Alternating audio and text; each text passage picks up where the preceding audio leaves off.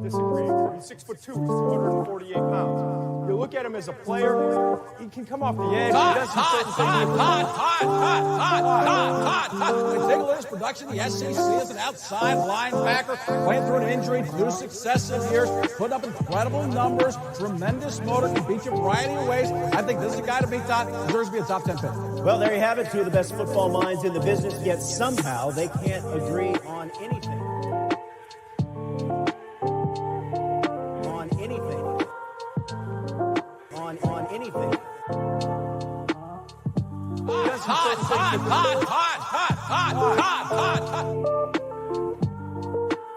Well, there you have it, two of the best football minds in the business, yet somehow they can't agree on anything.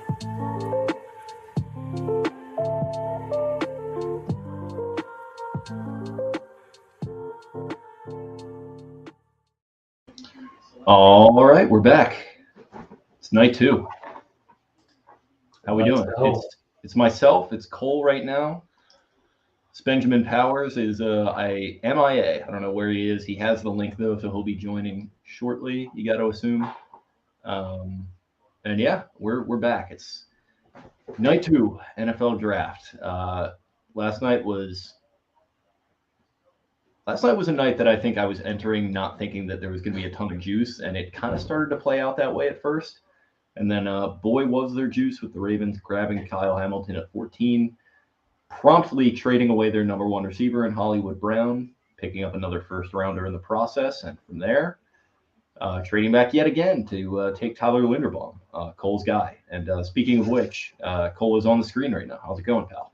I'm good, brother. I'm good. Yeah, man. I mean, it started those first, I'll say 8 picks was like, okay. No, I'll say 9. Like, it was kind of like, okay, nightmare scenarios coming, no wide receiver run.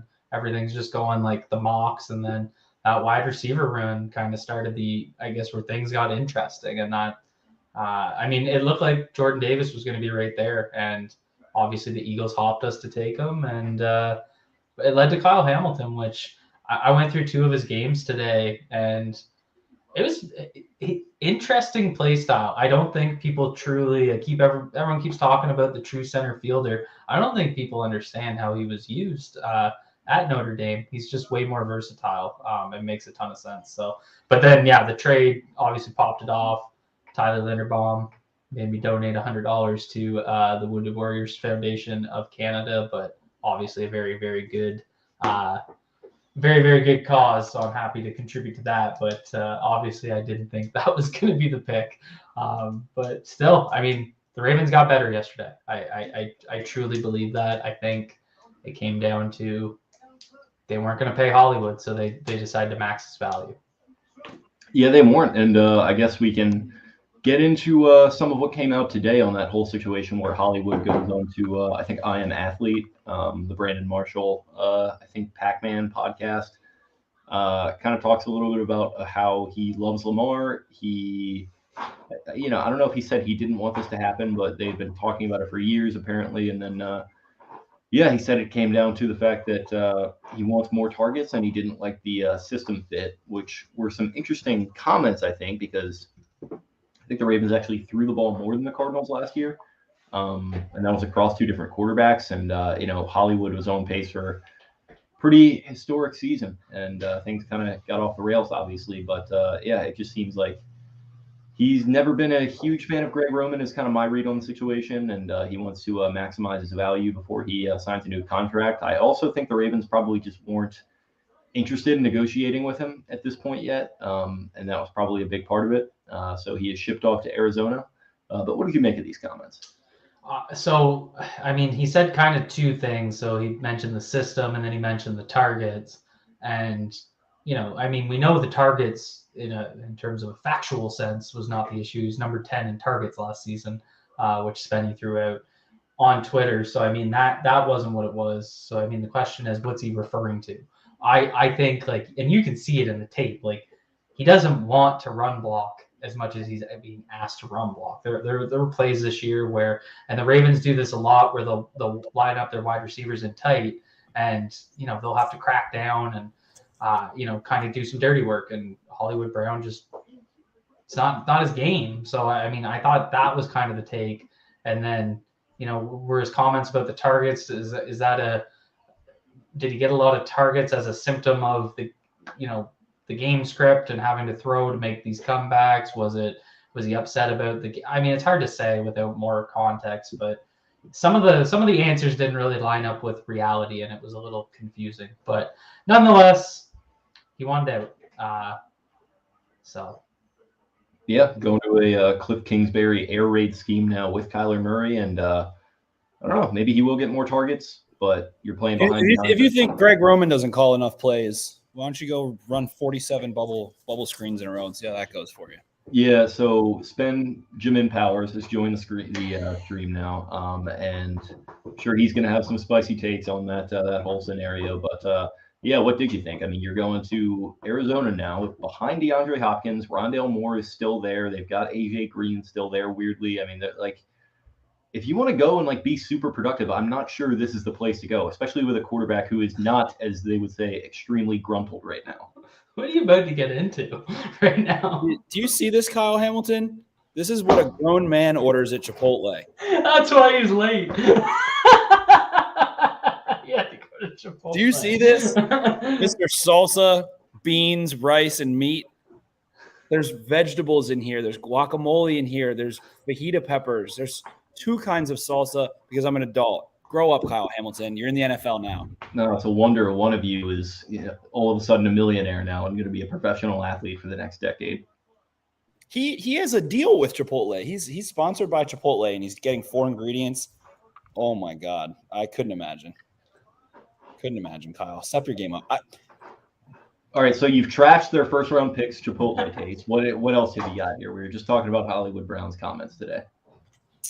Yeah, I thought the most interesting part of it was him essentially saying that he was anointed the leader of the room, being the first-round pick, the one who gets the most snaps, the one who's supposed to be the star.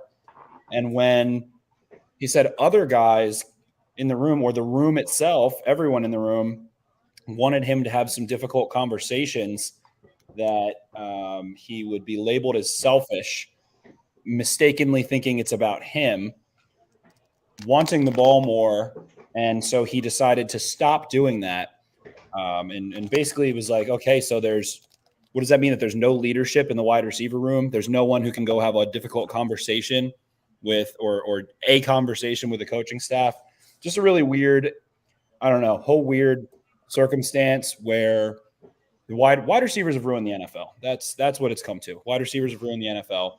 They're getting willy-nilly traded left and right. Jimmy Sexton's reign continues, and then immediately basically going next day on Brandon Marshall's, I Am Athlete, whatever it was, a podcast show, whatever, and being like, yeah, I wanted to leave after my second year. It's like, how, I don't know. It's just not your grandpa's football, I guess I'll say, anymore. Not your grandpa's NFL. So it is what it is. To quote Mike Tomlin, you want hostages, or you want volunteers, not hostages, and there will be no hostages. They continue to prove that if you don't want to be there, they don't want you there. So there you go. Yeah. It is all Kirk's fault as well, Cameron Hill. So, and he goes to effectively play the Christian Kirk role in Arizona, which is kind of funny how it all comes full circle. But yeah, I mean, it is different, and I'm kind of glad the Ravens stuck to their guns on this one and said, you know what, you don't want to be here, we'll get rid of you. And they didn't seem too interested in paying him, would be my read on the situation. So ship him off, and we'll see what happens with this wide receiver market. They kind of have broken the NFL a little bit, but Chiefs, a smart organization, punted on the idea of having an extremely high paid one on their roster. The Ravens have now done the same thing. People can say whatever they want. They are one of the smarter organizations in the league still. So, if some of these teams, at least with respected brain trust, are kind of starting to punt on the idea of, investing a ton in these guys, at least from a money perspective, it kind of does make me wonder if we're getting to 2008 too big to fail territory with this position. Right. And the other, I think, interesting part is that, it shifts. And there's obviously truth to it, but it shifts into like Greg Roman's offense.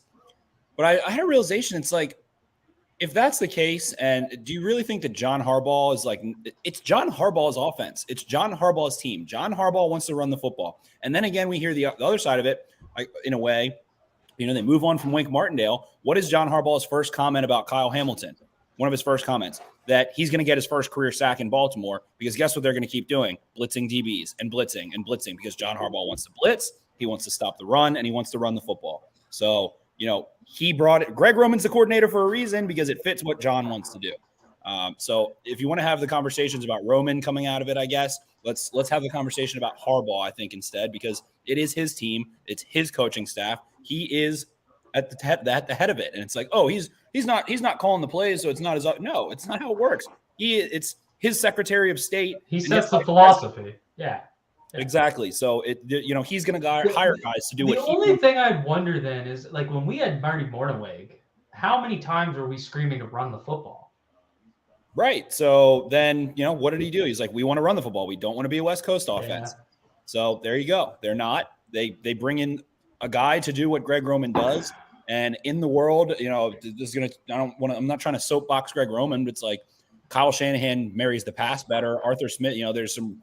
Of the best run minds, Greg Roman's up there. So I think it moves on to a bigger conversation. Do you want to have that talk about Harbaugh more so at this point? He's going to, Mike McDonald's probably going to do a lot of similar things to Wink Martindale. And, it's year, 4 of Greg Roman now. So it's John Harbaugh's team. They're rolling in that direction. And sounds like Harbaugh is, cool with it. And it doesn't sound like Hollywood was exactly the kind of guy where, to quote Steve Smith, that he had the hair on his chest to go have those tough conversations. So I don't know. Here we are. I think Hollywood's a great player. Going to have a lot of fun in Arizona. Kyler Murray's going to hit some deep balls to him and see how they can use him in more of a, perimeter passing attack, I guess to say.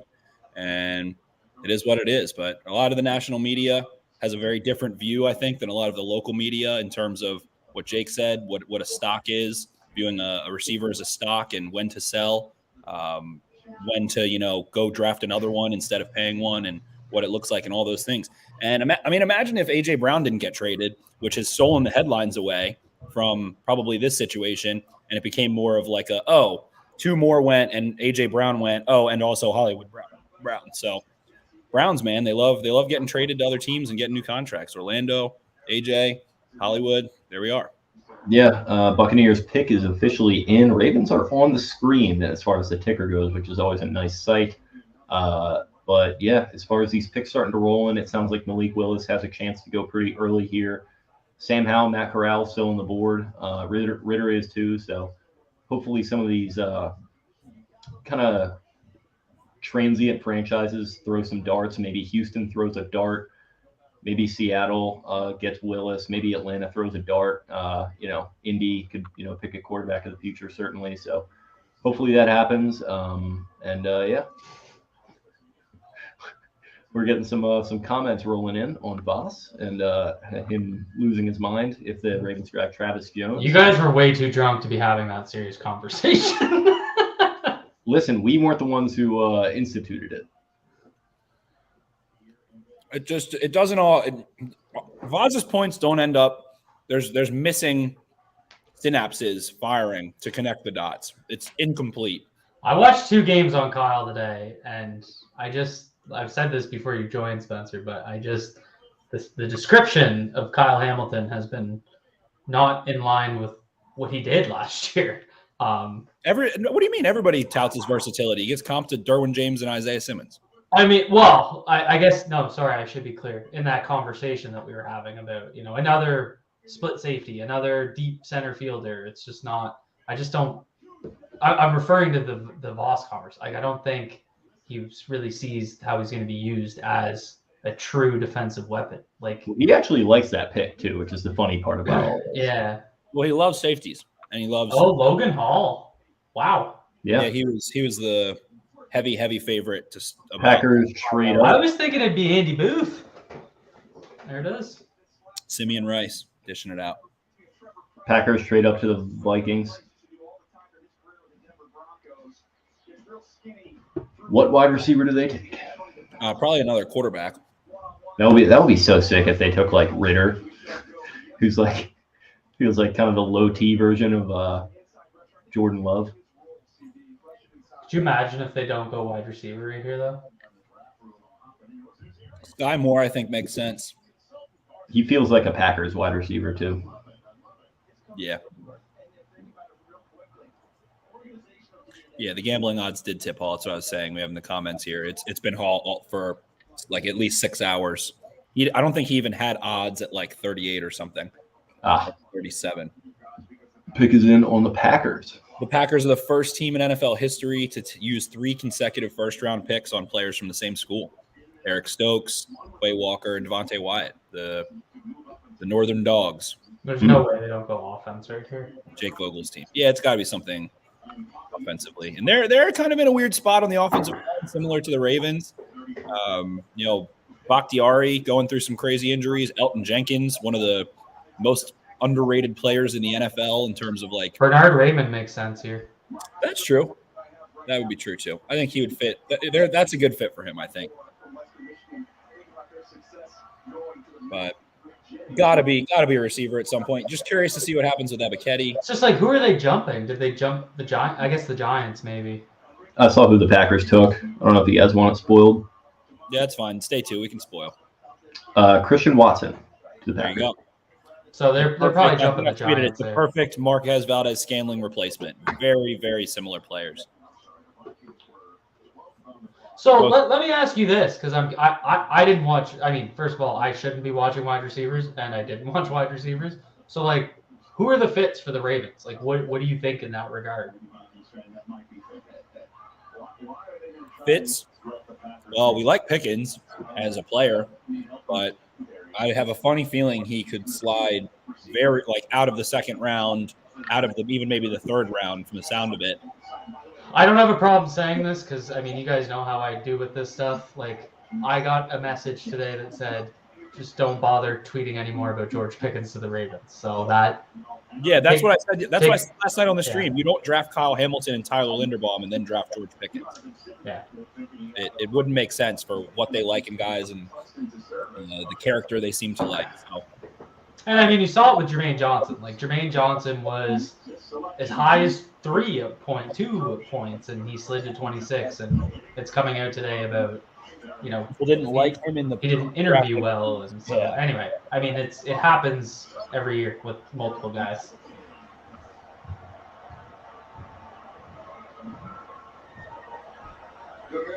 But in terms of what the Ravens need, Mechie, I like. He's injured, so tough.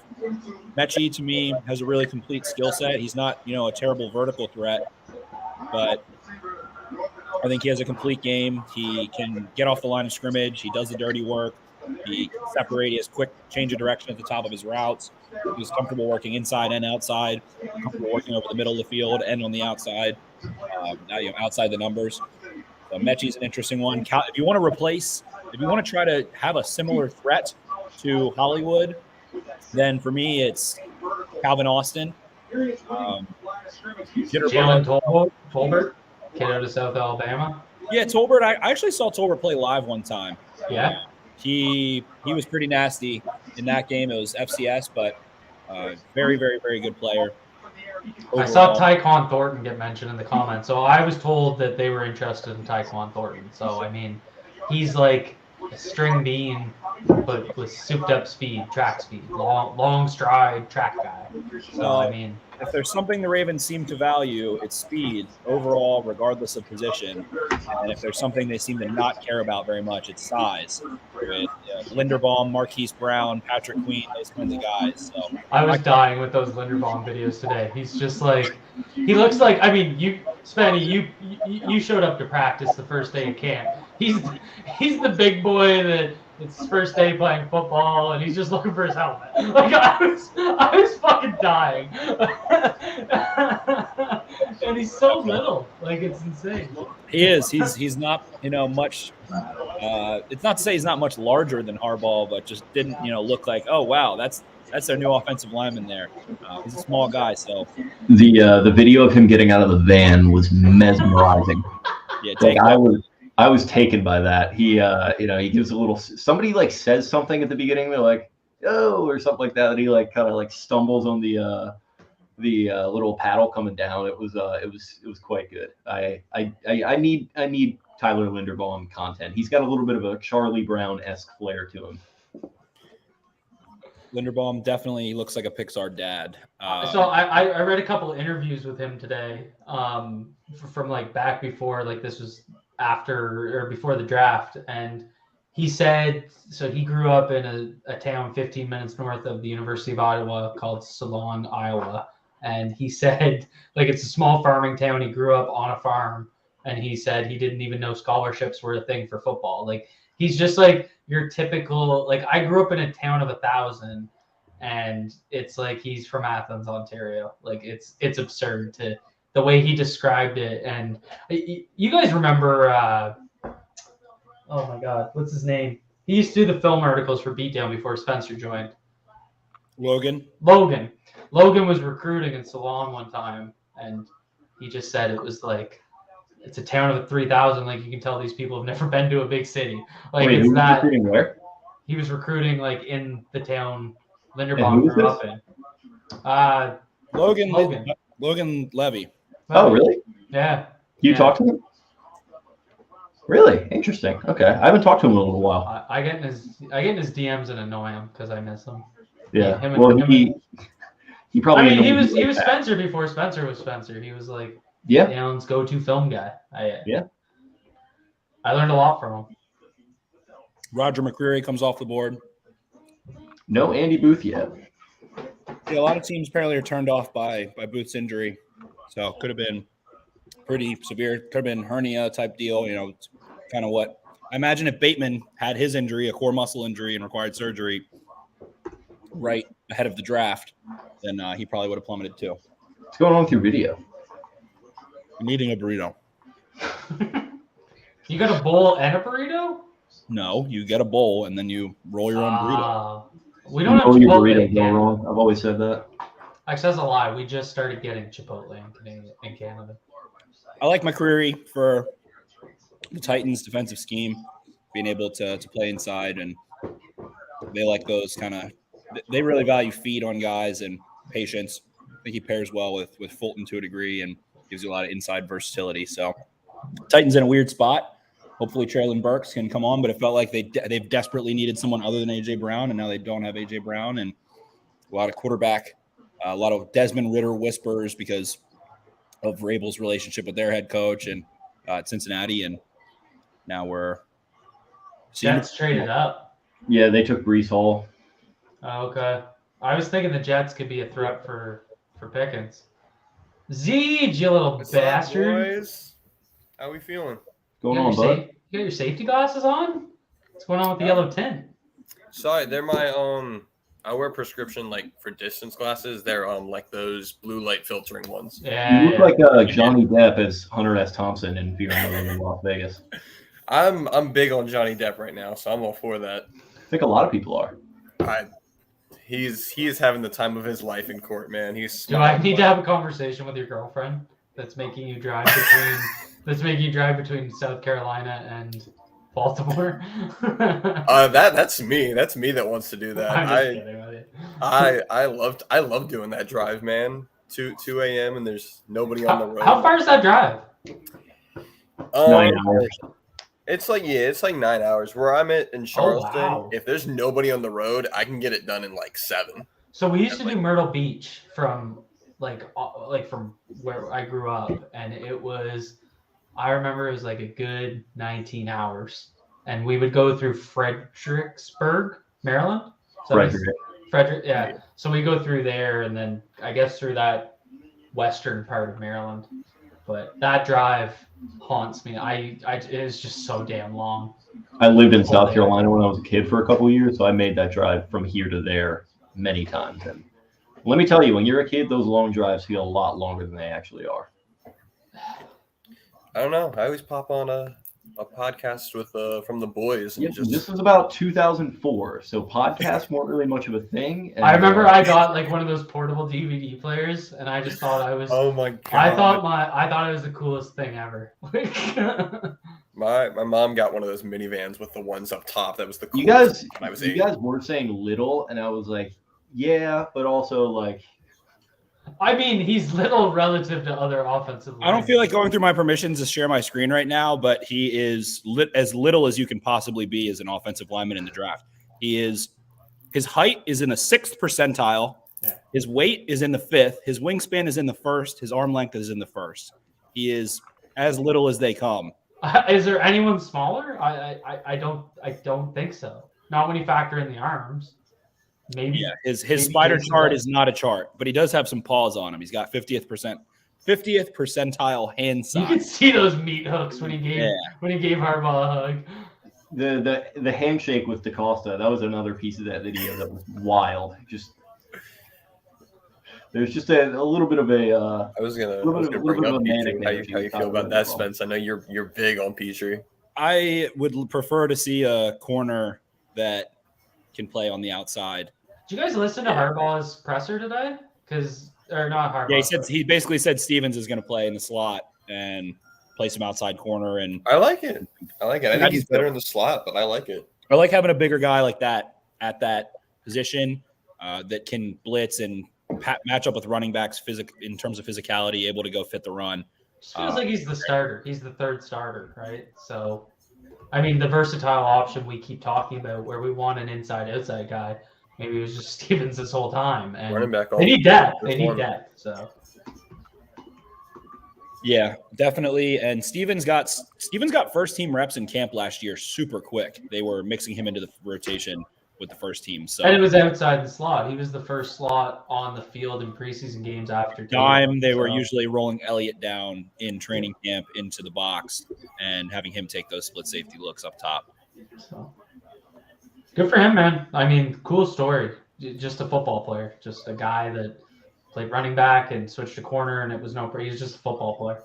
Definitely. Breece Hall is a fun fit for the Jets. They've got weapons now, man. Elijah Moore, Garrett Wilson, Michael Carter, I'm a huge fan of. That's a nice 1-2 there. Breece Hall is a big boy coming through and has a pretty well-rounded skill set. So Iowa State puts out good backs. David Montgomery most recently.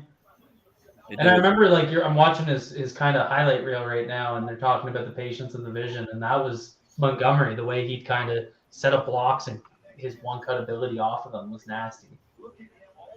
Yeah, he fits that. Mike Luke here. Let's get better tonight, boys. Hey, Mike. Oh yeah. He fits that Mike McDaniel scheme really well, and going to be a nice back to utilize on first down, second down, short yardage situations. Michael Carter able to do a little more damage. Breece Hall is a good receiver, so whatever. Two pretty good backs in my opinion. Texans picked, Falcons traded up yesterday. 15 as well. Someone we didn't talk about too much. Green to the Texans. Interesting. Very interesting. Heard a lot of stuff about his knee and that maybe he wasn't going to be a first-round player ahead of the draft, and Texans just locked it down.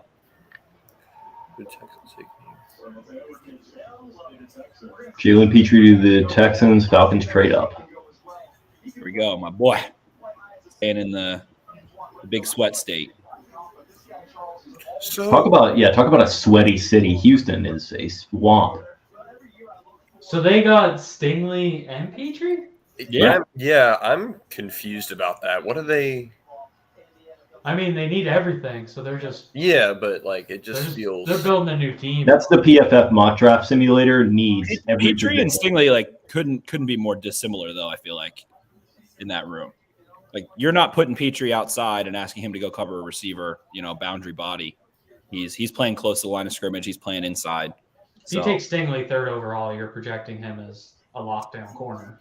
Right? Yeah. Again, we talked about this so much last night, but in Lovey 2 system, so strange for Stingley to be the pick there, but they'll ultimately end up with Josh McCown as their head coach at some point.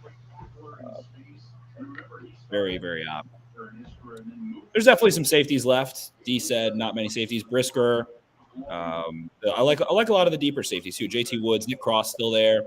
I think there's good depth at safety in this class. I also don't view Petrie as a safety, but maybe they do. Ravens probably also out of the safety sweepstakes for a while too. So the more that go, the better. Absolutely. Who is ATL moving up for? Oh, Falcons took Ebiketie. That hurts. Yeah, that sucks. He wasn't getting to 45. I felt like a little bit of a long shot for him to get there. Yeah. So I think it's Josh Pascal is in the question, I think. Travis Jones still on the board. I was in the car just now. I was thinking about Nakobe Dean and how funny it would be to see two little linebackers just flying around the football field with their hair on fire. When you have Kyle Hamilton at 6'3", 6'4", would be funny. But I think you kind of draft Hamilton to not take a linebacker super early. I mean, in the spirit of trading former first-round picks, what if you see Nakobe Dean go and then Patrick Queen goes out the door? I mean, who knows, right? Listen, it's being reported Patrick Queen potentially going to be on the move. We'll see. Yeah, maybe we will. I don't know. I just linebacker would bug me, but I'd absolutely love to get Josh Pascal. His skill set makes so much sense.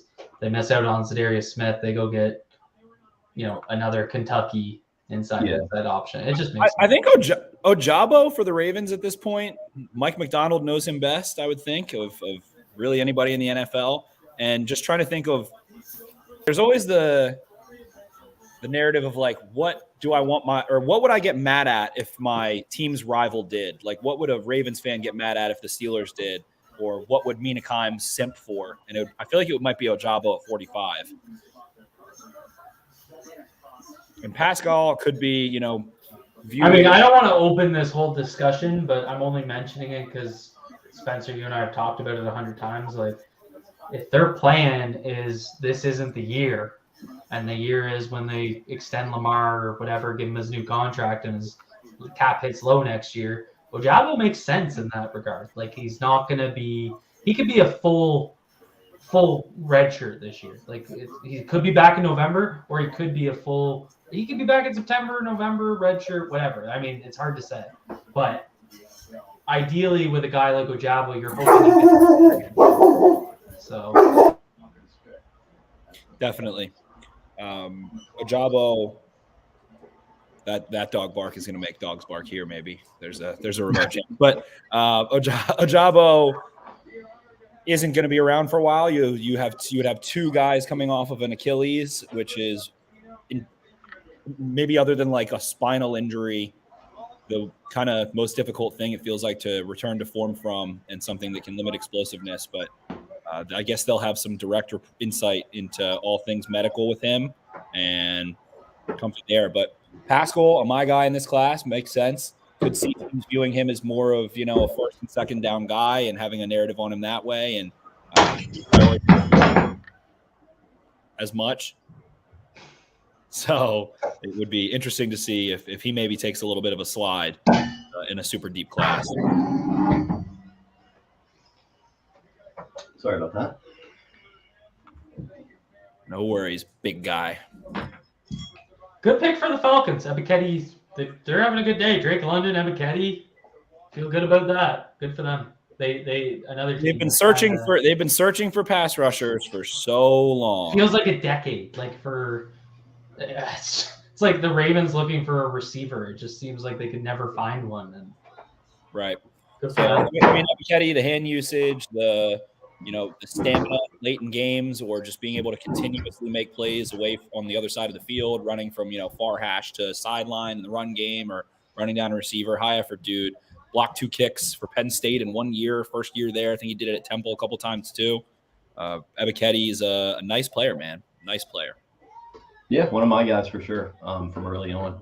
So excited to see how it works out, man. I think he would be that guy that could kind of step into that Falcons pass rush and actually give him a presence there for the first time in forever, like you mentioned. It's funny because the Jets are always the one that get pinned with they haven't had a pass rush since John Abraham, but the Falcons also had John Abraham. So maybe it's time to make that happen with him. And it's not just going to be one weird Vic Beasley, 25 sacks and then never do anything again. I think he could be a consistently good player. So. Former future Raven Vic Beasley. Yeah. Remember those rumors? That felt like 4 years straight of Vic Beasley is going to be a Raven. Yeah. Kyler Gordon on the board, Andrew Booth on the board, Drake Jackson, another intriguing one. I know corner is like super not needed with all the secondary pieces in the secondary now, but I'm still so high on Booth. I think corner is absolutely still a need. I think it's a need. I think it is. If those two weren't coming off, I think a high end corner. It's just like, I guess Marlon's not coming off a significant injury, but I mean, Peters is coming off an ACL. He's not extended through next year. One of them goes down, you're in the same place you were last year immediately. Yeah. Chicago takes Kyler Gordon. And there goes one off the board. They were another team that was heavily linked to, not linked, but heavily mocked to a George Pickens. So they might have a shot at him. Still Justin Fields will be throwing to David Montgomery and Byron Pringle, Cole Kmet, and a whole lot. I think that whole other tight ends. What else do they have? DeMarcus Robinson or something? 20 they just other have all of the old Chiefs, apparently.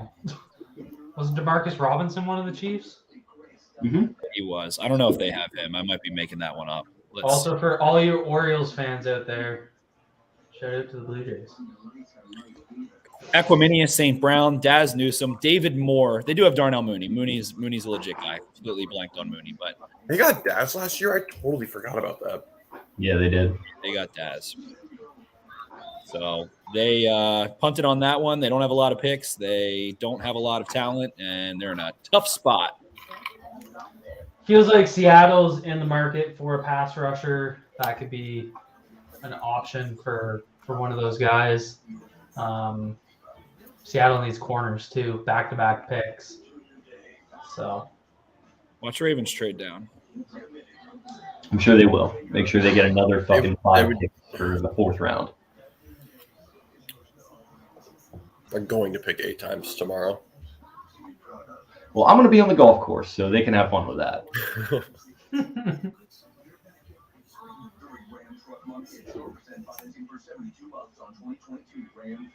What is it? What's everyone sipping on? Water, baby. Tabasco. Nothing quite yet. How you feeling, by the way? I feel great. Got some Chipotle in my belly. That wasn't convincing. Had a nice coffee. I actually got a decent bit of sleep. I think I slept like 5 hours. Dude, I feel like shit. I had to wake up at 6. Yeah, what time did you wake up though? I had to wake up at 6. So yeah, you were up late doing Kyle Hamilton tape. I remember seeing a couple things when I woke up around 3:30 that you had put out. Yeah, I think I went to bed at like 4. Woke up at 9. Didn't have anything crazy this morning, and then got back to it. Posted a couple articles. Got some Chipotle. Yugged a coffee at some point in there. Don't know if I've had a sip of water today. Might have to go to the hospital later, but we're here. I was gonna say you might want to get some water. Coffee has water in it. Dude, I didn't throw our empties away. I didn't really have time, so they're just all sitting over there. And there's beer's 95% water, so we'll be good. It's true. We got Tony here in the comments. Mr. Pissed off probably about the lack of pass rushers. Tony wants Mr. Drake Jackson, somebody who can dodge, dip, dive, dodge, and bend. Drake Jackson would be exciting. Didn't realize, to be full disclosure, I didn't realize how young Kyle Hamilton was when they took him last night. He sounds really young. Yeah, just turned 21. I think he was the 5th youngest player picked last night. How old's Linderbaum? 22. So he was a redshirt junior? Yes. He came in as a defensive lineman and then started seasons at center. Right. This is why I don't eat Chipotle. Good old Moe's, baby. Yeah, I'm sure it's much better over there. Yeah, they have really high quality sanitation and hygienic practices at Moe's as opposed to Chipotle. Absolutely not.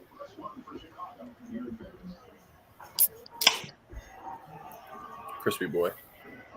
Is that a natty light? Yes, it is. Oh, yeah. The finest. Closest thing to water. Yeah, it might be, to be honest. It might be more water than water.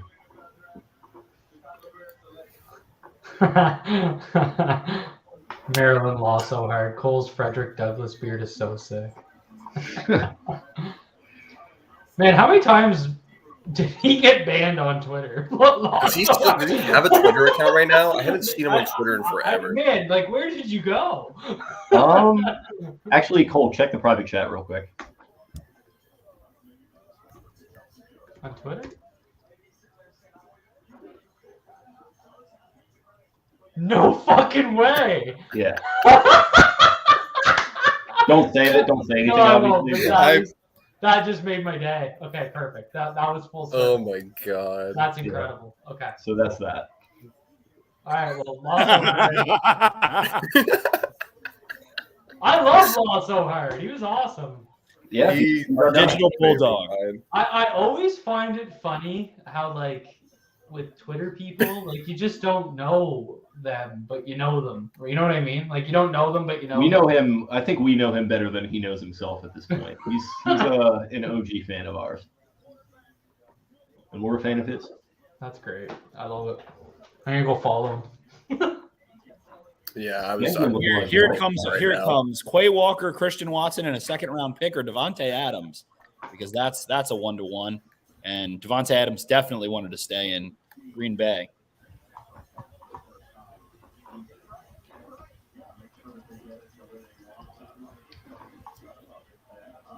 When do we see a quarterback come off the board? Who are we? I don't think another one. Seattle next, maybe. You don't think one to Seattle here? Seattle loves Howell apparently, but they probably didn't. They probably didn't think Malik was gonna make it that far. Because apparently they do like Baker a little bit. So just get Baker, who only eats chicken tenders, and Sam Howell.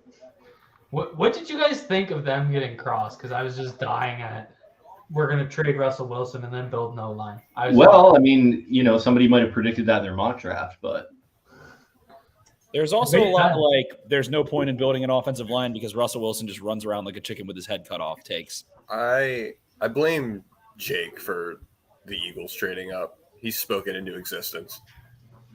Maybe I'm just that good. Maybe I forgot about that, Zach, until you just had to bring that up. Disturbances in the force. I can sense them. We can't let the Howie. We can't let the Howie hate die. In 2022, Jordan Davis. If the Ravens really wanted Baltimore, the Howie hate will live on. If the Ravens really wanted Davis that bad, which I'm sure they did, Howie's going to know about that, and he's keen to trade up when he wants his guy, and it's that easy. Just jump over one team and get Jordan Davis. He likes vanilla and chocolate. I don't know if you've heard that. Oh, I just totally missed that. Who the heck did the Bears just pepperoni take? Pizza or sausage? Kyler Gordon. With that comment about Brandon Stevens, I'm more into the idea of Andrew Booth. Like, I don't really care about the injuries. My god! I'll figure it out. Oh, we got a Toronto guy in here. OVO, 6 guy, bad boy. Ronto. I bring the Canadian Ravens fans with me. Oh my god! I heard Toronto is the Baltimore County of Ottawa. Toronto and Baltimore could not be more different. Good for Toronto. I say that I've never been to Baltimore in my life. Dude, why does Kyler Gordon look like a Tarantino character right now? I love it. He looks like Jules Winfield, kind of. Zeech didn't like him. No, Zeech fucking hates him.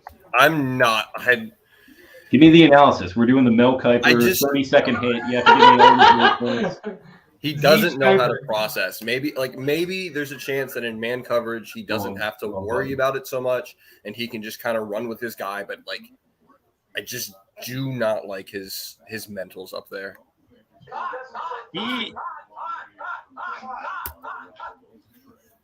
We got a Calgary fan or a Calgary gentleman here as well, but Kyler Gordon. I did. That was the definite question. Washington, a very zone-heavy team, and definitely struggled there, but has rare flexibility, rare change of direction ability, inside-outside versatility. Definitely like him, man, and definitely bustable. Definitely.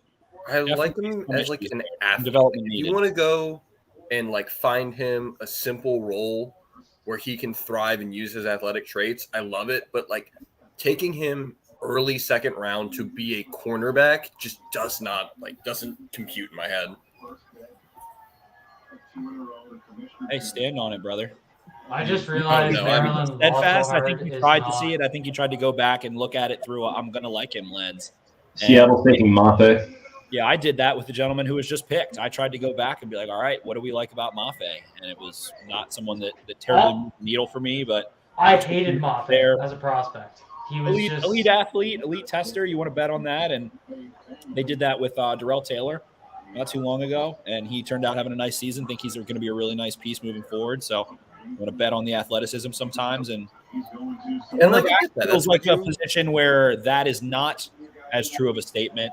And Kyler Gordon put in some ridiculous agilities. His shuttle and his 3-cone were he's a ridiculous athlete. I'm not taking that away from him. Exactly, but corner is about like anyone who can play corner at that much level. More. Yeah. Corner's the hardest position, and it was an interesting quote I was reading about Dante Jackson, who apparently is like a film savant. He loves film study more than anyone in the world, and that position coach basically said that he would come to them during the week with all kinds of tells, all kinds of ways to identify plays and tendencies and stuff, and then he would end up blowing coverages because he was thinking way too much and getting fixated on things happening around the line of scrimmage and wasn't just letting the play come to him. And that it was like a very funny situation, but they're like, that's the guy who's willing to live with the mistakes. Yeah, exactly. That's the kind of guy I'm willing to live with the mistakes because I know it's a result. Still available? He was at Carolina, right? Isn't he a free agent still, or did they re-sign him? This next season, I think let's stop spoiling picks ahead of the Ravens just in case. But the next Seattle pick is hilarious. It is hilarious. Please God, let it be a running back. I just texted someone that going cross Mafe Booth would really turn the corner for them drafting, so I'm excited to see it now. Wow, you absolutely nailed it. Why is it Booth? You freaking nailed it, man. Wow. Andy Booth Jr. to the Seahawks. No, he's Andrew now. He's only Andy if he's a Raven. Was it actually Booth? I still pick his in. We'll see.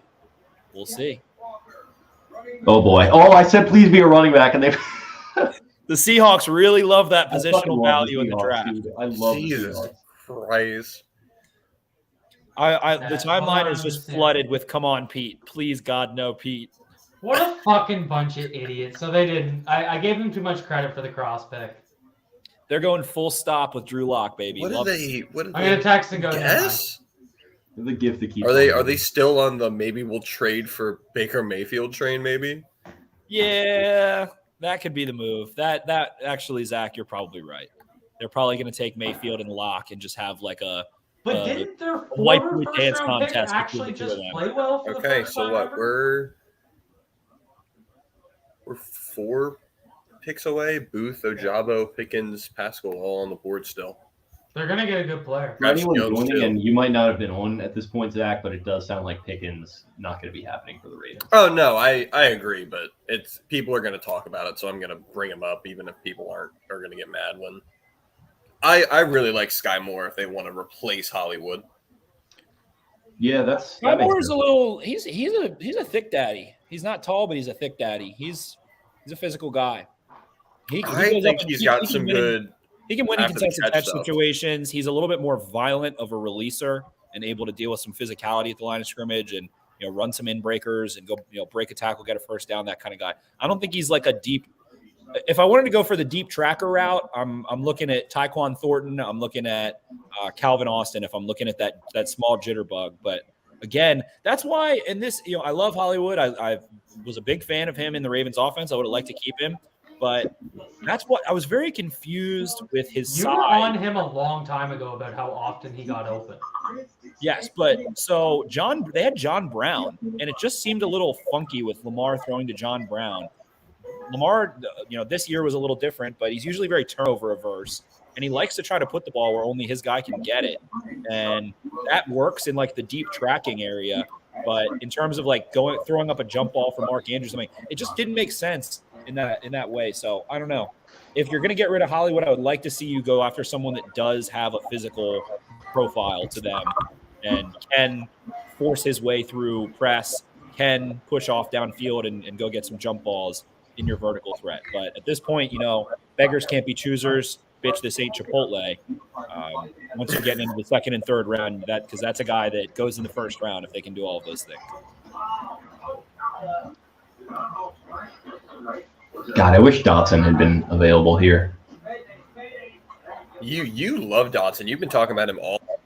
I do, and like that, that was part of it. Was value in the second round. Like, I was kind of the opinion that if this guy's a little bit taller. How do you pin that freaking Ben Victor comment? I want to talk. I know they love Benjamin Victor in the Ravens room. I really wonder if they're going to give him the shot.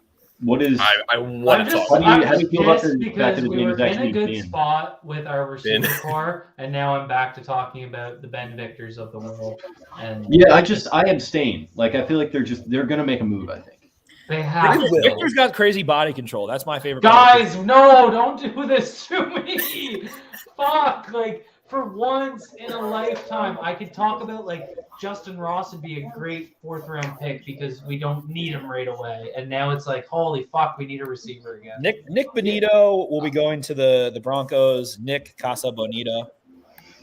Casa Bonita.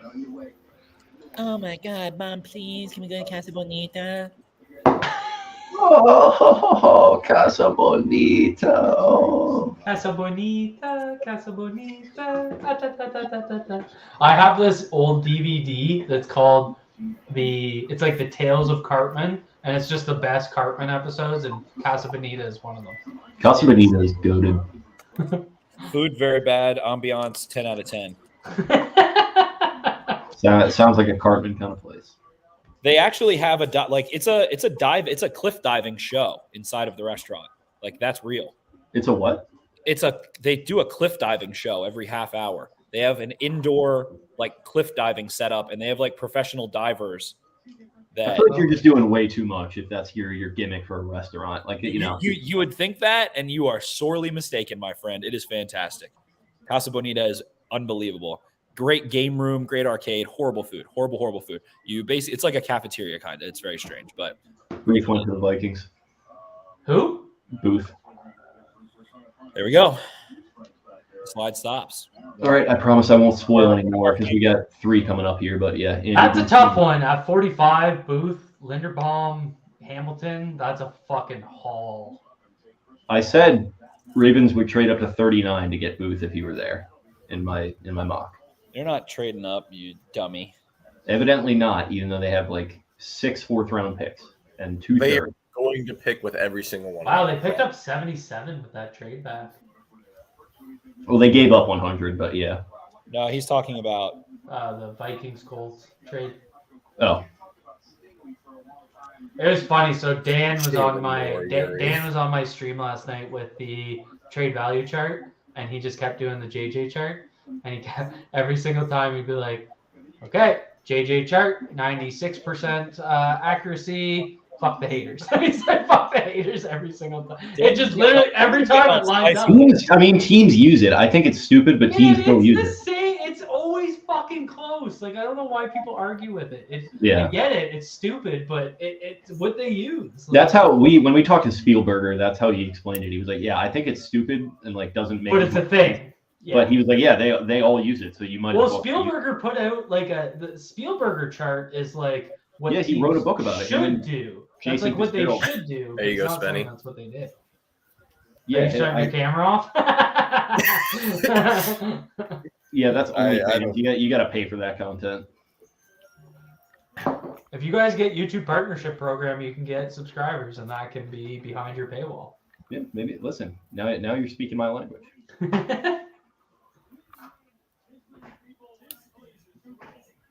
This is crazy. Who is this? I have no idea. Tarkenton, maybe? I think that's Christian Cousins' dad. That's Eddie Cousins. Yeah, is it? It's Todd Cousins. Cousin Eddie.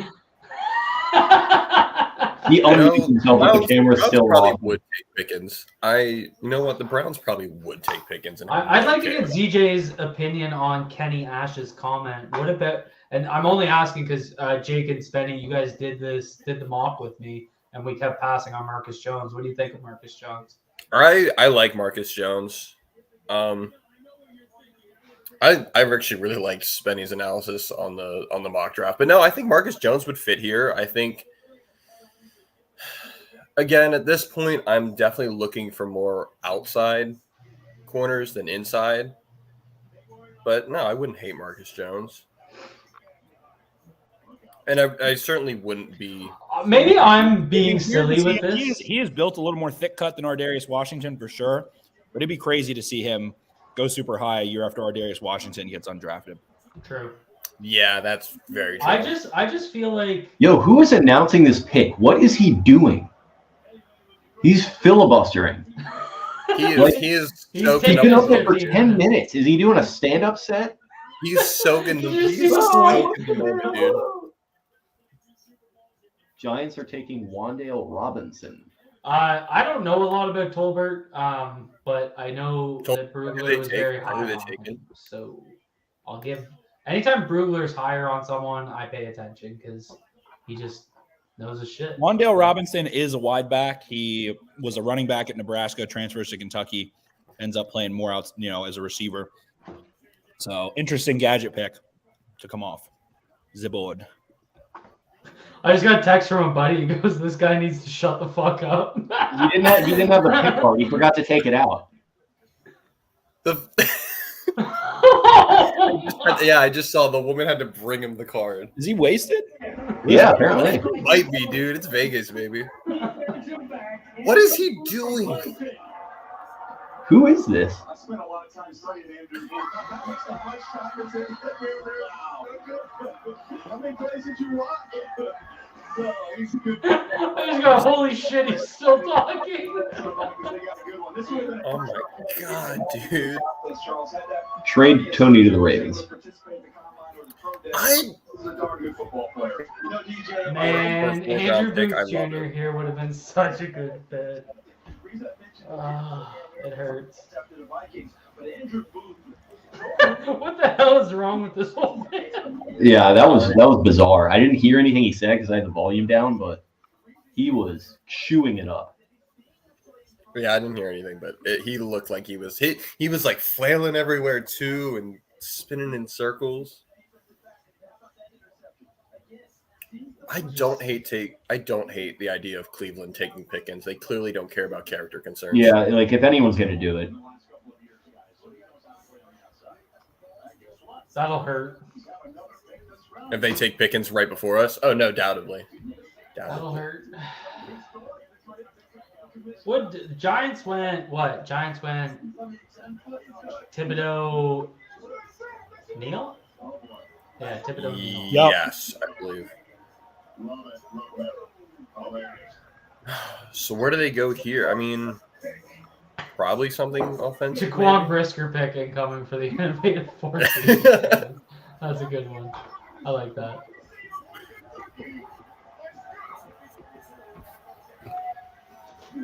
If Eric DaCosta tells lies, then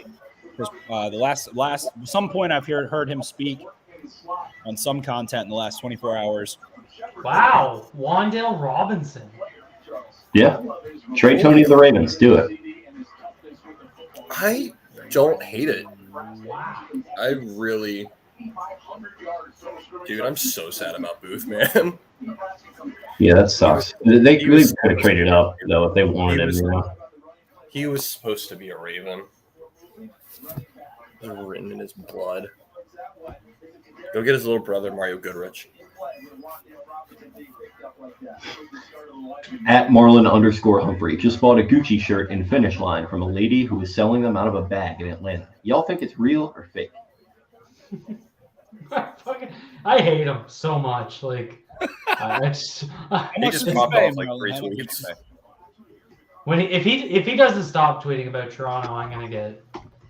It's gonna become a thing. Called the Barry Sanders of youth football. Weren't we all? I think Spenny Powers was the Barry Sanders of youth football too. That lady just came out and said, "Read the fucking card." What was he saying? Like, what was he talking about? There's got to be. I would think there's a little bit of medical concerns with Nakobe Dean. There had to be something in the medical. I think I could see. On the new Monster Meat and Supreme Beats. Well, I was excited for Subway keep refreshing and refreshing.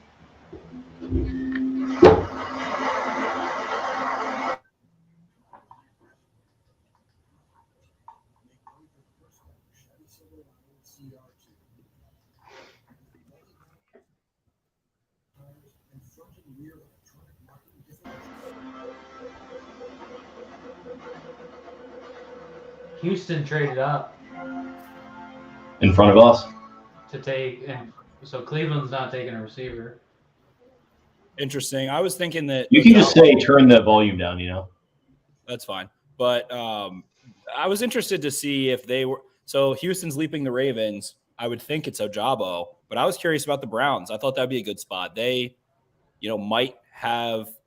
It's a good point. Might have had a little bit of a delay with Deshaun Watson getting suspended. You're not maybe looking to be dominant year one. You have Miles probably coming back. Yeah, you can have Clowney come back, but they trade out. So the Texans left the Ravens. Is Howie Roseman helping the Texans? Is that what's happening here? I hope so. Getting hot for Ojabo and Davis. I would like I like Nakobe Dean to a Texans in the second round as well. But I think they have to be leaping for a Pascal or an Ojabo. I don't know who else it would be. It's Mechie. Yeah, what pick here pisses you Interesting. Very interesting. It's Mechie? Yeah. Fuck. Wow. That would have been a good fit. That would have been a really good fit. Yeah, I like Mechie. That was one of my favorites. I guess the Ravens liked him too. Probably. I mean, I guess that might have been the pick there at 45. Yeah. Seems like it would be. Sure would be a shame if someone jumped the Ravens, took who they wanted, and then they traded down. Wide receiver run again. Yeah, second round's always a hotbed for receivers, it feels like. That early run in the first round feels like everybody just is desperate now. So you guys were talking about it last night about like there has to be a plan with the wide receiver room now that Hollywood's going. Say they don't find a guy that they really like in this draft. Where are you going in free agency besides like maybe like a trade for Tony, which again I'm all for that as long Jarvis as Landry. Jarvis Landry. I think Landry makes the most sense at this point. I don't at all. I hate the idea of Jarvis Landry, to be frank. I love him. It's adding yet another underneath slot limited guy that's a slot body and isn't going to be able to give you a vertical element. They need another vertical element. I don't know. Wouldn't that open up? If it's super cheap, that's fine. If it's super cheap, that's fine. Do you not try to make Duvernay the vertical element? Duvernay can run. He just Isn't that what he did at Texas a lot? He was a heavy screen guy at Texas. Caught some deep balls. He's a flanker. He can get downfield. He just doesn't seal himself and establish himself in front of DBs that well, as of now at least, or that I've seen. So I'm excited for him to get more touches. I've always wanted Duvernay to get more touches. But he's rumors. He's not a super explosive guy in and out of breaks, Duvernay. So I would be a little remiss to think he's someone you want on the outside in that kind of situation. But Sky Moore makes sense here. Ojabo. I guess if the Texans traded ahead of him, it very well could be a Sky Moore. I guess I'll go with that based on the Texans. But, edge rusher still makes sense, but it is a deep edge class. So are we not spoiling this? No spoil. I would like this to not be spoiled, please. All right. Eyes on the television. Yeah, I'm gonna predict Ojabo. That would be a cool one. Travis Jones still on the board too. Yeah, that's sneaky. Travis Jones isn't a bad option. Nakobe Dean is sneaky, I think. BPA Nakobe Dean has to have it has to be something in his medical. Yeah. Because 40. I'll be upset with Nakobe Dean for sure. Plus is pretty crazy. I wouldn't be upset with Nakobe Dean. I would. In the first round, I would have been livid. There's too many. I mean, there's like with Pascal and Ojabo and so many other guys on the board. I think I'd be a little bit upset. But Dean is good.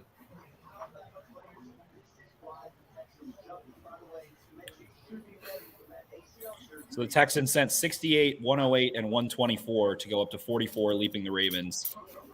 And it might not necessarily be leaping the Ravens. I guess we'll see, but what they say. They could be leaping like Detroit or Washington, and that would might just be like we really wanted to go get him in the next 5 or so picks, and thought it was time to. We found a trade partner that needed more picks. The Browns have no picks now; they have more capital. And it was the time to pull the trigger. So right in the grand scheme of things, the Browns would way rather have 3 picks than in the top 150 or whatever than that one at 44. So. Andrew Berry, a smart gentleman. Looks like they made a pick. Yeah, they did. I don't know. I think Travis Jones would. I know Travis Jones is good, but I think that might upset me a little bit too. I'm cool with Travis Jones. Travis Jones. I'm cool with it. I just don't think it's the best.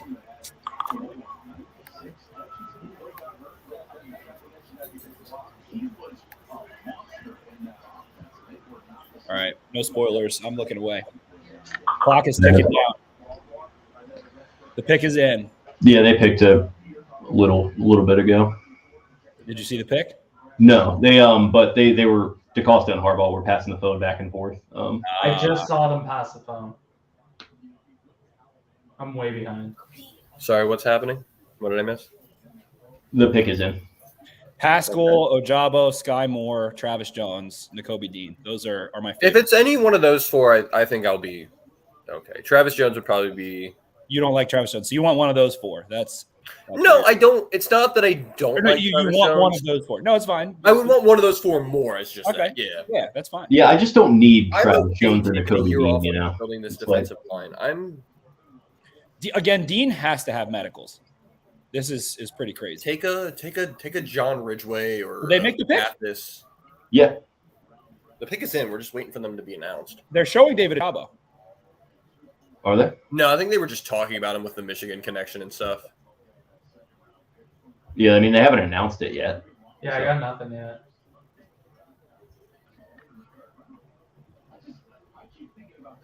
God, look at that board. Nick Benito could make sense. I don't like Nick Benito very much. I would rather have Pascal or Ojabo very much. I would definitely prefer Pascal.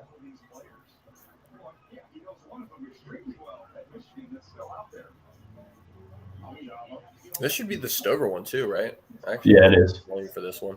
I think Josh Charles in round 3. Wait, he actually is making the pick. I thought you were making a joke about that's who they're going to draft in the 3rd round.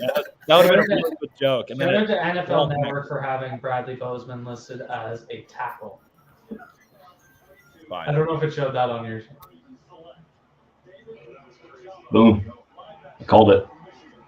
I haven't seen it yet. I'm behind. Wow, there it is. Give me a second. I'm not saying anything. Give me a second. I mean, yeah. I mean,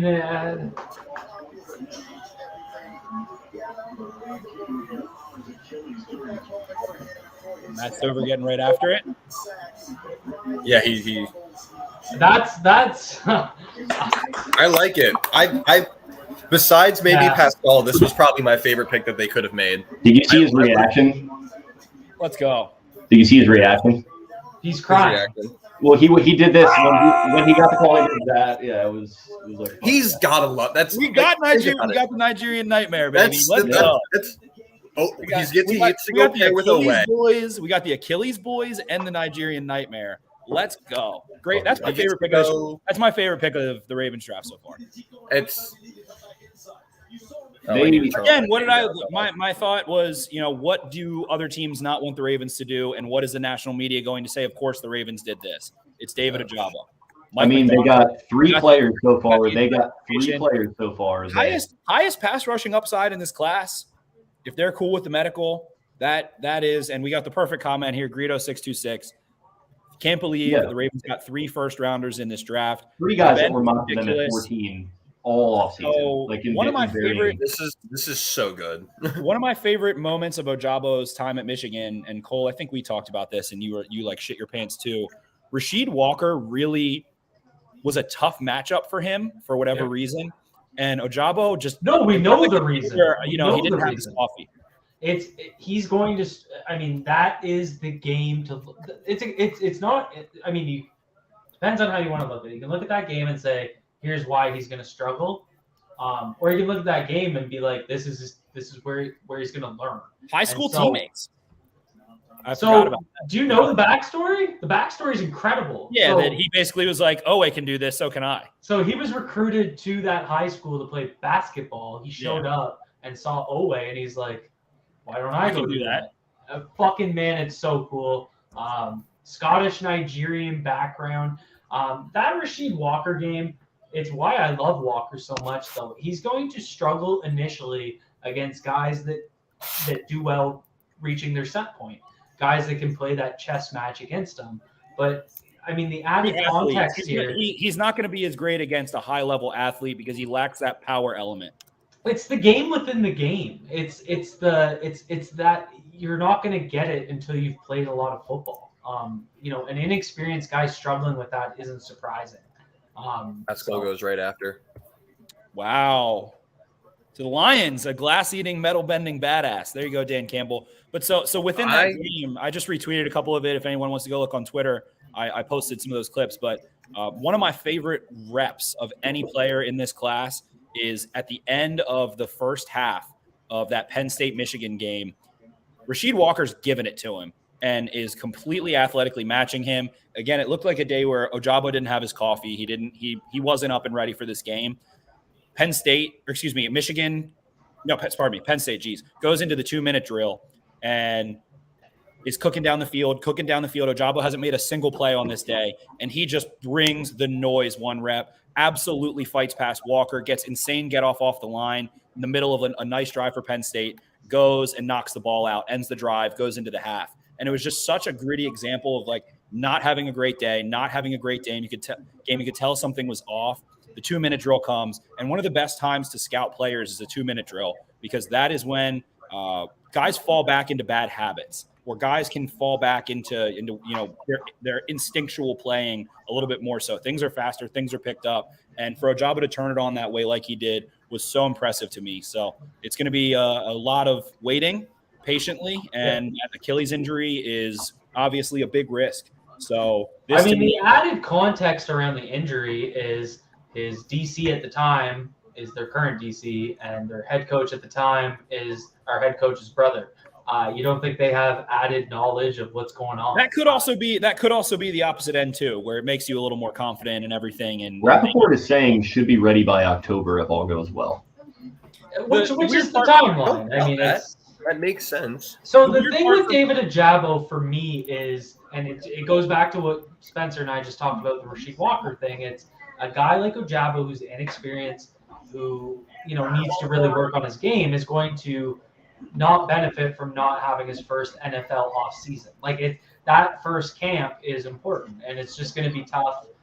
I mean, he's going to come in. He's going to be a situational pass rusher. He's going to be playing behind Odafe Owe and Tyus Bowser. He's not going to be asked in year one to take on a significant workload anyway. So, I mean, that aspect makes sense. He really needs to develop similar to Owe, I think. Like, he doesn't have much of a long arm, but he has the potential to develop it. He's got good length. He looks like he has good strength. So, I mean, he's got a lot of the tools, but he needs to put it together. So he just needs the right development. I think he's coming to the right team with McDonald, with Weaver. It's a good fit coaching-wise for him. It is. His development, the hard part of the equation for him being a real contributor this year is that he was such a work in progress against the run in terms of just stacking, peaking, and shedding and being able to set that edge. But like you said, it's also he's very similar to Tyus Bowser in some ways. I think much more advanced rusher, creative rusher coming out of college. But Bowser had that elite athleticism, that bend to the top of his rush, freaky athlete.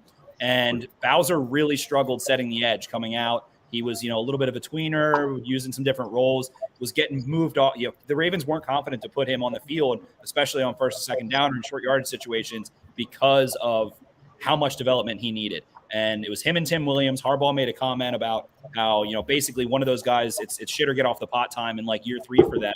Tim Williams did not. Tyus Bowser made the progression and turned into a player they extended, had such a good year, was such a good value for them last year. So Bowser is a great person to help him develop, it would feel like, and grow into being able to hold the edge, into how to, get sand in your pants, dig out, create that leverage, bend in the back, how to use your base, how to use your frame, all of those things. So I think that's a nice person to help aid that. And they can be Achilles boys. Again, he's Achilles boys with Bowser, and he's, Nigerian Nightmare high school teammates with Alfe Owe. So that's pretty kick-ass. And this has the potential, I'm going to go ahead and say it, this has the potential, if he heals well and can get back to form, of being a player that helps the Ravens win an AFC, I think. I described him. I just looked. I did his film room alone, and I referred to him as a human pass rushing experiment. Get that cat out of here. There's times where you can tell he's trying to put things together that he's seen others do. He talked a lot about learning from Hutchinson, learning from Kwity Paye, the guys that came before him when he was on the scout team. He won Scout Team Player of the Year in 2019, if I remember correctly. He's a true student of the game. He's learning from guys in front of him. It makes me excited because the aptitude to learn and get better is there. And I know that kind of sounds cliche, and people might be like, what the fuck's he talking about? But when you see it in his game, it excites you because you'll hear it from the greats out there. They learn from the guys that came before them. So I think that's a really important aspect of this game. See you guys there.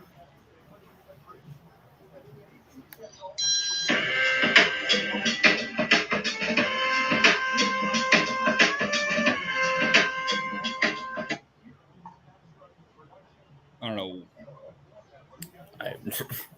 what the hell that was. But anyway, so yeah, love that pick. Okay. Ojabo, it is a pick that can define the Ravens the next couple of years, in my opinion. All of those things. What we saw him grow against the run too, you can tell week 1, week 2, week 3. Then you go watch him in the middle of the season. Then you go watch him towards the end of the year. Not against Georgia. He did have to come off the field against Georgia. They absolutely mauled him. Michigan, Mike McDonald, not just Michigan, was not confident trotting him out against a team that pretty much can't throw the ball in those early rundowns. But you saw the progression. You saw all of that. He was Michigan's Scout Player of the Year as a freshman. I think he redshirted, and as a freshman was their Scout Team Player of the Year. So that tells you what he's doing in practice, tells you what kind of guy he is and how he's bringing it. And again, there's the path of where the Ravens are the ones who know him the best, with Jim Harbaugh, John Harbaugh, and Mike McDonald, obviously. That can make you a little blind at times, but they know the person, they know the work ethic, all of those things. They're comfortable with it. I personally love it. There's a lot of projection involved against the run. There's a lot of projection involved in terms of rehab. But this move is a Chris Davis 2013 swing for the fences. This is a move to hit a home run. This is not a single. This is not a double. They could double down on edge and go get one later in the draft that can go play against the run. Kingsley Enigbare or something, someone that's heavy-handed, or someone that can slide inside, a DeMarvin Leal or something weird that's going to be available, someone that's experienced, and a little bit of a different story. So wouldn't be shocked to see them double down there. But I absolutely love that pick so much. Again, my favorite of this draft so far for the Ravens. Really one of my favorite picks in this entire draft so far. Like I said, you nailed it. They need to kind of couple it and put it together with one of those inside-outside guys. We've talked about this 100 times. The double dip, getting the versatile skill set. Kingsley Enigbare makes a ton of sense. He really does. I think that'd be a really nice match. Alex Wright makes a ton of sense. I think he can do some of that. That's the beauty of this edge class, is there's guys that can do that. I guess the only thing that makes me wonder is, I'll just throw it out there because, we're supposed to be discussing and reacting. Like, what do you think about the impact on next season? Was it the fact that it was just too BPA to pass up? Or what do you think on that regard? They got two guys that are, going to come in and be able to contribute. Go ahead, Jake. Yeah, I think it just feels like another kind of long-term move. And, some people like that and some people don't. Right. But it kind of feels like in keeping with what we've seen this entire offseason, what we saw last night. Just total BPA. And, it is, the definition of a long-term move, in that he's not going to be suiting up in week 1 and, the first couple weeks after that, even on the most ideal timeline. So, yeah, it's another long-term pick, but it's just best player. And, you're talking about, somebody said 3 first-rounders. I mean, these are the 3 guys that, Ojabo was supposed to go in the first round. Ojabo he was in play at 14. No, I mean even after the injury. He was the pick at 14. He was my pick for them at 14 at the beginning. That was this is so obvious. It makes so much sense. Just make this happen. Then he gets hurt. And it's well, what's going to happen? Well, what happens is they get Hamilton, who was mocked to them at 14 a lot. They get Linderbaum, who was mocked to them at 14 a lot. Now they get Ojabo, who was maybe mocked to them the most at 14 before his injury. So it's a lot of long-term moves, but I like them all very, very much. I mean, to a degree, everybody's, everyone you draft is a long-term move, but this one, you're taking with a grain of salt. You're hopefully, they get Adrian again. They brought in Adrian Dixon. They brought in the Titans athletic trainer. That what have we said? They're willing to take a chance more so on someone that's hurt. The Titans drafted Caleb Farley, Jeffrey Simmons, another player that's slipping me in my mind, with Adrian Dixon in Tennessee. Rehab is supposed to be the name of the game, so. This is super fun, man. Super, super fun pick. Yeah. People say I'd rather have Pickens, and I get it, but it's I get it. Easy to say as a fan when we don't know what the dude's like and everything that goes on. And again, I will trust Nicky Saban. If he doesn't want somebody and doesn't think he can work with them, then they go through, get suspended by Georgia, who is the opposite and loves taking on those kinds of personalities, dealing with it, pushing them through, and coming on the other side. So the talent on the field is fantastic. Would love to have that, absolutely. So I hear that. But, hey, I mean, maybe you can get Pickens at 76. Maybe you can get him at fucking in the 5th round if he's continuing to slide, because talent is not the issue. And he does have injury history too. Yeah, D in the comments here.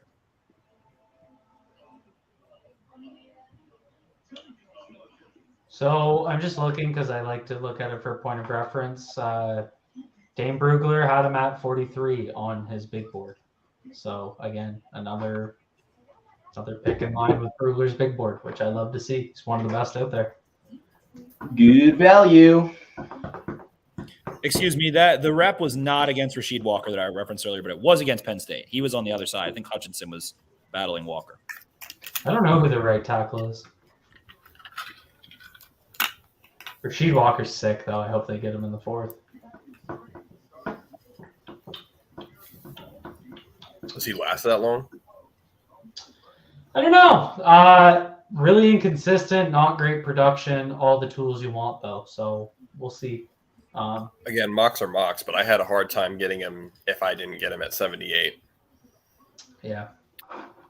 So Cole doesn't seem too happy. I mean, so I'll explain, I guess. I mean, from Be More Nervous, I guess that's a funny screen name to reply to. I guess I'm stuck in this mindset where I'm thinking, are the Ravens, with the moves that were made in the last 24 hours, focused on 2023? And I'm not saying that means you punt 2022 and you're not good. Of course they're going to compete for playoff spots. They literally drafted 2 starters in the 1st round, though. But they traded away a starter and got that second. But overall, I mean, you said it. You said it last night in the wrap up. You were drunk, but you said it. They're going to compete for a playoff spot because Lamar Jackson is a quarterback. So I'm not saying it as a bad thing. It's one of those things. We talked about it where when you get Lamar's cheap years, where his cap hit's going to be the lowest, now it's going to be 2023, 2024 most likely, right? So can they get more aggressive in free agency? It would explain the longer term contract situation with Marcus Williams. It's not even really a criticism. It's just I don't know how much David Ojabo can make a difference for you late in the season without, being on the practice field to get ready. I don't know. And maybe I'm full of shit, and that just means he'll come out fresh and be able to make an impact late in the season when people are kind of wearing down. I don't know. It's just, it makes you wonder. I guess that's where my part's coming from. There's so many picks still to add guys that can help out in rotational roles early. And they could have, drafted someone else that they completely whiff on too. So go for the talent. And I think it comes down to being, staying true to your board. And we know the Ravens are going to do that. And DeCosta said that on that Marlon Humphrey show that I watched. He was like, some people might not believe this, but we just pick the best player every time. Like, that's just what we do, and I assemble the board. And because you're not just drafting for, and so to counter my own point, I guess I'll argue with myself. You're not just drafting for 2022. You're drafting for 4 years worth of this guy. So I mean, the Achilles is why he didn't come into play at 14. He was all three guys that the Ravens got at one point were mocked in the top 15.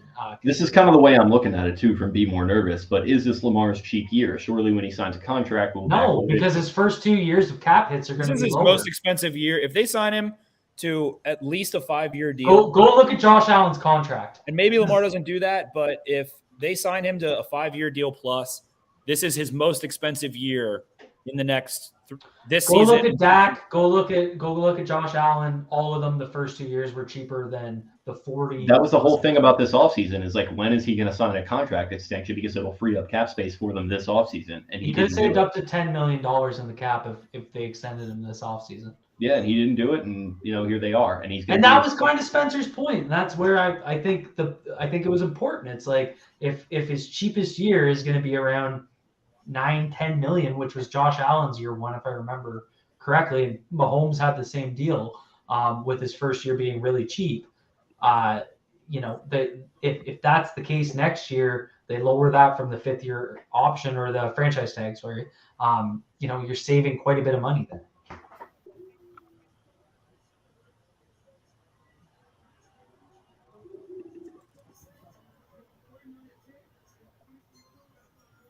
Alontae Taylor coming off the board.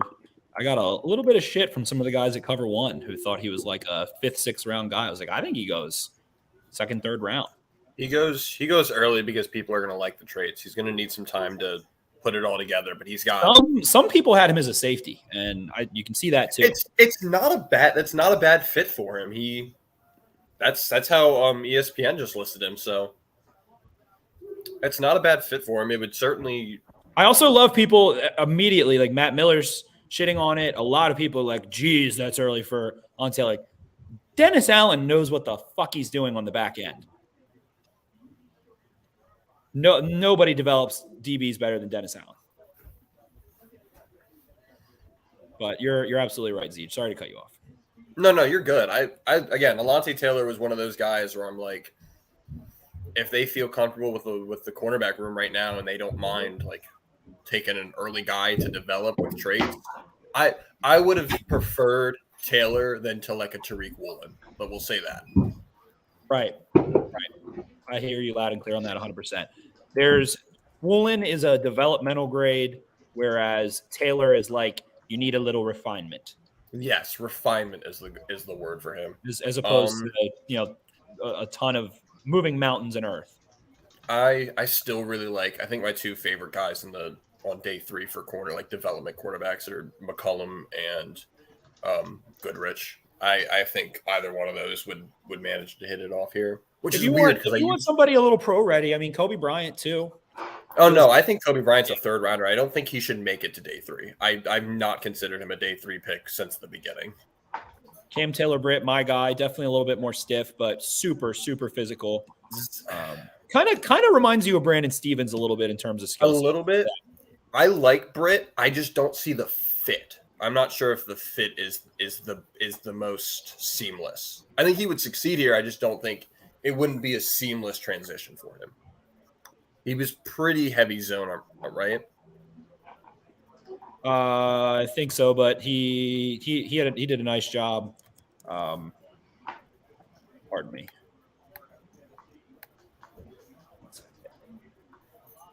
But he did a nice job in man at the Senior Bowl. I really like what we saw in terms of what he did in Mobile. So that gave me a little more confidence there.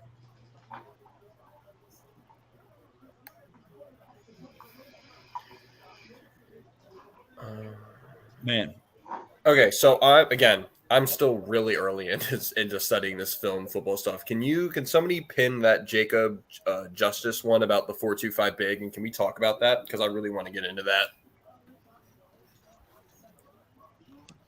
Yeah, so I've seen the 4.25 big a lot. A lot of people have been saying that's like what McDonald runs the most. So I will go ahead and say first, that it makes sense considering Hamilton, but at the same time, you call a defense based on your personnel that season. So, with Hamilton, it makes sense, but at the same time, it might have been what they liked with what they had at Michigan. He might have liked that based on his philosophy and considering what he had in the cabinet, so to speak. But it's jumbo nickel, and it's the idea of just putting more DBs on the field. You have a dime backer, a linebacker. It's dime. It's not. I don't know. It's three safeties, and using it as kind of a base alignment, like a two high shell, and you have a big dime backer and a true linebacker, and then you want to get some pass rushers on the field, and it's going to be kind of more traditional pass rush essentially. But yeah, I think it's a nice way to approach a team like Cincinnati in a lot of ways, considering you have a Hamilton and a Stevens to pair with a Clark and a Marcus Williams. I think that's a nice way to match what they do in those passing downs and the physicality. The clip that Michael Crawford tweeted today of Hamilton just batting away like a simple, I think it was just like a simple hook pass is nuts. It's the length that Hamilton has to get to some balls. 100%. He is going to him and Marcus Williams. Marcus Williams is super long as well. Marcus Williams jumped 43.5 inches at the combine. You see that on tape all the time. So explosive. The two of them, yeah, they're explosive. They're long. They have insane ball production. Kyle Hamilton had the best ball production of any safety in this class, getting his hands on the football. He led every safety, anyone who went to the combine as a safety, or anyone in this class as a safety. That was an article earlier today. Yeah. So he's gonna get his hands on the football. He's gonna break up passes. He has good ball skills. Marcus Williams is the same thing. Next Gen Stats, when they signed him, put out all the ball hawk stats that they call them in terms of ball production. So a lot of guys with length and explosion. Marlon's long. Marcus Peters is long. Marlon doesn't really have ball. He can't catch a football, but he can certainly pop one out. What up, Big V? What's up, fellas? Pretty excited about this defense. Me too, man. Me too. They clearly are pissed about last year. It was a tough year for pass defense, but the worst pass defense they ever had besides the first 2 years. Yep. Definitely this millennium. Tyquan Thornton off the board. To the Patriots, of course. Well, they suck at drafting receivers, so. Yeah. Yep. I do like Thornton. He can. That's what I'm saying. Like in the second round, I don't love that. That feels like a very Patriots move. Sky Moore's still there too. I have Bill is drafting with. It feels like he could retire at any moment, and he's drafting like that. He's like, I need this. He just doesn't care. No. It's like, I need this role filled on my team now. Not like, it's like the opposite of BPA. He's like, this needs to happen in this offense today. I can't go this season without that. It's worst player available. Did you guys see that guy from the Vikings? Yeah, we were trying to decode what was going on there. That was wild. Did you hear of any of what he was saying? Because we didn't. Yeah, he was just giving his life story pretty much, talking about where he was drafted and how hard it was to find a purple blazer, and he was just going on and on about all kind of random stuff. I was like, yeah, is he doing like a stand-up set here? Like, what's going on? Amazing.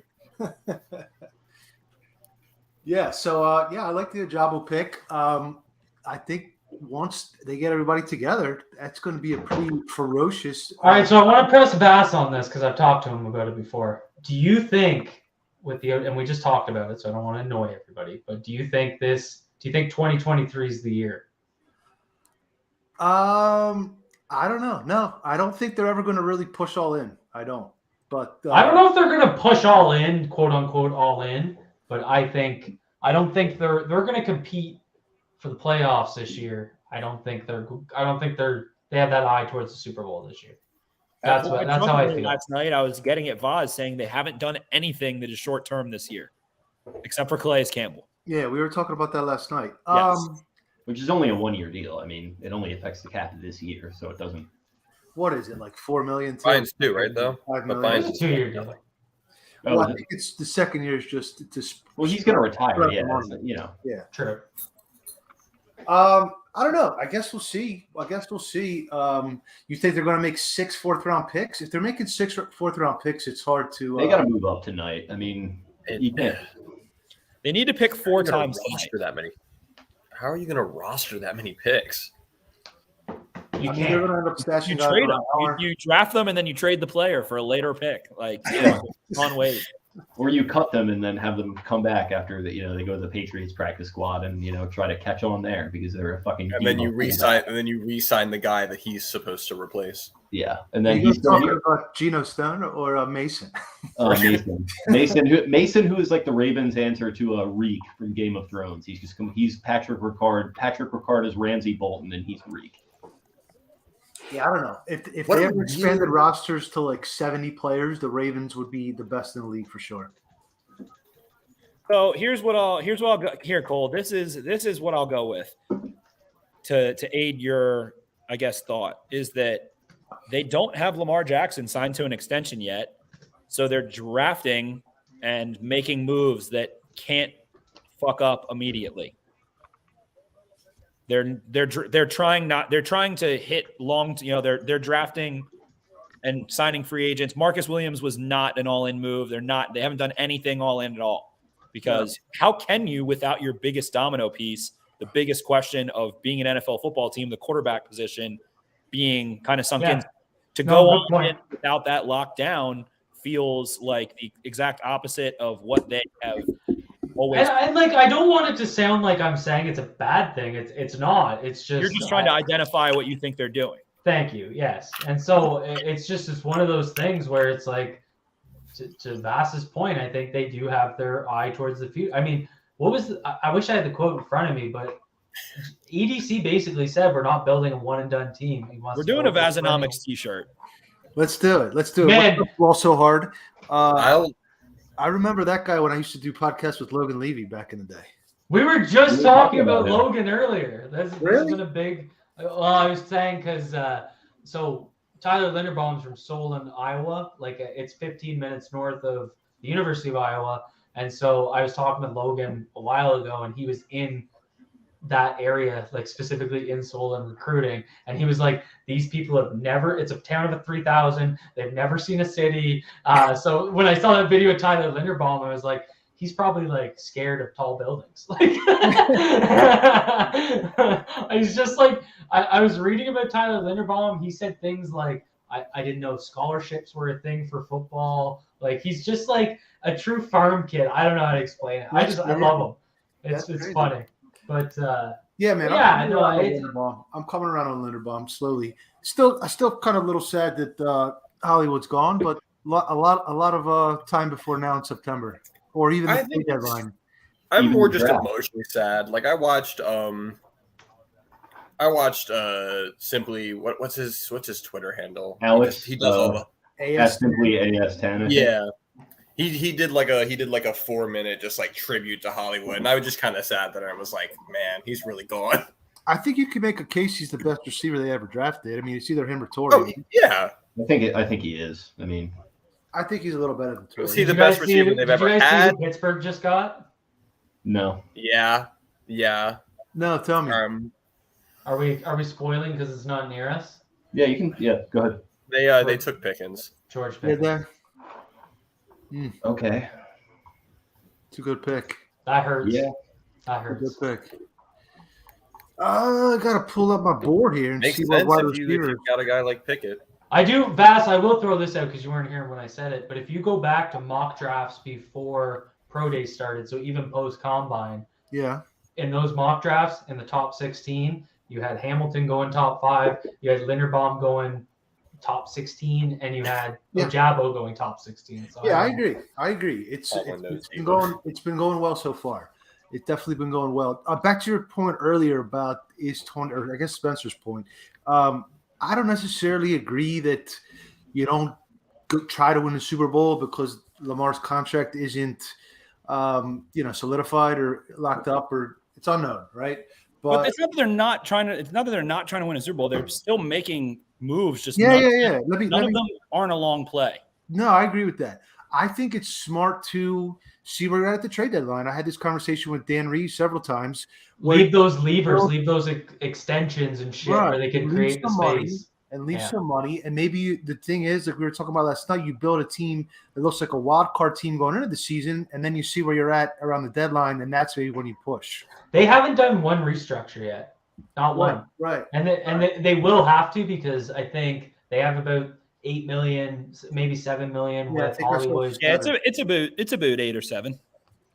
So they're gonna have to do at least one just to fit the 5-6 million that they take into the season. But they're also holding that bullet in the chamber of if a veteran move presents itself, now receiver comes into the mix. We had been looking at edge rusher maybe being that. Colts take Alec Pierce after Steelers get Pickens.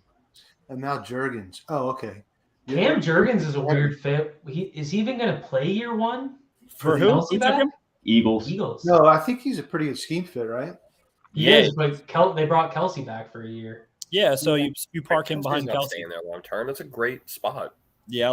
He's Linderbaum and Jurgens are very similar, and Linderbaum was Jason Kelsey light. It makes a ton of sense.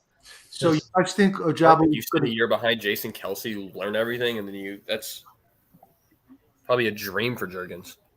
Sure. You think Ojabo gets on the field this year? I kind of do. I think there's super freak athletes.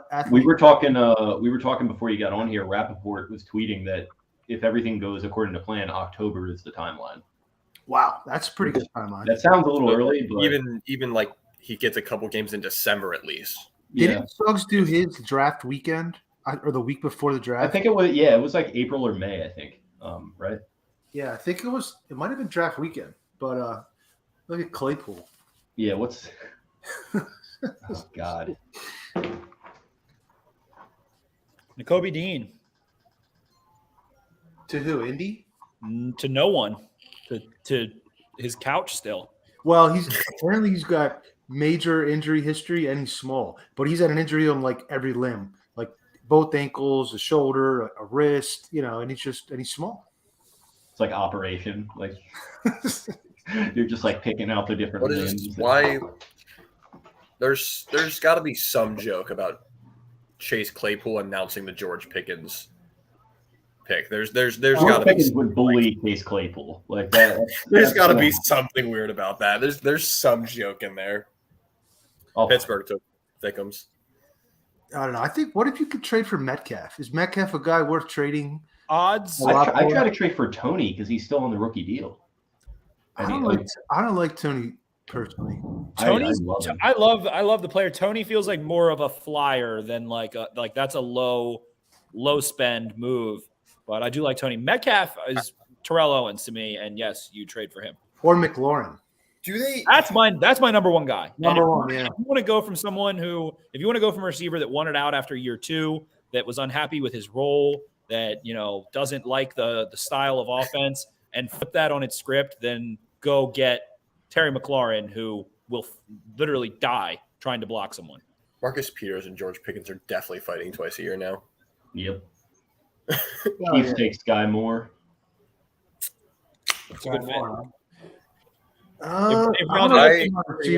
to throw out some names of receiver. Tolbert didn't go yet, did he? He did, I think. Oh, he did? No, we were just talking about him. We were just talking about him. Never mind. Here we go. Way Watcher. McLaurin isn't going to want to go to a G-Row system offense. Well, then I guess no receiver is ever going to play for John Harbaugh again because it's John Harbaugh's style. You'd rather play with Lamar Jackson than fucking Carson Wentz, I'll tell you that. They were using Hollywood on a lot of like underneath and short routes the second half of the year. Yeah, because Huntley can't throw 40. No, I know, but I'm just saying, as far as usage, I can understand that. The second half of the year has nothing to do with it. He didn't want to play. He wanted to trade after his second season. And I can see why in 2020 he started feeling that way because they literally could, like, their offensive line was such dog shit. They had to they ran for 260 yards a game over the final 4 games. They ran to the playoffs. They were like, okay, we can't mess around. We have to win out. And they did. And of course he gets pissy, even though he immediately gets fed in the playoffs. He always got fed in the playoffs too.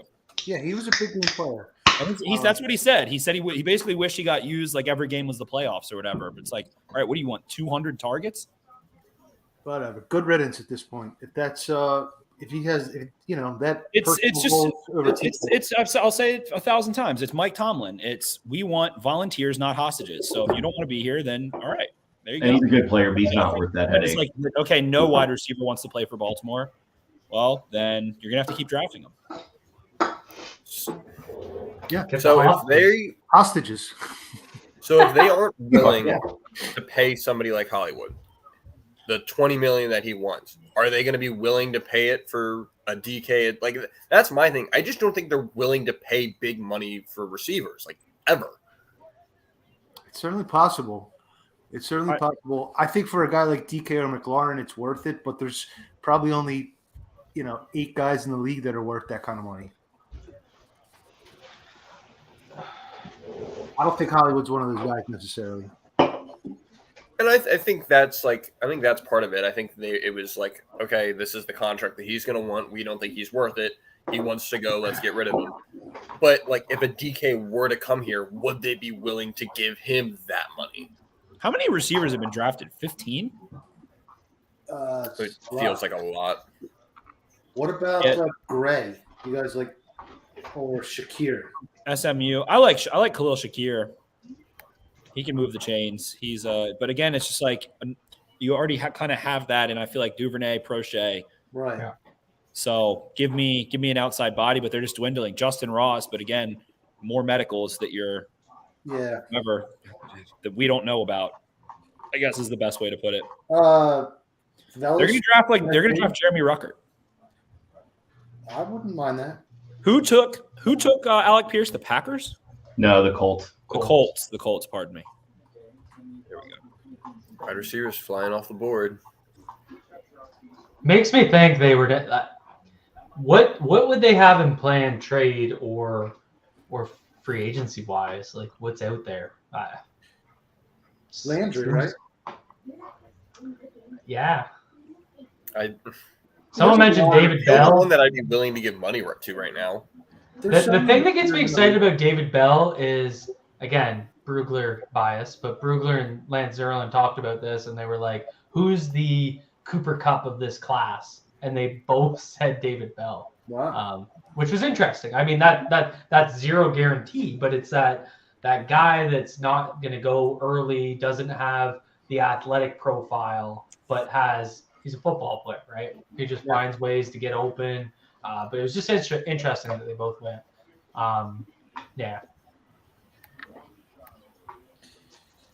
Jalen Tolbert still out there. You have Velis from Tennessee, Melton. I mean, those are probably tomorrow guys, maybe. Yeah, I don't know. There's a lot of receivers in this league. Most teams are, especially you add another 25 through the draft, somebody might shake loose. I don't know.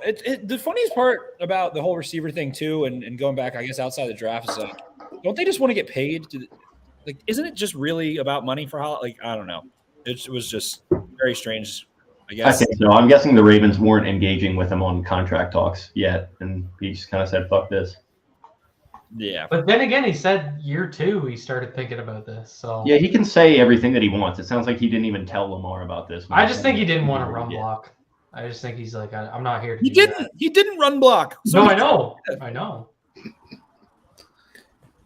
Fucking 10 times maybe. Can we not do the Antonio Brown rumors again, please? Romeo Dow's is a good one too. Vertical threat. Had a nice Senior Bowl. Jalen Tolbert. Justin Ross is just going to be whatever. But it's just like at this point, all these receivers are off the board. Could they still draft one that becomes effective? Sure. By the time they pick again, the likelihood goes down pretty far, although I do think McLaurin was drafted at 76. But anyway, it's pretty unlikely that they're going to find someone. They suck at scouting receivers. They suck at developing receivers. They don't have a good system for receivers. They have a bugaboo. They have demons in their receiver room that are across coaching stabs and, space and time. So I don't know. They have to make a move is what I'm getting at. They're going to have to acquire a veteran if they want to bring this room right. You think Julio has anything left? I mean, I watched week 1 because when I watched Bobby Wagner when all that was going on, and Julio was filthy in that game. He looked great in 2020. Yeah, he just is his body's kind of wearing down. It feels like in terms of staying on the field. So yeah. Chiefs. Okay, we already saw that one. Chiefs just took Sky Moore. Yeah, they got a way to go to 76, right? Yeah. Yeah, I mean, Tylan Wallace too, a guy that we haven't even mentioned. Definitely, gets an opportunity on the outside. He's at this point, he is the X other than Bateman in this offense. He is the only other person that can probably go give you that for what they have. So, and he's a good player. I thought he was at bottom end of second, early third last year. Value as far as talent, or where I had him stacked. Matt Waldman Matt Waldman has some grand theory that he is going to regain explosiveness from his injury, and that what he did like in his final season at Oklahoma State was he was like saying something about an 18-month. He had some whole conspiracy theory about how Tylan Wallace had a high probability to regain explosiveness over time. I don't know, but Matt Waldman's a smart guy, so might be a little bit of a madman, but indeed. So what do you guys think as far as outside linebacker? You think they're stocked now, or the double dips coming later? They still have Jalen Hayes in the mix, which we got to remember. I was told they loved Alex Wright. He's going to make sense around that 4th round valuation. So he's got that 4-eye body too. Yeah, he's your inside outside. He's what they wanted in Za'Darius. Not to his level, obviously, but that's the skill set. Yeah. Yeah. Alex Wright will be a Raven. I'll put money on it. All right. He could go. The Cardinals. Trey McBride's a good blocker. I like Trey McBride. First tight end, right? Or did coaches go? Yeah.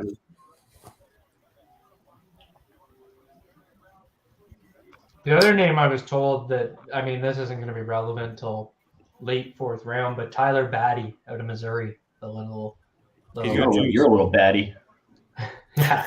Well, his comp's Tariq Cohen. So I was told Tyquan Thornton, Alex Wright, Tyler Batty. So we'll see. Someone just tweeted, wait, so George Pickens bashed his own head into a windshield repeatedly just last week?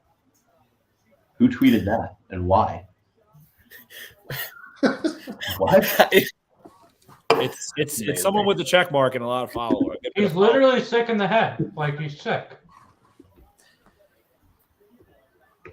Yeah, he's Pittsburgh's problem now, I guess.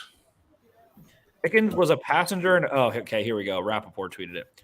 Pickens was a passenger in a car accident a week ago, per me and Tom Pelissero. He was cited for not wearing a seatbelt. He hit his head very hard into the windshield and was left scraped, but okay. Both vehicles wrecked. So what? Sounded like he got kicked out of a bar and started smashing. No, he was in a car accident and didn't have a seatbelt on and bashed his head into the windshield. Fun fact: I cracked my driver's side window. I hit it and it spidered with my head in a car accident when I was 17. Nice. So me and George Pickens both sick in the head. Hard head. I actually cracked my windshield with my knuckle once in a car accident. Not as cool as mine. Stop trying to steal my thunder, Jake. Classic one-upper. Sam Williams off the board. The Cowboys. Oh, that's a good pick. That's a very Cowboys pick. Who'd they pick? These quarterbacks Sam are Williams. like nuts. Yeah, the quarterbacks are not it. There's just also not a lot of teams that have like a major need for a quarterback this year, it feels like, too. And that's probably in anticipation of this not being a great class. Wait, who'd they pick? What Williams? Sam. From Ole Miss. Oh, they would like Sam Williams. They didn't give a shit about that charge. Perrion Winfrey still on the board. Who else we got? Travis Jones. Travis Jones is. I haven't heard his name. Calvin Austin is really electric and has a really complete game. He's not just a gadget guy. He is very small, but can add that speed element back in. That vertical threat element.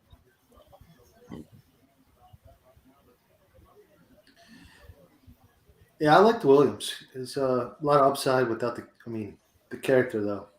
He kind of reminds me of like, just in terms of plan as a pass rusher of Tim Williams from a few years ago.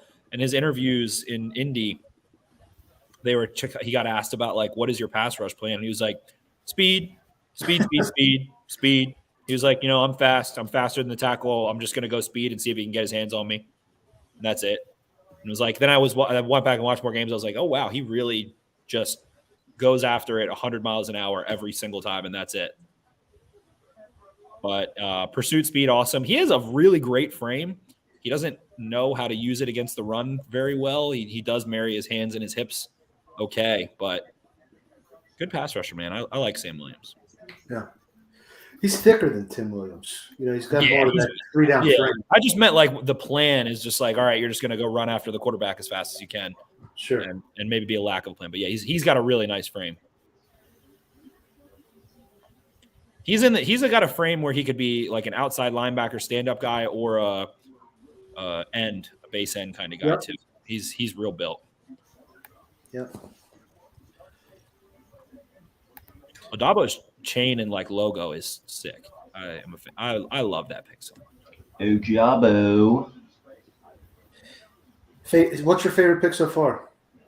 Mine's Ojabo. Nice. Hamilton. It's either Hamilton or Ojabo. I mean, it's probably tied. Those are my two guys. It's Hamilton going back through his tape. I got pretty excited today. Yeah, I'm excited about Hamilton, man. So much versatility to just deceive the quarterbacks with the way, they just have 3 different safeties. And I say no inside linebacker at this point, right? Because he's going to take a lot of those snaps. Inside linebacker, you said? Yeah.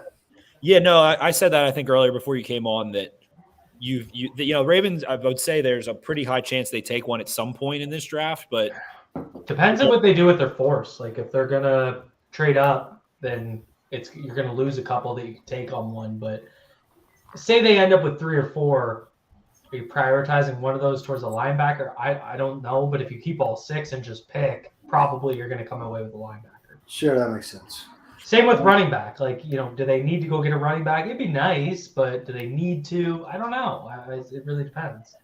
Man, the Lions got Hutchinson, Jamison Williams, and Pascal. That's a nice haul.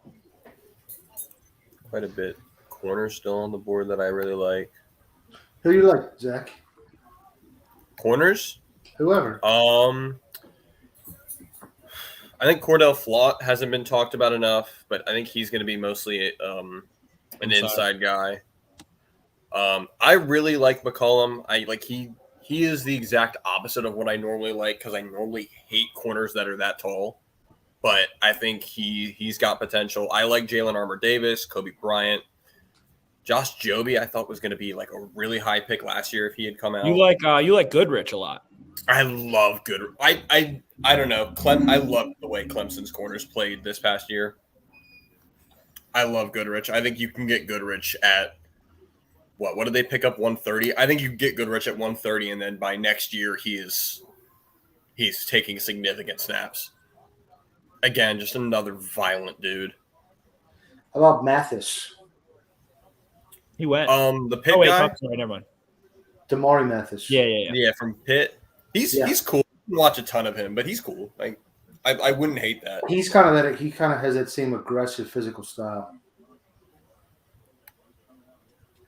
I actually already started looking at the corners for next year. There's a lot of guys I really like.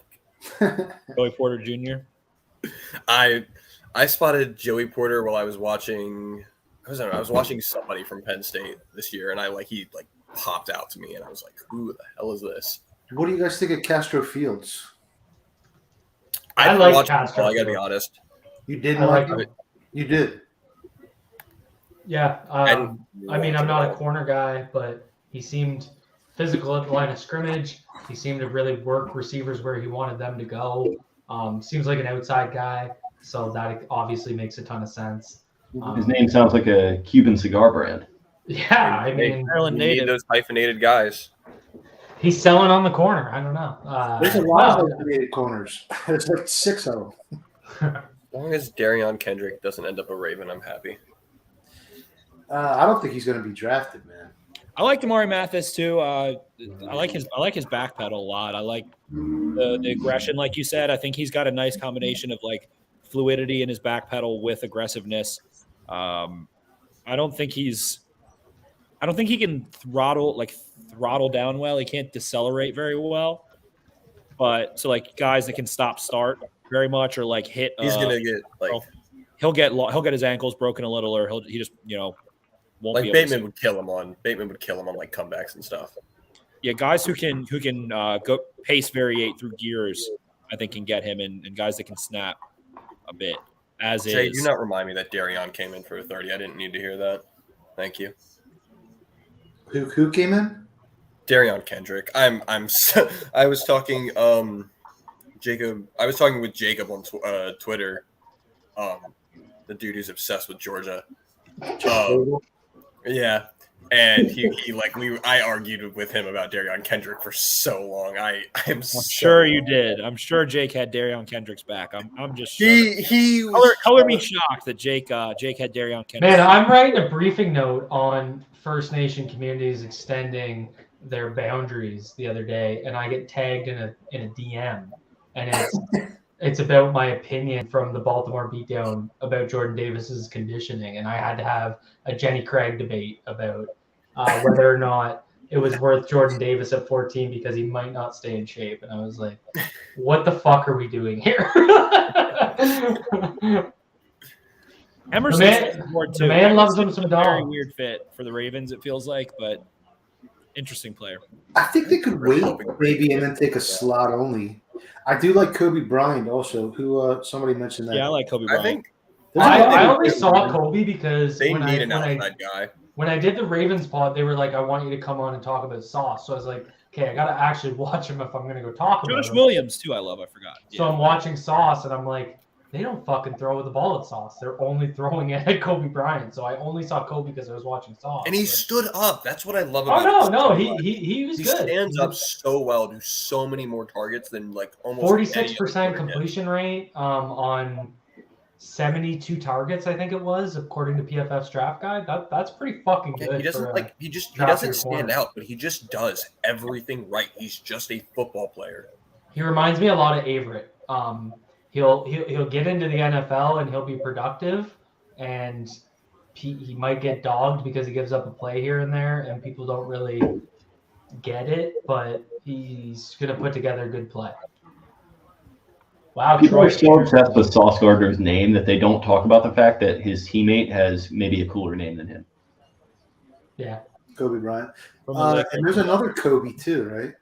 Later, what's his name? At cornerback? Yeah, not sure. Durant, Kobe Durant. Oh, Kobe Durant. That's right. Weight Watcher, the weapon He's is probably a flop boy too. I so like the Kobe Durant a lot. There's a lot of good corners. This is a deep corner class for sure. The only position that I really think they need is corner on defense remaining. I think the Ravens will be smitten with Josh Williams out of Fayetteville State. Yeah. I have him as a State 2 guy. What about Zion McCollum? I feel like he's kind of just like a body right now. I like him, but he's going to take some seasoning. Yeah, exactly. 2-year project.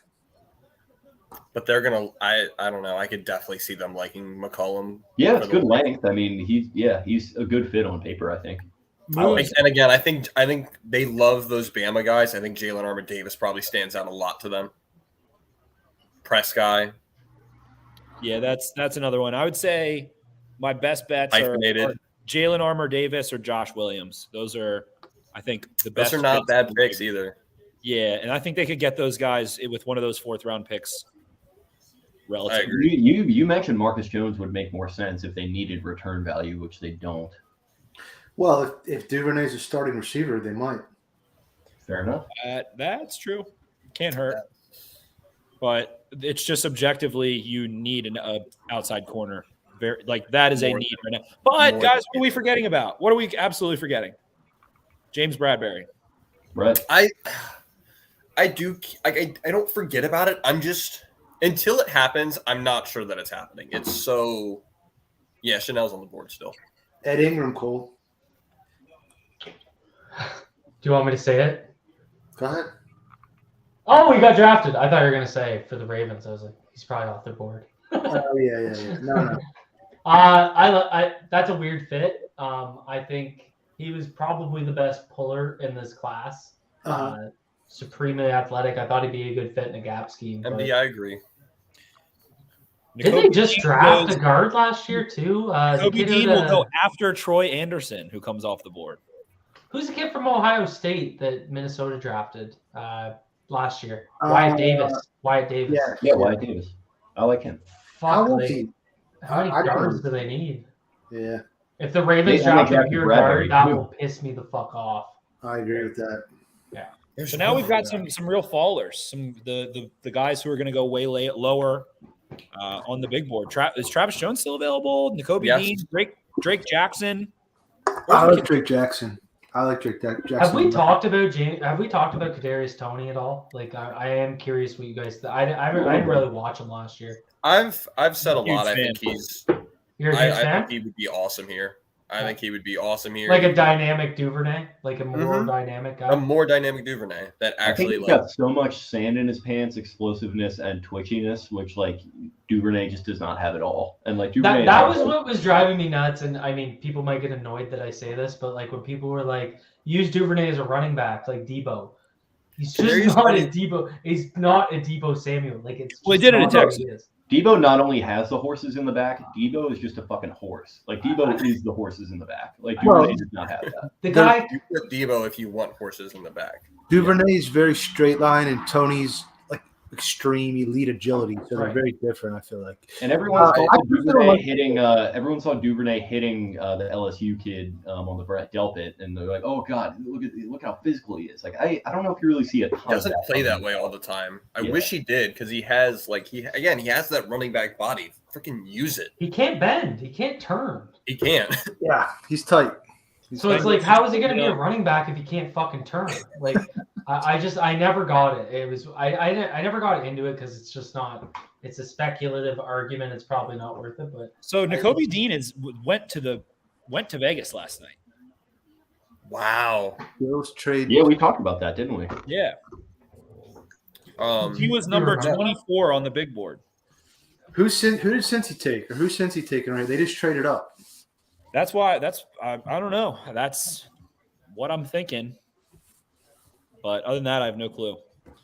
I know defensively they're looking to add. They could always bolster their offensive line somewhere. Only one offensive lineman has come off the board today, I think. And it was Raymond. Yesterday, Raymond for the most in the first round. I'd trade up for Raymond if I'm the Bengals. Tony was one of the first guys that I had to really focus on, because Spencer was the one that told me hey, he's not just this, and I had to go back and realize that Tony can run pretty much every freaking route that you need. He can snap. He can decelerate. He's the exact guy I was talking about. Corners who would have trouble with someone who would decelerate. He is that. He can pace variate. He can go inside, outside. He can run a full tree. He's not a contested catch guy. He's not a real deep threat. Like a real consistent deep threat, but he is a weapon, man. A weapon in the pass game. Take 76, and if they don't like anybody at 76, take 76 and 140 whatever, and send them off to New York and bring Bradbury and Tony here. If you just want to get that done, I think Bradbury will eventually get cut, so you don't need to trade for him. But if you just want to get it done, take 76 and a fourth rounder and just get him. I said that way back when Tony first got announced with Chibs on Twitter. We were all over that. I personally, he's not my favorite in this scheme, but no, I understand that, but I don't have an issue taking a fourth round flyer on him. Yeah, no, I agree with that. Somebody in the comments said he would be the Earl Thomas for the offensive Earl Thomas and the Ravens.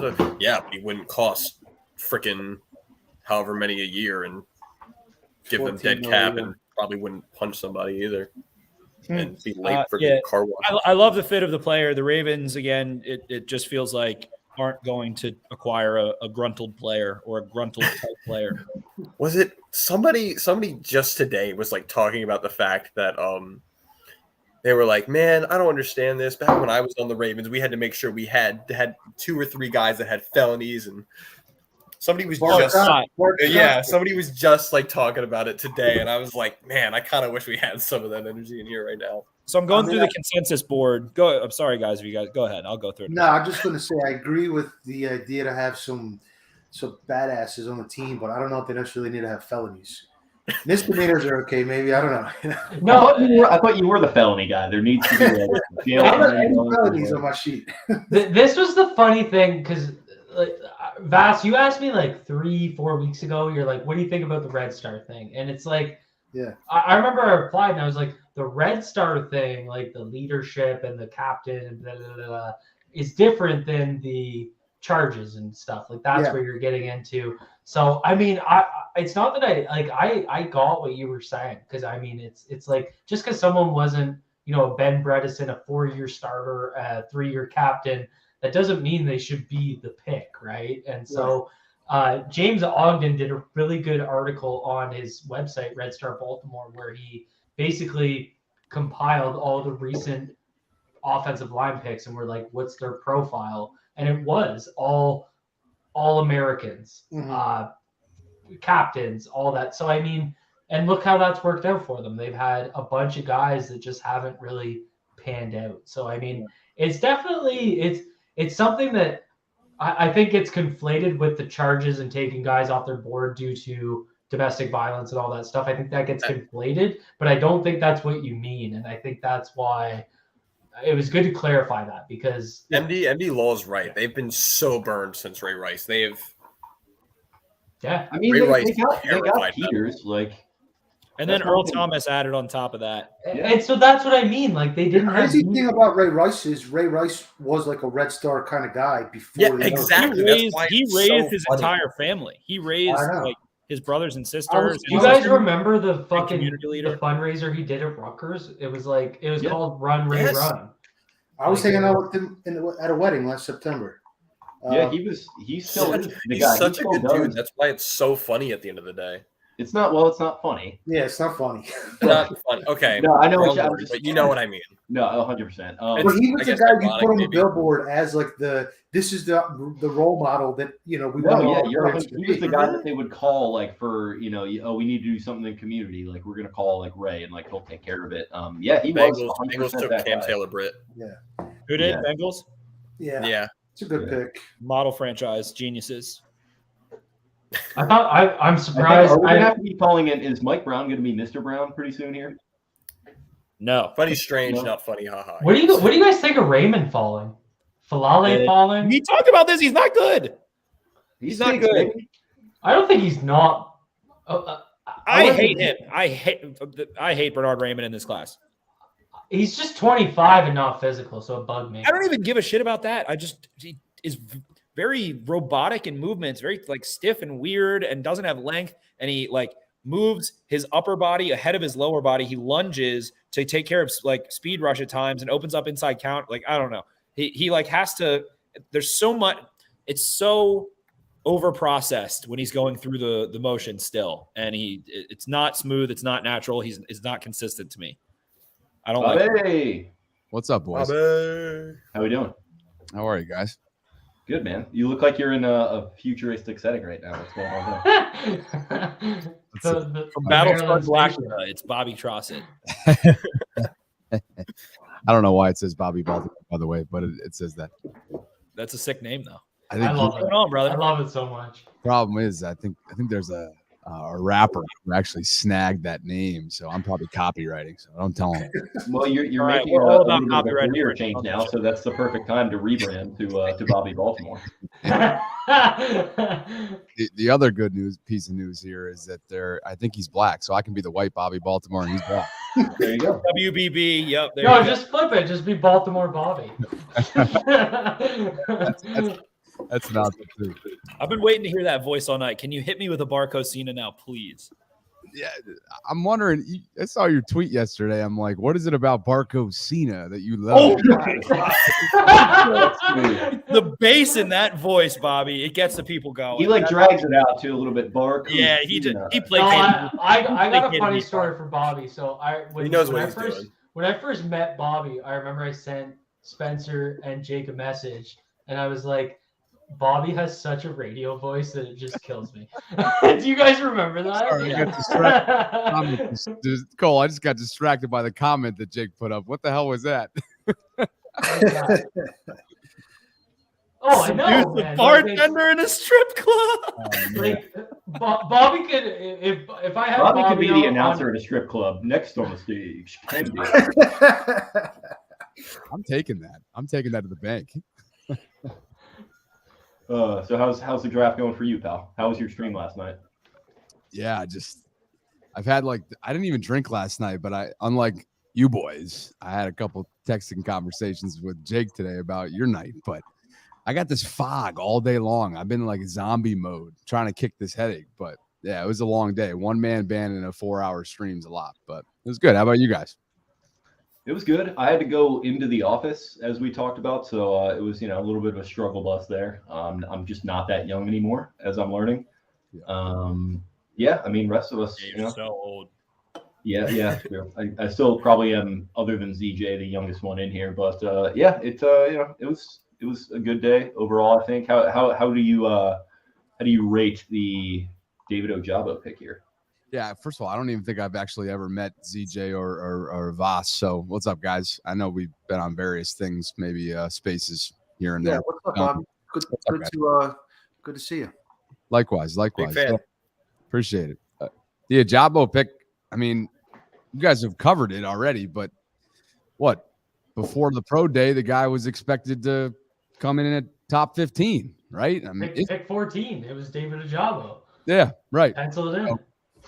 So, I mean, gosh, all of a sudden you got 3 guys who could have gone top 15 at any given point throughout the mock process, all the pundits that we follow and we read. So, I don't know. I was just texting a couple folks within the Clemson department down. Just got some friends down there that know more about the injury timeline of the Achilles.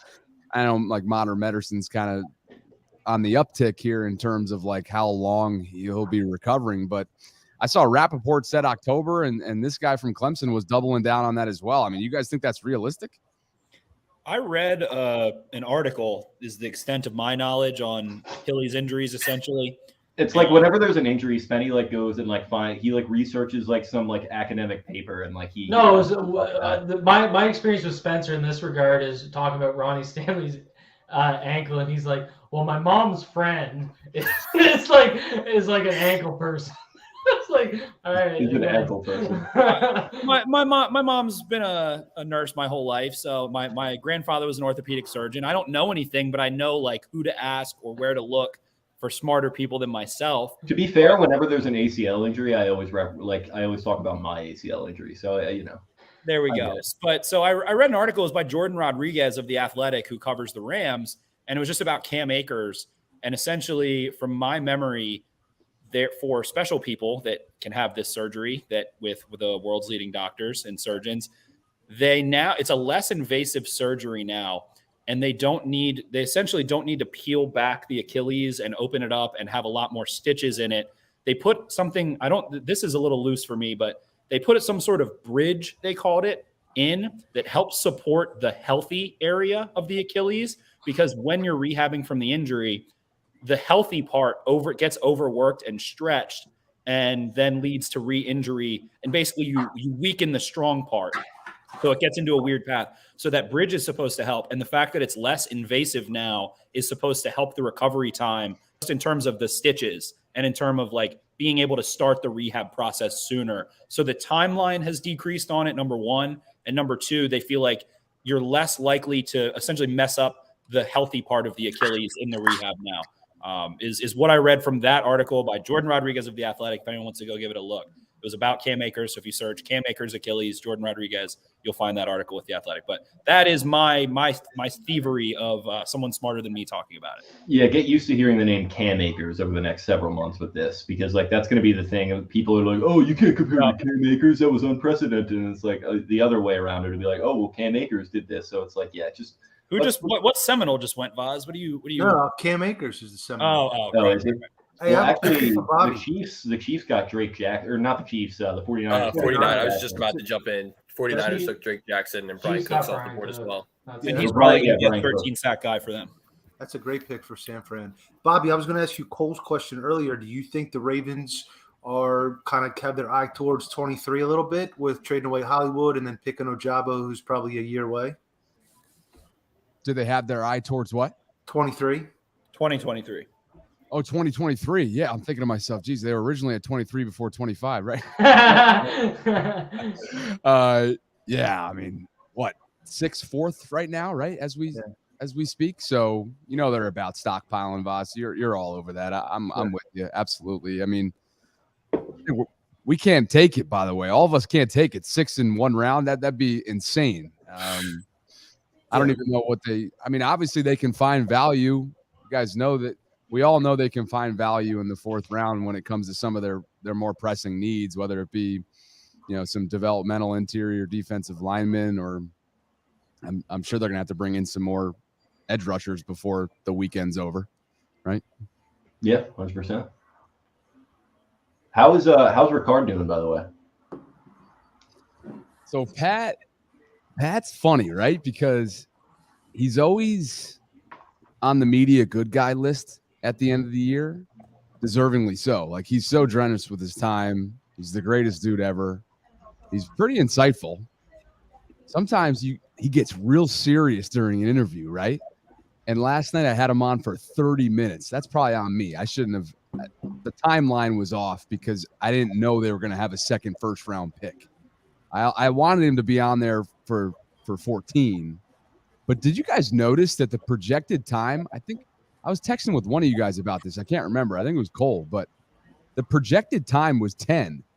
They picked at like 9:30. Insane. It went really fast. First 5 picks were like, pick is in, pick is in, pick is in, pick is in. It was crazy. I'm pretty sure it was we got to pick 6 within an hour, or something like that, or like pick 8 within an hour. I remember saying it to Jake last night. I was like, this is unprecedented speed right now and urgency. So I think people love that. People have always wanted it to go a little quicker. Yeah. But I guess the cool part about it was that he very well could have canceled because it was 15 minutes after the Marquise deal. And he either's got a great poker face or, you know, I don't know. He didn't seem like he was in the know. And I think this notion that's out there that Lamar didn't know is bullshit. I mean, yeah, Hollywood was in Arizona, right? And DeCosta said they finalized the trade earlier this week, but they didn't want to let it out. Probably because they were hoping they were going to get a wide receiver. They did today. Yeah, they finalized it yesterday morning. Bidwill got Hollywood onto a private jet and flew him out there. He was at the draft party before it had been announced at the Cardinals draft party. Like, because DeCosta was hoping to get a receiver at 14, I think. Could have been. So we move into the 3rd round. Nakobe Dean and Malik Willis, 2 guys that first-round locks. Consensus board had Nakobe Dean in the 20s. All the quarterbacks are still there. Yeah. Besides Pickett, yeah. Corral, Howell, Ritter. Nuts. Wait, so did you stream from Bar Cocina last night, or were you just sponsored by them? Just presented by. Okay. Presented by Burko. I'm a big fan of that establishment.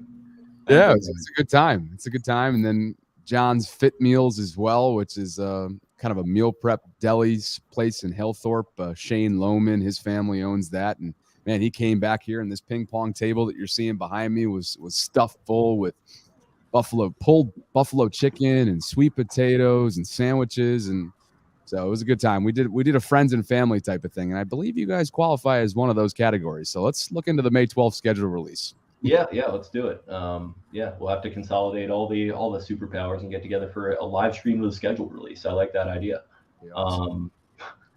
But yeah, that sounds like a scene. We did a little Genova's to go. So we pizza, subs, chicken tenders that I polished off today for dinner when I got home, and just a lot of IPAs. So what were you boozing? Yeah, I was gonna say, what were you boozing? Yeah, it's a lot of. So I was telling Cole before we got going here, I bought like this Flying Dog variety pack a couple weeks ago that I've been kind of like it's been sitting there. So we started picking our way through that. Spence brought some Flying Dog as well. So it was IPA heavy. My insides were not happy about that today. A lot of heartburn. You guys just see the James Cook pick? He looks like he's in a club. Did you see that? Yeah. It's like brother, right? a club. The Bills. We rented it out. The Bills just love having receivers that like can't be a 3-down back all the way. Or excuse me, Running back. It can't be a 3-down back all the way. Yeah. Yeah. So last night, Bobby, Howie Roseman really, it wasn't even that we got, pretty drunk. It was just that I stayed up super late. I was trying to finalize an article on the edge rushers, stayed up really, really late, had a long day. And Howie Roseman just broke my brain. I wanted Jordan Davis really badly, and they leapt up ahead, and it broke my brain because Howie Roseman, Eric DaCosta, very close, have a relationship going very far back. So Howie Roseman just sent me into a little bit of a spiral. And from there, within about 20 minutes, I was like, all right, Jordan Davis, there we go. Everybody had it. It felt too easy. Everybody was projecting it. So it always felt a little slippery. And then Howie. Not everybody was projecting that. So Howie said that exact trade and pick, but And so they take Kyle Hamilton. I was like, all right, he was like, I preferred Jermaine Johnson. The second player I said was like, I would like Kyle Hamilton. I would love Jermaine Johnson. So I was like, all right, cool. And then 5 minutes later, Hollywood gets traded. And that is what really, Howie, I blame Howie. He's what sent me into a downward spiral throughout the evening. But ultimately, it was one of the craziest draft nights in Ravens history for sure. I guess maybe second to Lamar being picked, especially in the last 5-10 years. That Philadelphia leapfrog was pretty incredible. I mean, you think they Howie Roseman for prison 2022? That's all I have to say. Howie likes vanilla. You think they had every intention of going after Davis? You really believe that, Spenny? After all those mocks, I do believe it. They got leapt. They jumped up just to get ahead of the Ravens. They were sitting right behind them. I think they're better off with Hamilton, for the record. Of course you do. It's more of the modern game. What'd you say, Zach? You called it. Bonita to the Broncos. Casa Bonita, they did it. Casa oh my Bonita, God! yes, Ben Albright called that. Fuck yeah! Ben Albright called the 64th pick of the draft. Doomerville announced the pick apparently. Casa Bonita. Wow, there we go, baby. Ben Albright, legend of legends. Matt so Miller. We're up in what, 13 now? 12, 13? Yeah, time's cooking. Nakobe Dean. I really hope they would have made a move by now, though. Matt Miller said, NFL source texted me, either Nakobe Dean has horrible medicals I don't know about or is a serial killer. I don't get it. Going with the former. I was listening to something earlier today, and they said he had like every limb has a different injury or had a different injury for Nakobe Dean. That's kind of badass. I was gonna say it's like the $6 million man. Like, we're on the ticker, boys. I see him. Minnesota, Giants, Browns, Titans, Jacksonville, Bears. Jones Seahawks, is still there. Colts, Falcons, Broncos. Is Josh Charles doing this pick? Yeah, I think so. Kyle tweeted from the main account, Elvis Doomerville could still get 5.5 sacks. Steve Saunders retweeted it. You know, Steve Saunders loved him some Elvis. Yeah. Well, I don't know if they overlapped. I think. Yeah. Was it because I think Saunders came here in 16, right? It was after 2015 they cleaned house. Yeah. Was someone talking about Alex Wright? We've got Kenny Ashton in the comments talking about a torn pec. I assume someone mentioned Alex Wright recently. I did. Is that Nakobe? No, I think that's Dean. I think people have been saying that's what Dean is. Interesting. There we go. He's the faller. And it fits the undersized underdog mentality, I guess, coming off of a national championship, being the play caller, but gives him that chip back on his shoulder, that good old proverbial chip. This is Luma still available. That's a good pool there. That was one of the worst games of all time. Like literally one of the worst games, literally ever. Blake Bortles just hurling the rock all over the place. They're not going to be in field goal range. Doomerville gets him by the face mask, and that fucking kicker, I'm forgetting his name, just nails like a 55-yarder. That gutted me. Hey, what, about Carlson this year? No, it was 2015. The 2015 when the Jags came to town. Was it Scobie? I don't know. I think it was after Scobie. It was one of the. It might have been Lambeau or somebody like that. But yeah, it was. I think it was Lambeau. Yeah. Yeah. Just terrible. Hey, so I remember because I remember it was the last play of the game. He's going for the Hail Mary, and then Sandusky's he's doing his call. He's like, they sacked Blake Bortles. And then he gets him by the face basket. You hear Stan White just go, "Oh no!" He just freaks out on the air. Hey, so halfway point next fall, who's starting under center in Pittsburgh? Trubisky or Pickett? I feel like Trubisky's not going to lose you games. So it's interesting. I don't know. Pickett's. I feel like he's got a lower floor, so he might find his way on the field quick, but the ceiling is sort of always the question with him. I feel like you can throw Pickett out there. I don't know. Keep him in the same town. He spent 7 years at Pittsburgh. Finally gets that good season in, turns himself into a first-round pick. So I'm going to go Pickett, but I like Mitch personally. Yeah, I think he's sitting behind Mitch for a year or two. I think we're going to see a reawakening for Mitch, and this whole Tomlin streak thing of above 500 football is going to continue for our entire lifetimes, it feels like. Yeah, I think so too. Just once. Luke Fortner. The solid pick there. It's a good pick there. Hey, how's that Canadian guy up there? He's awfully quiet, huh? Did Travis Jones get drafted? No, he's still available. He's looking up and down the board. Yeah, he's trying to I'm just no, Spenny just said falling guy. I mean, how much? I mean, he's not falling the way Nakobe Dean is, but Travis Jones. That'd be especially in a pretty thin defensive line class too, and we haven't Winfrey. Did Winfrey get drafted? No, I don't think so. No, not yet. No. Two guys that kind of blew up the Senior Bowl in their own respects. Luke Fortner gone. Also on Luke Fortner. Got called a fit for the Ravens because of his size. Kentucky runs a lot of zone. He was still kind of more of a zone guy, in my opinion. Wasn't as powerful as the size may have looked. I mean, he's one of those guys that could. Yeah, he wasn't a good drive blocker. No, he's a combo guy. So I mean, similar concerns as I have with Tyler Linderbaum. So it's not that it was necessarily a bad fit, but I don't think it was. I think people just saw his size and was like, "Oh, Baltimore center," but. When you watch him play, he just wasn't a drive blocker. I believe he played a lot of guard, too. Asamoah to the Vikings. I have to look. Maybe last year. Center this year. Ryan Asamoah? Yep. Yeah. Again, ahead of Dean. Whoa. Yeah, plus Muma. He's going ahead of Muma, too. That's ridiculous. I don't know what the deal is with Muma, but I like Muma a lot. That's pretty sick. It was written. That's so cool.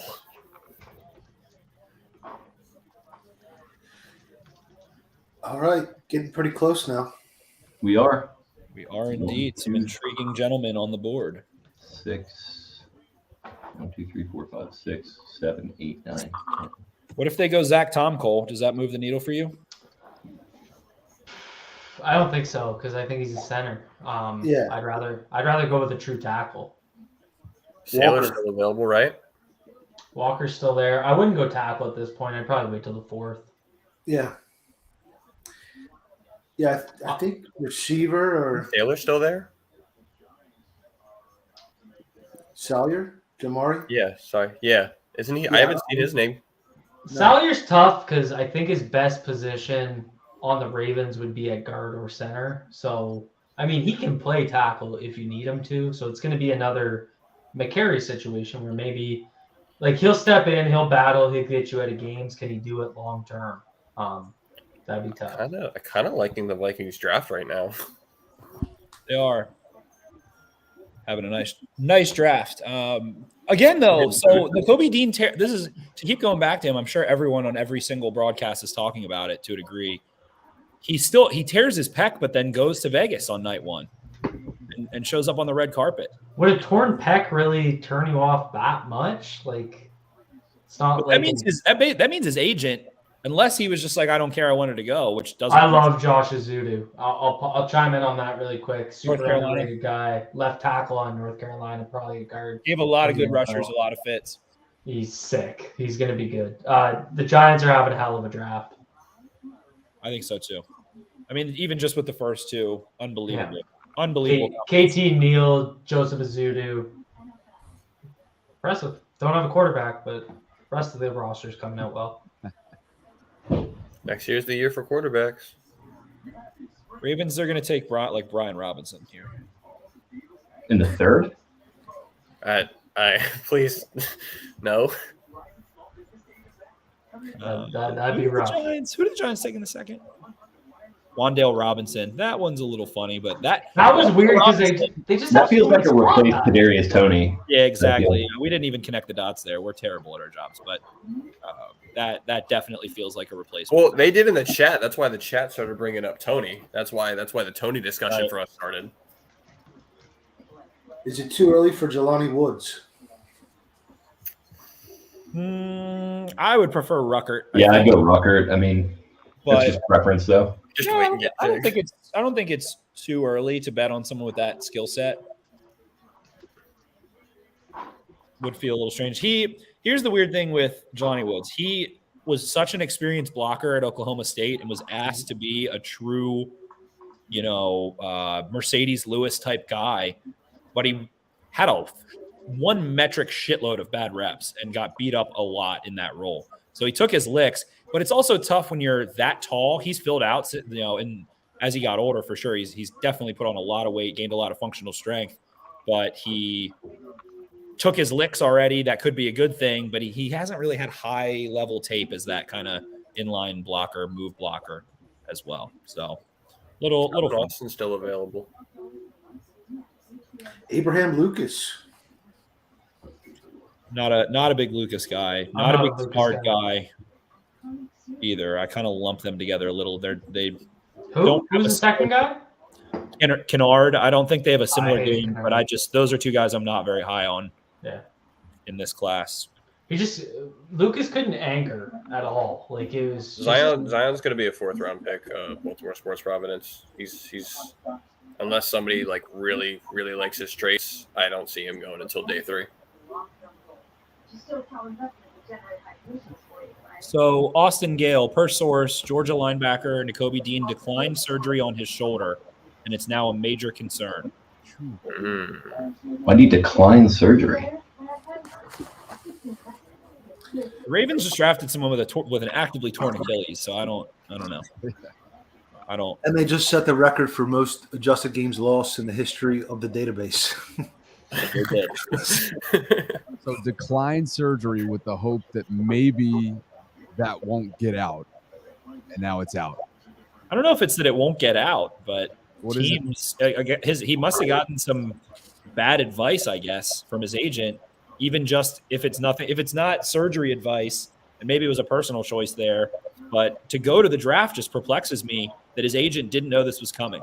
They mentioned you get that feedback. Surgery spent. They mentioned what type? No. What was his most recent injury? He probably has like a torn labrum, I guess, or a torn rotator cuff, but you can play through that. Yeah, Tyler Burnside here in the chat following that up too. You can rehab a rotator without surgery. So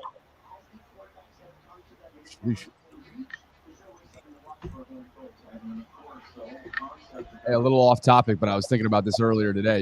You guys more comfortable at this point? I mean, if the season started tomorrow or training camp started tomorrow with McCary or Cleveland at left guard?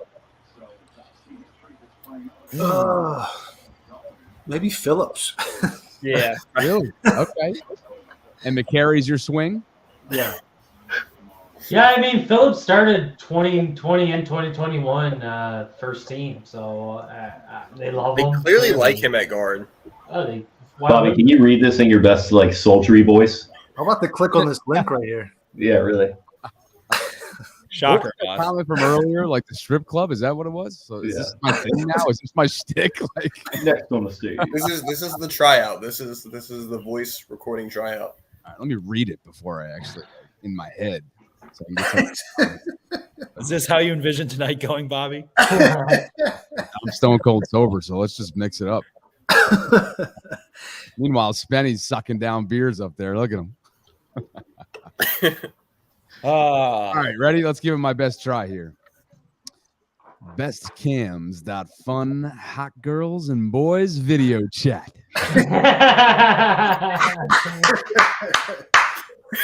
Presented by Barcosina.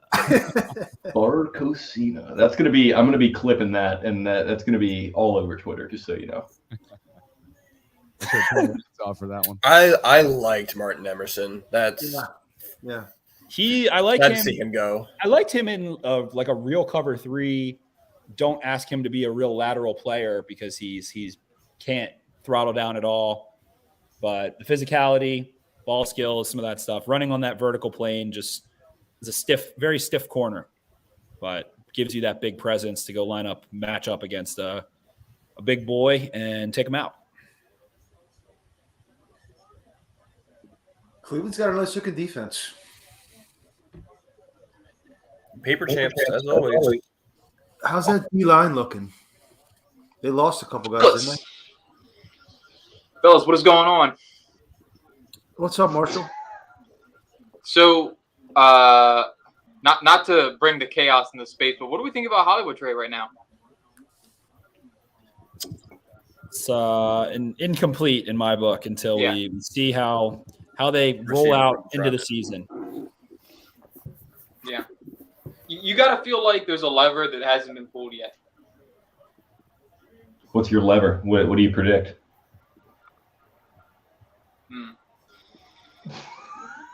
See, that's a tough question because if I had to put a name behind it, I would probably say I don't know, man. Debo really fits. Like he fits what we want to do. Like he's I don't care about Tyreek Hill. I do not care about Devontae Adams. But like Debo's the only guy that was ever rumored available. I'm like, yeah, that's what we need. So more than Metcalf and McLaurin. Yeah, definitely. I without a doubt. I think the Ravens have been coveting a guy that can get yak. In my opinion, DK feels like just a taller Marquise Brown.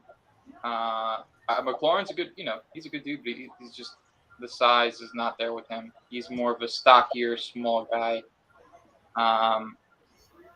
But I don't. Is Debo a lever they pull? I don't know. If San Francisco's out there turning down the number 10 overall pick, I don't know what the Ravens can offer that can top that. They're not going to want to pay Debo. Yeah. No, that's not the thing. Like the thing is, they don't want to pay a number 2 guy number 1 money. That the Ravens have always been high on not paying or overpaying guys that they don't see as a. I don't think they want to pay any receivers. I mean, I think they would pay a number 1 guy, 1B money, but I don't know if Debo is. I don't think Debo's a 1A. He's not, and he's going to get 1A money because of all the noise he made in San Fran. So here's the question, Boz. Yeah. Is wide receiver a devalued position now?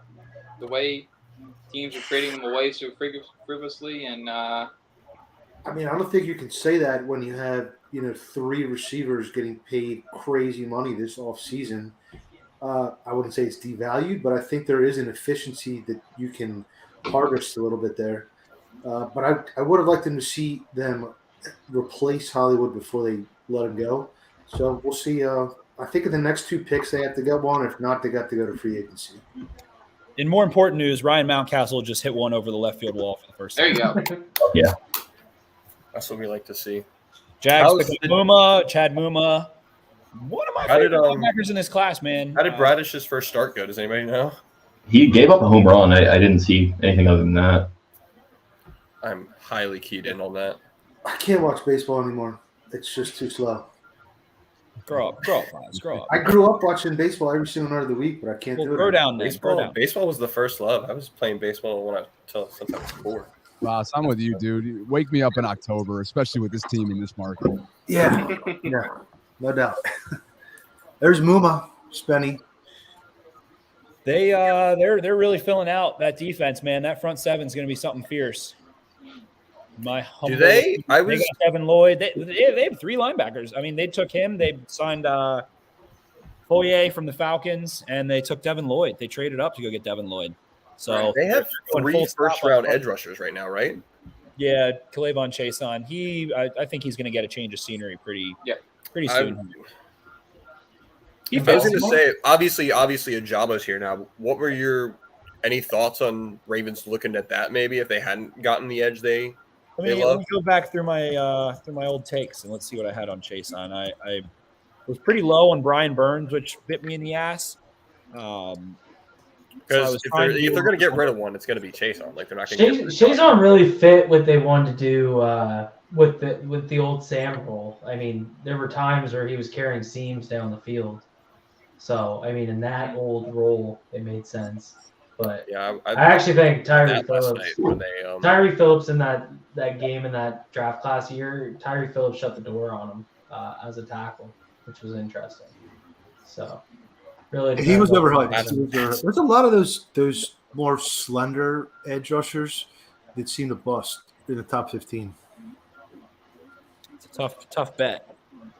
Wet bet, Chet. We've never suspected this top 4 best available still being around. I'm just an absolute sucker for guys that have enough length or play with enough length. If you're going to be smaller, I need you to be able to threaten a tackle's chest plate with that long arm stab. And that's something I wasn't super high on Chason's ability to do. Guys can win without that, but I think you have to have some sort of home base there to keep tackles in neutral and keep them, able to mix it up to a degree. So if you can't convert some kind of speed to power, then there you are. Yeah, that was the thing with Ebiketie. He was, 6'2", 250, but he still had that long arm in his arsenal, and that's what made him very intriguing.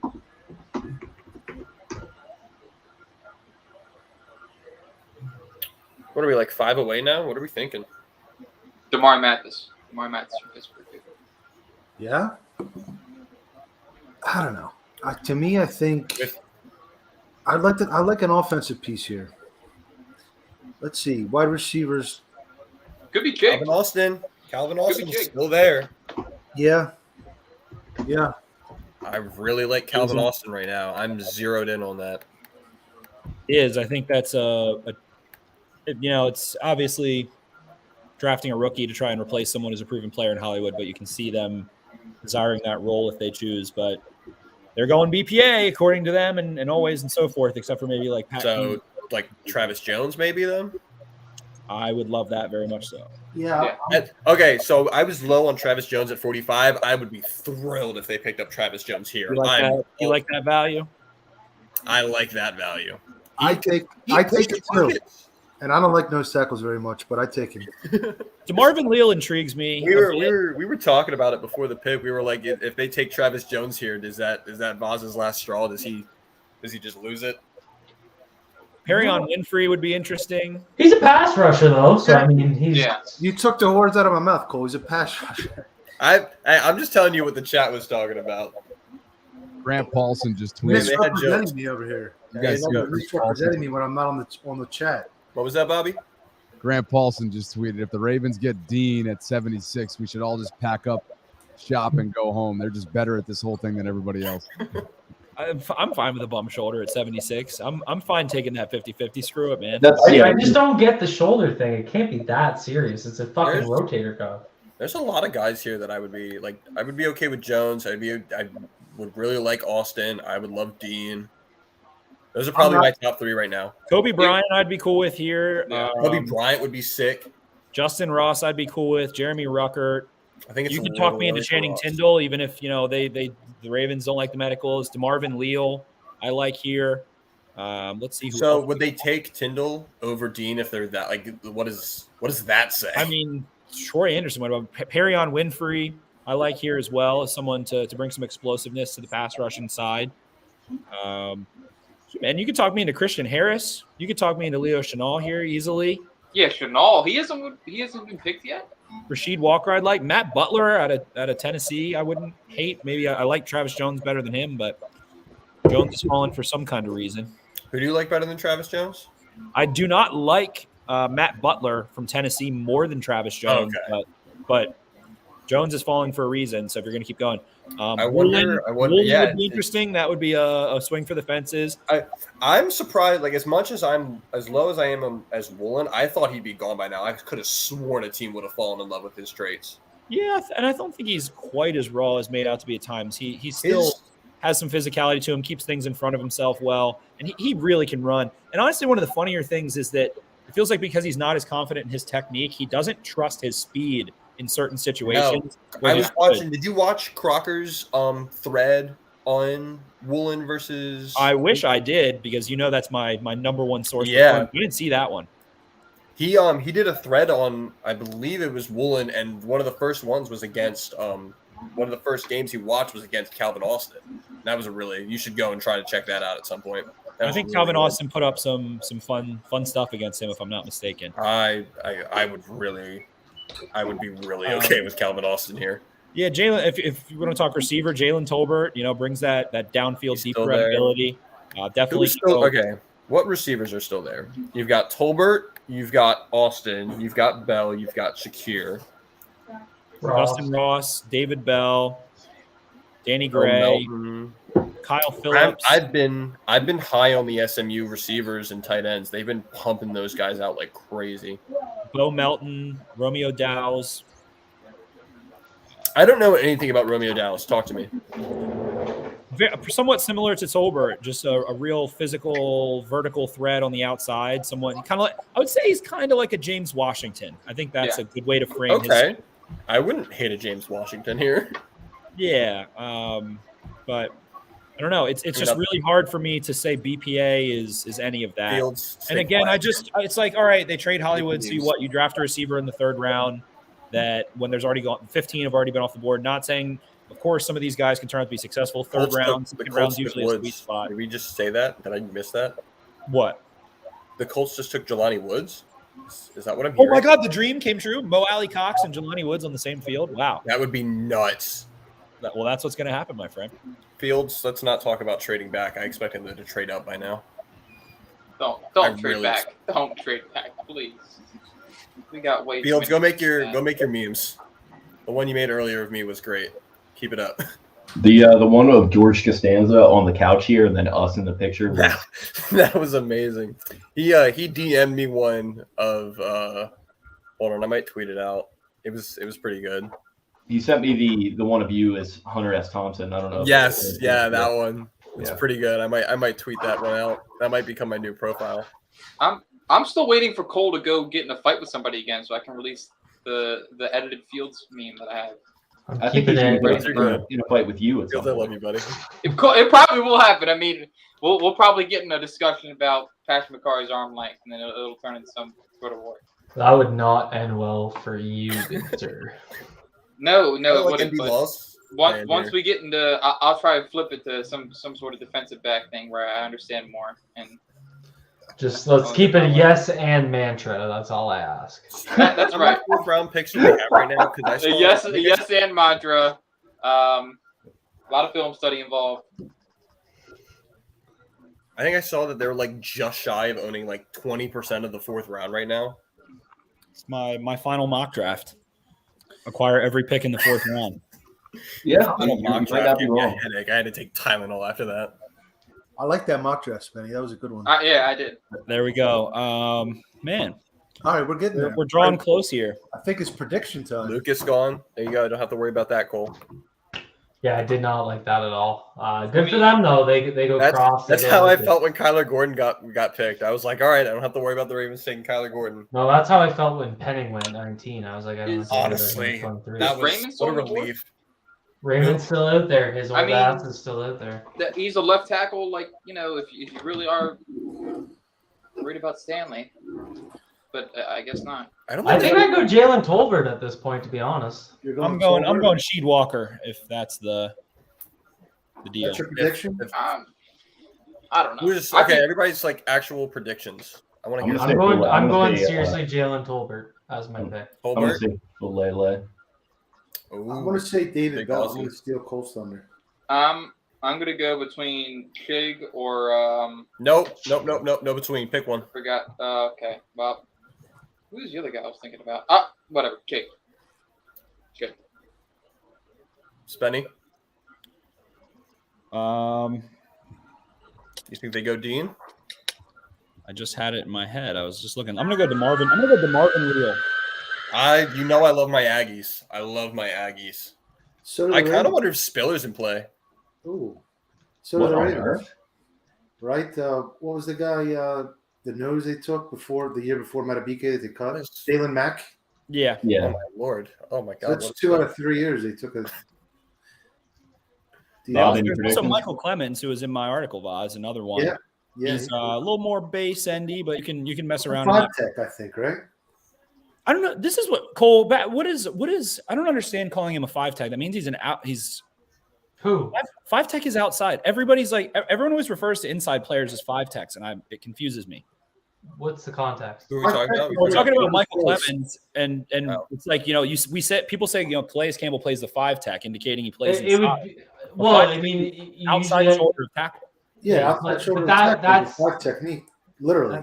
That's usually what you put on your strong side with Falcons are taking Ritter here, so, I mean, that leaves. If you're talking a base 3-4, yeah, Ritter goes to the Falcons. Jelani Woods too. Oh yeah, you missed that. I said that earlier. Bob, you got a prediction for 76? I'll go Dean. I like it. Very crazy. I'm gonna stick with my boy Calvin Austin. Think they get the Hollywood replacement. That'll be a lot of fun. Dean would be badass, man. Dean would be badass. Dean, Jones, or Austin. I'm thrilled. I like a couple that other guys I would like, but those 3 would have me. You'll see me jump up and clap in my Maryland pajamas. That's a nice short list. I like Kobe Bryant. I almost want to take somebody off for Kobe Bryant. I'm so high on Kobe Bryant. Rest in peace, Mamba.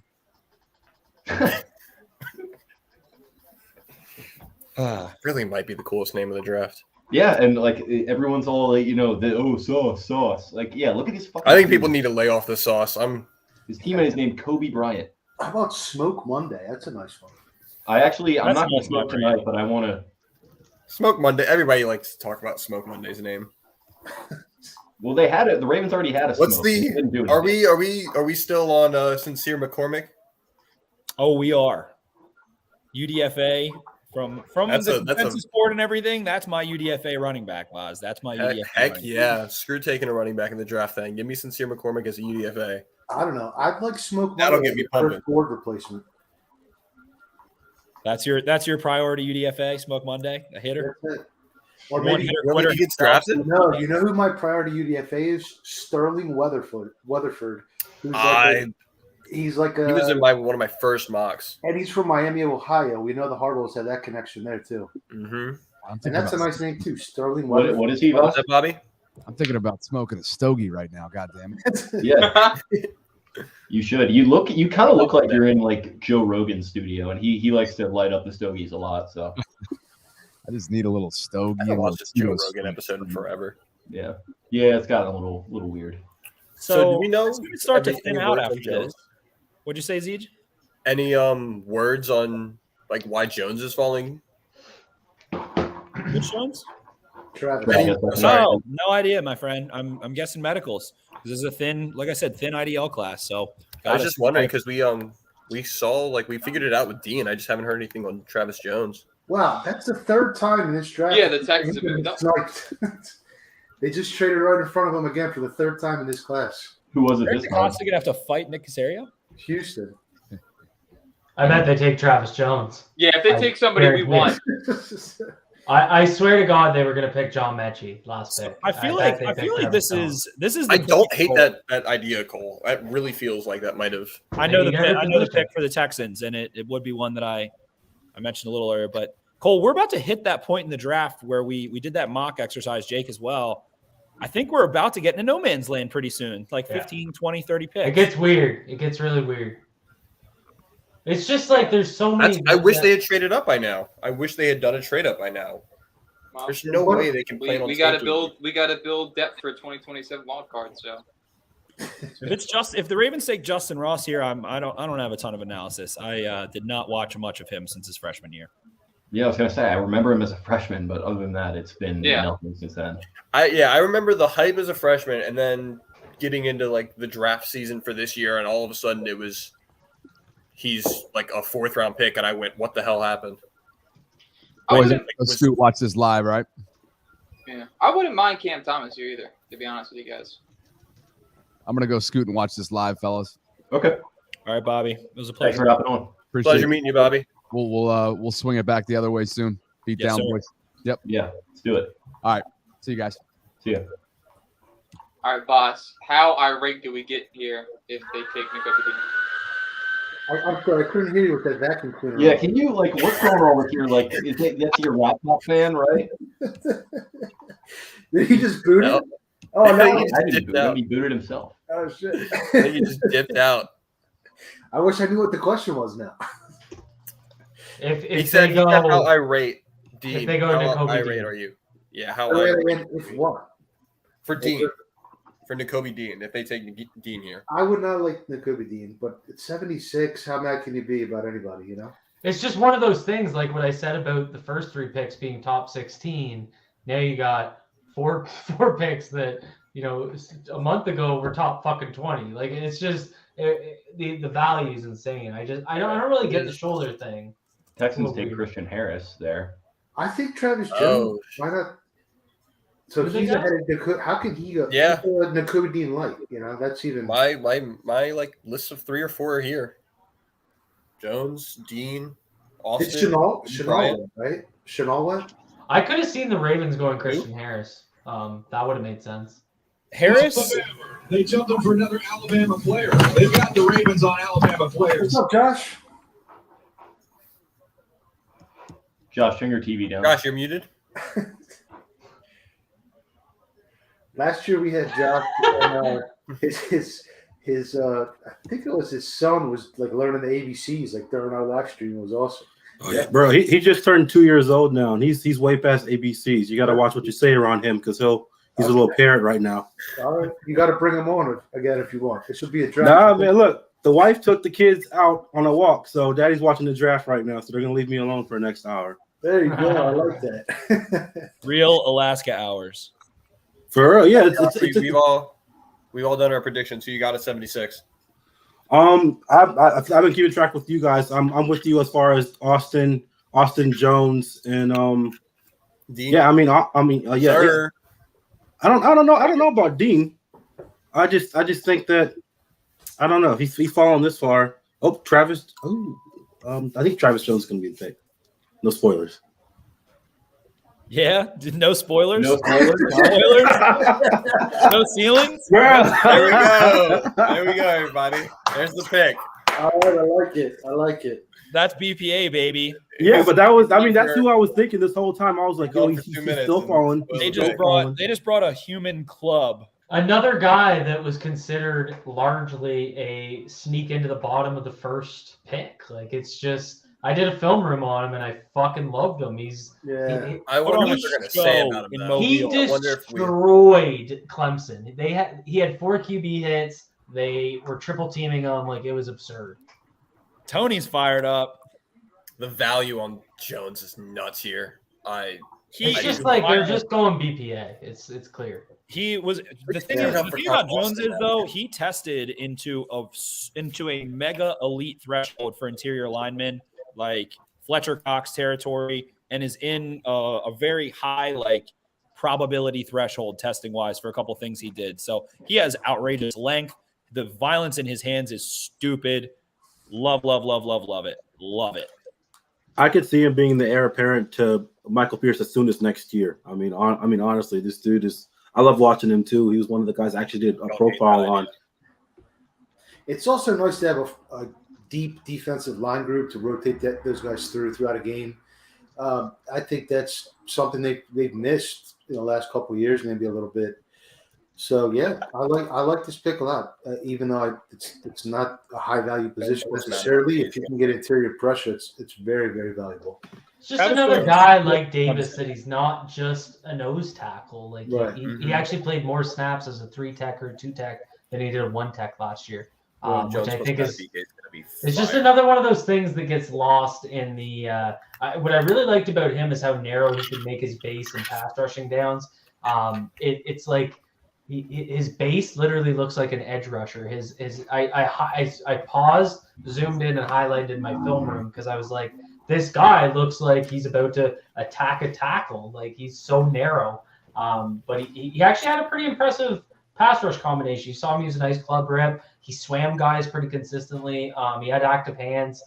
The big thing with him, hand quickness. That was something that you'll see sometimes with these interior guys where they'll get the long arm up and they'll branch things together. But he's got the, as Spencer said, black belt certified. His club is stupid. His club arm over, his club rip. He's got a little bit of push pull, and he can just walk you back, man. Trailing Devon, he's the clear to me. I don't like Perry on Winfrey as much. They're a little bit different, where you're going to line them and things like that. But clear second tier pass rusher behind Wyatt and Davis in this class. Had more production than obviously Davis, but just murdered Clemson. Put on an absolute show against Clemson. They could not hang with him. Ripped through the Senior Bowl. That club really is brutal, man. It is a showstopper. And with him, Matt A has got, they Calais Campbell as well now. Broderick Washington in the mix. It's a nice unit. And I think Travis Jones is one of the most pro-ready kind of interior pass rushers that one of the better ones in the last couple of years, in my opinion. So 76 is crazy value. That's right around where they got Matabike, no? Does it make you does it make you feel better about missing out on Jordan Davis? A little bit, but Davis is a little. Davis is an alien, so I don't want to be like this is a good. He's different guys, but in terms of 52 picks later, it's a guy that's going to play some 1 tech, going to play some 3 tech that can actually get a pocket push on the inside. He's still got some work to do, and so I think against standing up to double teams and things like that. But who doesn't coming out of college? Matabike was 71, so right around that range, yeah. So right there. Some nice value. I think those two guys are a freaking wrecking crew in terms of what they can do. I'm hyped up now. I need them to do a trade up for an Austin or a Dean or a Rasheed Walker. Yep. Give me something. Put some package, juice in my package 2 of those 4th round picks and call it a day, man. Please. Travis Jones ran a better 3-cone than like half this edge rusher class. Look at him. Look at how beautiful Josh Charles is. He didn't do I tweeted at him about using his Daniel Herschel accent from We Own This City in his true Baltimorese. He did not do that, but I just Travis realized Jones, that, baby. I was actually wrote from up that movie 4 Brothers. I don't know if you guys seen that movie, but he was a dirty cop in 4 Brothers. yeah, he's a dirty cop on this show too. He's just getting all those roles. How are we liking it? I'm pretty hyped. I haven't jumped into that show yet. It's only 1 episode so far, but it's great. I read the book on. Oh, then I should really get on it. I thought they just dropped the whole season. No, yeah, they're doing HBO Max Monday nights, I think. Oh, then I really should do it and not get caught behind. I should really watch it. Maybe I'm off Sunday. Maybe I'll do it Sunday. I thought you guys were talking about Travis Jones for a second. We talked about Travis Jones for 30 minutes. We're talking. Give me your reactions when you get a chance, fellas. Oh yeah. Let us do what? Instant reactions for Josh and Zach for the site. You guys I got you. I'm working on mine right now. No doubt. Mel Kiper loves it. I love it. Oh heck yeah, you know he does. I just realized I actually wrote him up for the draft guide. Do you guys watch the ESPN broadcast or the NFL broadcast? ESPN, I do NFL.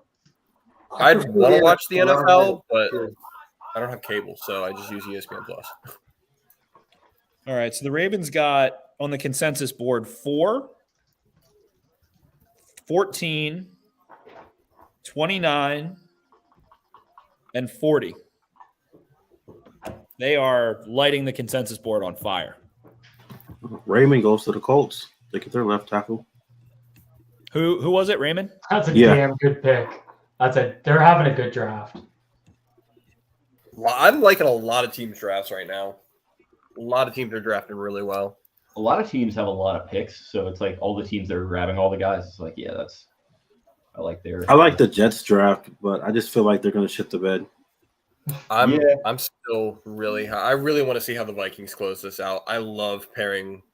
I love Booth. I just love the Booth pick. I just think it's weird that they keep trading within their division so many times. Like of all the teams that trade up, the Packers and the Lions. The Vikings also pick corners constantly. Pick is in for Browns. Do the Ravens even scout, or do they just use the consensus board? No, they read your rankings, and they're like, all right, we're just going to do the opposite of this. Browns take Alex Damn. Wright. Alex Wright? Oh no. Oh no. That was not supposed to come out like that. Oh no. Been there before.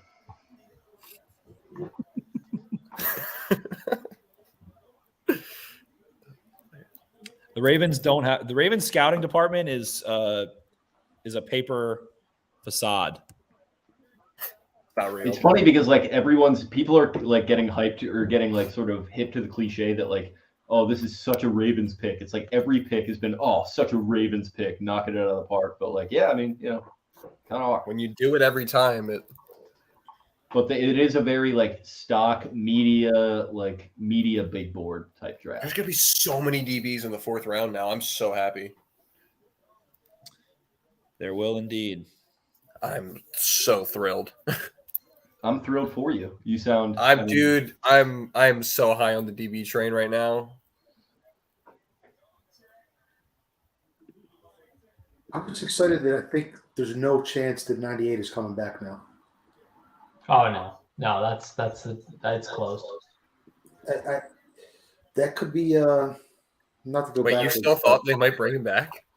Yeah, I thought they could. I mean, for $1 million. I didn't even have it in my brain. I had completely forgotten that. For he $1 existed. million, you would. I would have brought him back for $1 million. Oh, for $1 million, I would have done it. I just don't think they were going to even ask him. Be more nervous here, saying true fact of Travis Jones. This is on par with Trent Brown. He has a tattoo of himself, and within that Browns is goated. Another tattoo of himself. Trent Browns is not. Wait, not is that actually real? That can't be real.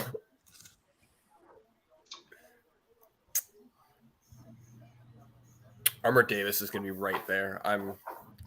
The other thing about Travis Jones that really fits is he is a great 2-gapper. So, oh fuck, Alex Wright to Cleveland. That's a good one. JT Woods goes to the Chargers.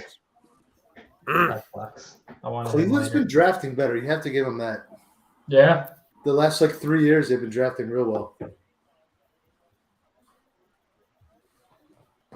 Yeah, going back to when they took Garrett, feels like they've been doing a good job since then. Well, Mayfield wasn't the best pick, but Yeah, but they got Ward right there, and then Yeah. Chubb right after that. Like, that was a good they're a job. well-rounded team. I like Emerson too, so yeah. They don't have any receivers though. What are they doing at receiver? Yeah, that's the weird thing. They got Amari obviously, but I thought they were going to be looking at Pickens, especially because they don't care about character concerns like we mentioned. Yeah. Well, he's in the division either way. And then Right. Pickens just has too many receivers always. I'm going to hate watching Pickens just ball out. I'm going to hate it. Yeah. It's going to suck.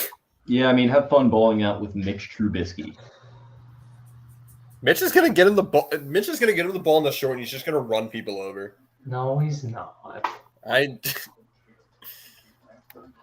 don't know. I mean, Mitch, I will forever have the image burned in my memory of Mitch making throws down the sideline to Allen Robinson to set up Cody fucking Parkey and then being let down. And that was just the turning point in his career. As a Ravens fan, we have every reason to be scared of Mitch Trubisky. I mean, he beat us. We've seen it in his first start ever. We've seen him. We've seen it happen. No, he's fine. He can win you 10 games. I really like the fit there in Pittsburgh. So all they do is stack up on talented receivers year after year, even ones with character issues. Who's their offensive coordinator right now? Is it still Canada? Yeah, I think it's still Canada. Yeah, that's stinky. Stinky Matt is not gonna. I don't know about that. I still can't believe Malik Willis is still on the board. Yeah, I mean Ritter and Pickett, the only two to go so far. I know his feelings gotta be hurt that his hometown team took Ritter over him. Like just being from Atlanta and just like having your hometown team. Like, yeah, I want to go with this other guy over you. Sorry, not sorry. Yeah, Mariota. I mean, Mariota and Ritter feels like a good fit.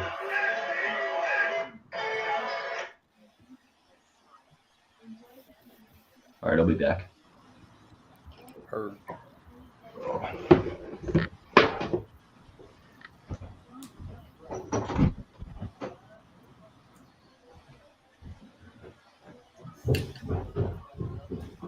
I'd also be fine if they traded up for Ruckert too. He's like one of my favorite tight ends in this draft. So if they like wanted to give a fourth round pick or two. At this point, Which one? Chiggs. Just Lamar likes Chiggs. Give Lamar Chiggs. Nice little peace offering for the whole Hollywood thing. Obviously not anywhere near close, but just trade up for Austin, get a tight end, make Lamar happy. I think they'll have the pick of their litter in the fourth round of tight ends after watching the only two have gone off the board now. So yeah, they'll have their there's pick. no reason. I like Ruckert and he's gonna fit here, but there's no reason to trade up for him. I don't think it's great use of trading. I mean, I'm talking about like the bottom of the third, not like 70. Yeah, I know what you mean. 80.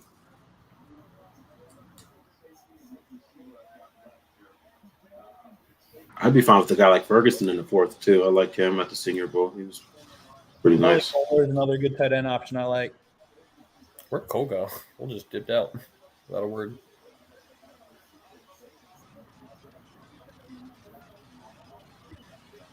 What do you guys think the over/under is as far as how many picks they'll actually make in the fourth round? How many picks do they have right now? 6. I'm gonna say the over/under is 4.5. Taking the under. Yeah, I'll take the under on 4.5. They legitimately can't roster unless they're going to do what MD Law so hard said earlier, and they're just going to draft 12 guys in the fourth round and then just have them like perform a Hunger Games ceremony.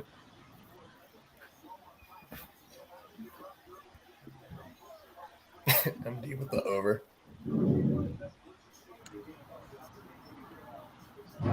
Man, I like JT Woods. I do too, very much so.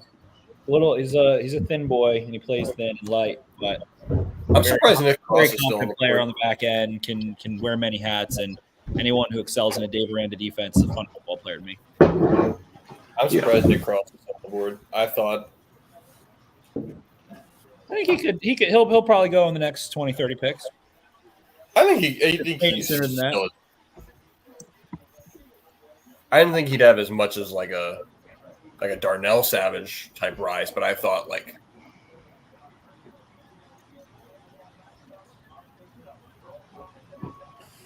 I forgot about Barnes. James Cook went higher than I thought he was going to go.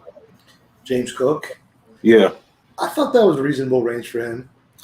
So there's still Zamir White and Brian Robinson for tomorrow, right? Yeah. I thought Zamir was going to go ahead of James, but those ACL things probably scared some teams off. I had James a little higher just because I think his skill set's a little bit more rare. Thank you, everybody, for the instant reactions. Be ready tomorrow because it's going to be fast and furious around noon. How many are they going to pick tomorrow, Vaz? What's that? How many are they going to pick tomorrow? Tomorrow, pardon me, in round 4 tomorrow. How many picks are they making? So they're entering round 4 with 6. I'm going to say they end up picking 7. Greg Dulcich went to the Broncos. Yeah, Dulcich going. MD, to answer your question, who I'd trade up for right now, Calvin Austin's still there. I like Falale. I would, at this point, if it gets to like 90s, I'd probably trade up for like Kobe Bryant in that area. Yeah, a corner would be I would like a corner for sure. There's still a lot of good corners out there. I talked about it. There's so much DB talent out there right now. Yeah, for sure. Other than that, on offense, I think you're looking at a receiver, right? Tolbert's still out there, correct? Tolbert, Austin. Who else is out there for the receivers? Justin Ross. Ross is still pretty much everybody from earlier. Tyquan Thornton? No, he went to the Patriots in the second round. Oh shit! Like early second round too. Yeah, I like Shakir. Sorry, what was that, Vass? Phillips out of UCLA. Anybody like him? Yeah, he's a nice slot. Moves the chains. Him and Danny Gray, I think, are kind of similar. Yeah.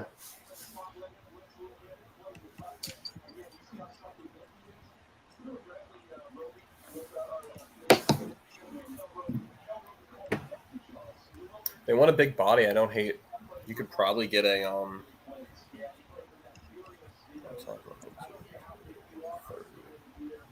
Cordell Flott.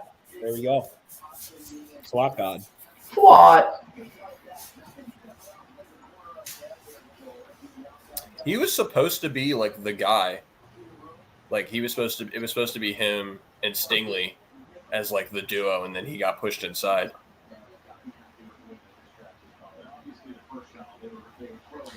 I think Jones would be my favorite pick. Is that crazy? No, that's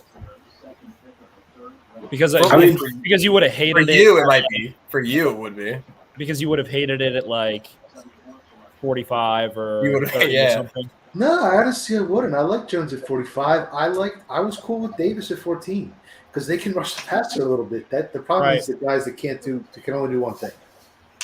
Well, the big baby can't hurt you anymore. I'm fired up, man. I'm fired up. Yeah, Travis Jones. Boz mentioned it. They can still go get him for $1 million if they want. Just so get Boz on. They're listening right now, Boz. They know what to do to hurt you. No, man. I like this draft. I was a little shocked they traded Hollywood, and then I didn't think Linderbaum was a great scheme fit. But the other 3 picks, I'm like A+ on all 3.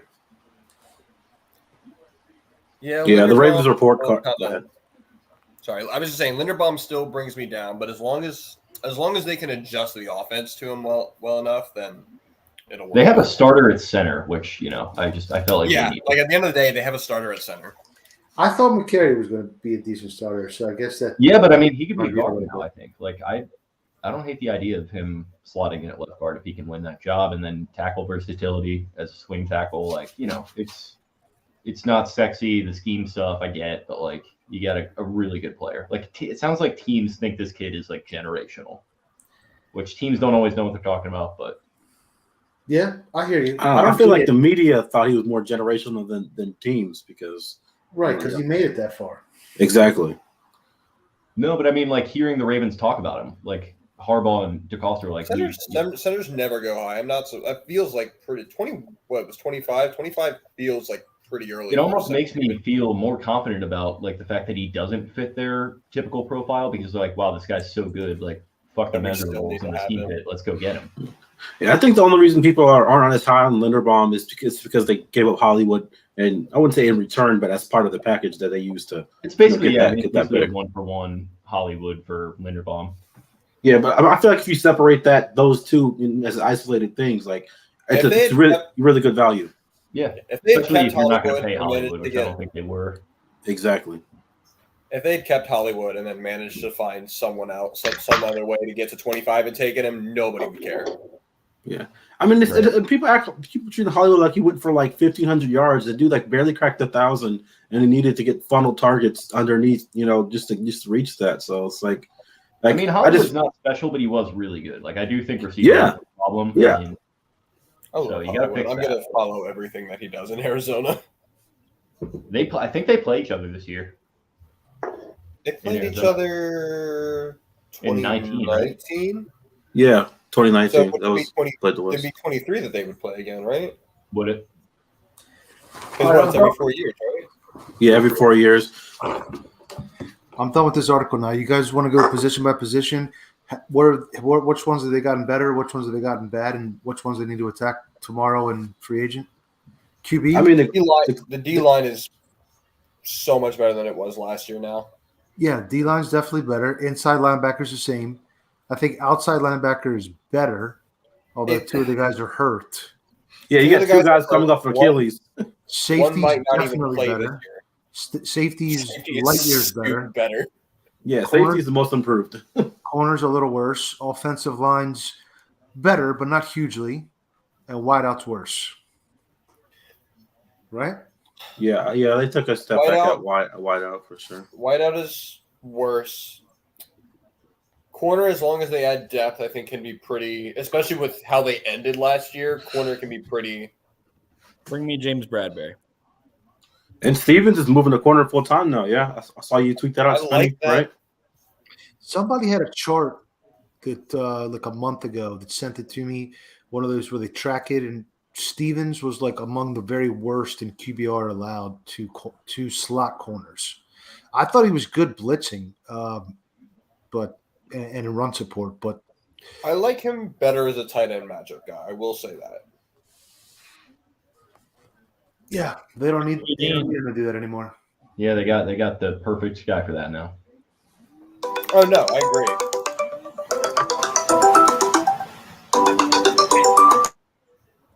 Don't let us interrupt your call. Nakobe Dean is a Philadelphia Eagle. Nice ringtone. Sorry, what was that? Nakobe Dean is a Philadelphia Eagle. Oh, there you go. They've been struggling with those backers for quite some time. Yeah. Jordan They've been Davis and looking for a Nakobe linebacker. Dean. Pretty good.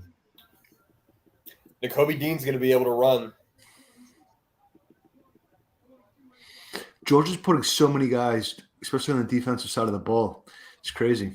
Most defensive players taken in the first round of any college team ever without Nakobe Dean being included as well. Wow. Who was second? Miami Hurricanes? I think it was Bama actually That's a few years ago. Maybe the Mosley year. Anyway. I think it was after that because they had one team that was fucking stacked. Humphrey, maybe? Maybe, yeah. It was one of their national championship teams, I think. Maybe the year Coker was their quarterback, which is funny. Yeah. So this is a little off topic, but I don't know if you guys are paying attention to what's going on in college football with the NILs and how that's just changing the whole game. And Texas A&M is stacking up like the most talented classes. My freaking Aggies are loaded right now. I love it. Yeah, Zeke is a Texas A&M guy. The oil money's just flowing directly to the T. Boone Pickens and the boys, or at least his successors, are just pumping money into those programs down there now. Yeah, it's pretty wild. My boy Jimbo's got it locked up. Does he? Yeah, he does. He used to be our guy. MD brings a good point. This is Chuck's last year of his contract. Yeah, I think he's going after this year, but I think I'm excited to see the dime looks this year with all three of them. I thought Clark was under contract through 2023. No, It was a 3-year. I'll pull it. I was just looking at it yesterday. Is it a 3-year extension from 19, or was it from? I'll pull it up. He's gone soon. Wow, so Nakobe Dean ends up with Jordan Davis. Yeah. I think that's a great combo. Yeah. Chuck Clark is signed to the 2023 season. Yeah. So Nakobe Dean goes from having Jordan Davis, Devontae Wyatt, Jalen Carter, Trayvon Walker. At one point, Azeez Ojolari as well, Nolan Smith, Anderson, and whoever else the hell they had, to now having Fletcher Cox, Jordan Davis, Javon Hargrave, Josh Sweat, Derek Barnett, and Brandon Graham in front of him. So you say Hassan Reddick too? Yeah, and Hassan Reddick, right? Yeah, exactly, Josh. Okay, so Josh is right. It is 23. I do think Chuck is one of those guys that feels like a lifetime Raven, but I don't know if they're going to pay him to be one. I think he can go make some money. So they can save $3.2 million if they cut the him other thing after this season. That could be significant next year. Yeah, I think they really like Geno Stone too, and I think they're gonna run a lot of 3 safety looks this year. So I think it'll be interesting, but I just don't know how you play all those guys on a regular basis for after once you got to eventually pay Kyle Hamilton. But I feel like Chuck Clark's gonna be long gone by then. DeMarvin Neal goes to the 2 Steelers. Patriots get Marcus Jones here. Having a weird draft. I mean, Marcus Jones is a good player, but Marvin Leal to the Steelers. Yeah, I just saw that. Yep. What do you think he plays more on the edge for him, or for them, or inside? That's tough, brother. I think they'll give him. Bulk him up. I thought he was an edge watching him, but he's a weird projection. Definitely. Kind of like he's the exact same size as Marlon Davidson, but he's kind of the upside down. See, they show a clip too. He sets the edge really, really, really, really well. That's like one of his stronger things. And one of the great run defender. He would have been a great pairing to go with Ojabo if you just need like a run defender this year. Yeah, he tested so poorly, but moves well. I think he every A&M player tested poorly. There's something weird with that. I don't know what's up with that. Maybe trainers. What was that, Jake? Maybe I didn't even hear what you said. Maybe. I mean, Jalen Weidemeier's poor performance in working out kind of confirmed what I saw on tape for him. It confirmed what I saw on tape for him. Like, I didn't see the explosiveness or the athleticism that people were hyping him up to be during the pre-draft process. When I watched him, I was like, hell no, dude. Like Spiller's 40 time was like, okay, what that doesn't match with what but like no, all of Jalen Weidemeier's stuff. I love Jalen Weidemeyer, don't get me wrong. He was awesome when he was with A&M, but he's not an NFL tight end. I wouldn't hate him as like a practice squad guy for the Ravens for them to develop. I wouldn't spend a draft pick on him. Patriots having a classic weird draft. Hey, did you guys see Tyquan Thornton and Marcus Jones? See, I feel like they're filling roles. Bill is filling roles, not like trying to draft talent. That's what he does. Something I wanted to talk about earlier. Commanders took Mathis. I forget when, but one of their picks during this has been Mathis. Second round for Darian Mathis in the second round. Yeah. Where does that leave their D line? They've got some like pieces they've got to trade, get rid of, cut? Yeah, no, because didn't they just extend Payne and Allen? No, they didn't extend Payne. They picked up. The Ravens don't need D lineman anymore. They're pretty well stocked they did right pick now. up his 5th year, so feels like they're probably going to deal him somewhere. But, did you guys see the Rams' reaction to the Cole Strange pick last night? Yeah, that was hilarious. That was hilarious. Yeah, McVay, he was actually like, we wasted our time watching that guy, thinking he's going to be at 104. Les Snead's hair just looking as good as ever, just basking in the glory. What a guy! What a life that man. Malik Willis finally coming off the board. Apparently. Oh, to who? Titans. Oh, that's a good pick. That's a nice fit for them. 6. Don't hate that.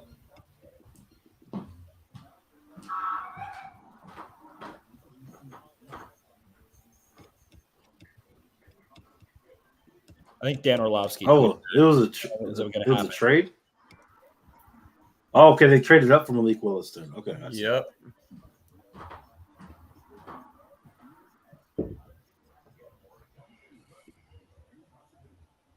You guys think the Packers double down on receiver, or they're going to go somewhere else? They're coming up here pretty soon. I feel like they don't double down. Going to take Sam Howell.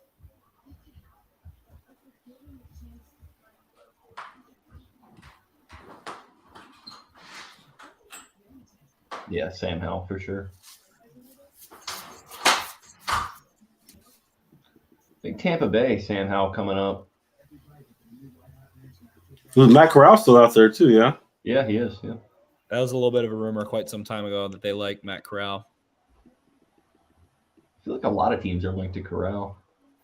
So they technically don't have any more picks for the rest of the night, but we're hoping for a trade up, correct? I think they do have another pick. Yeah. No, they traded one. Because they had 100, but they traded it during the. Oh yeah, you're Hollywood. Right. Oh my God, I'm not even acknowledging that comment.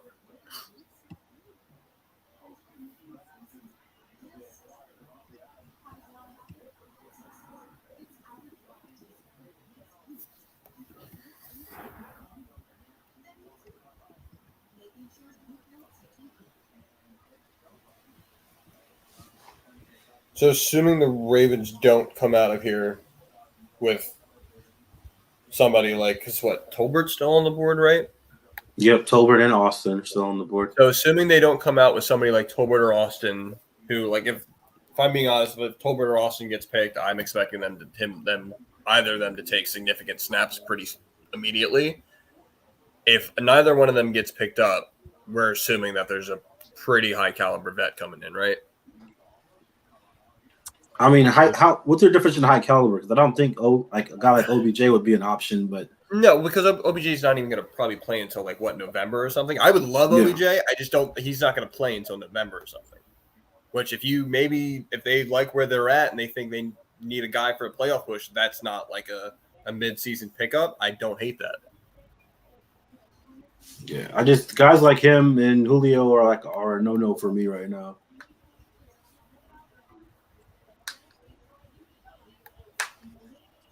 Man, Malik Willis and Derrick Henry, that would be quite the combo. That would be a fun run game. That'll be a fun run game.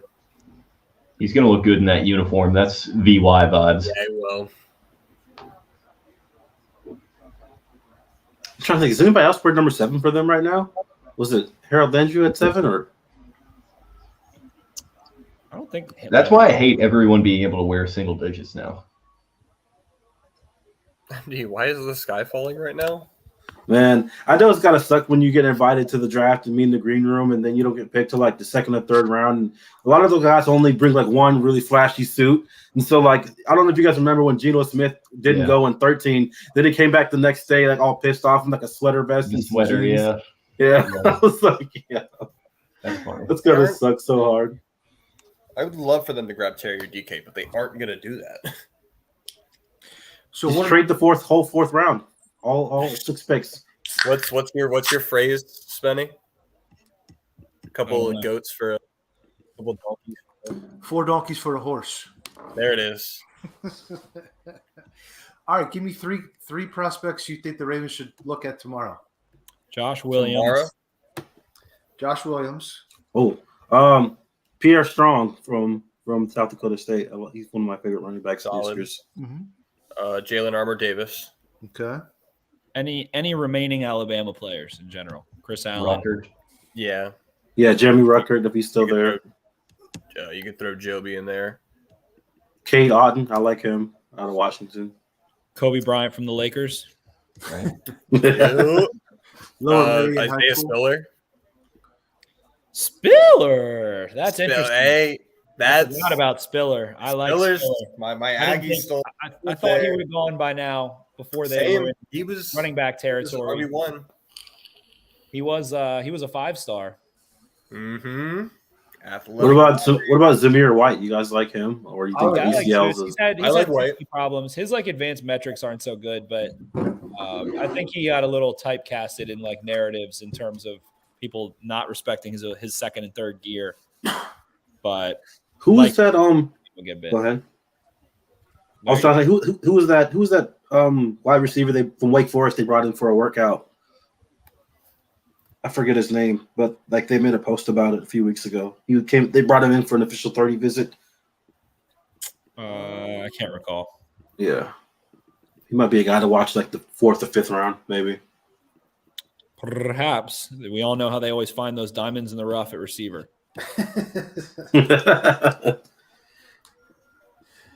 What was that? The 2018 draft, they got all those studs, and then they had Jordan Lastly, and who was the guy from Texas Tech? Jaleel Scott.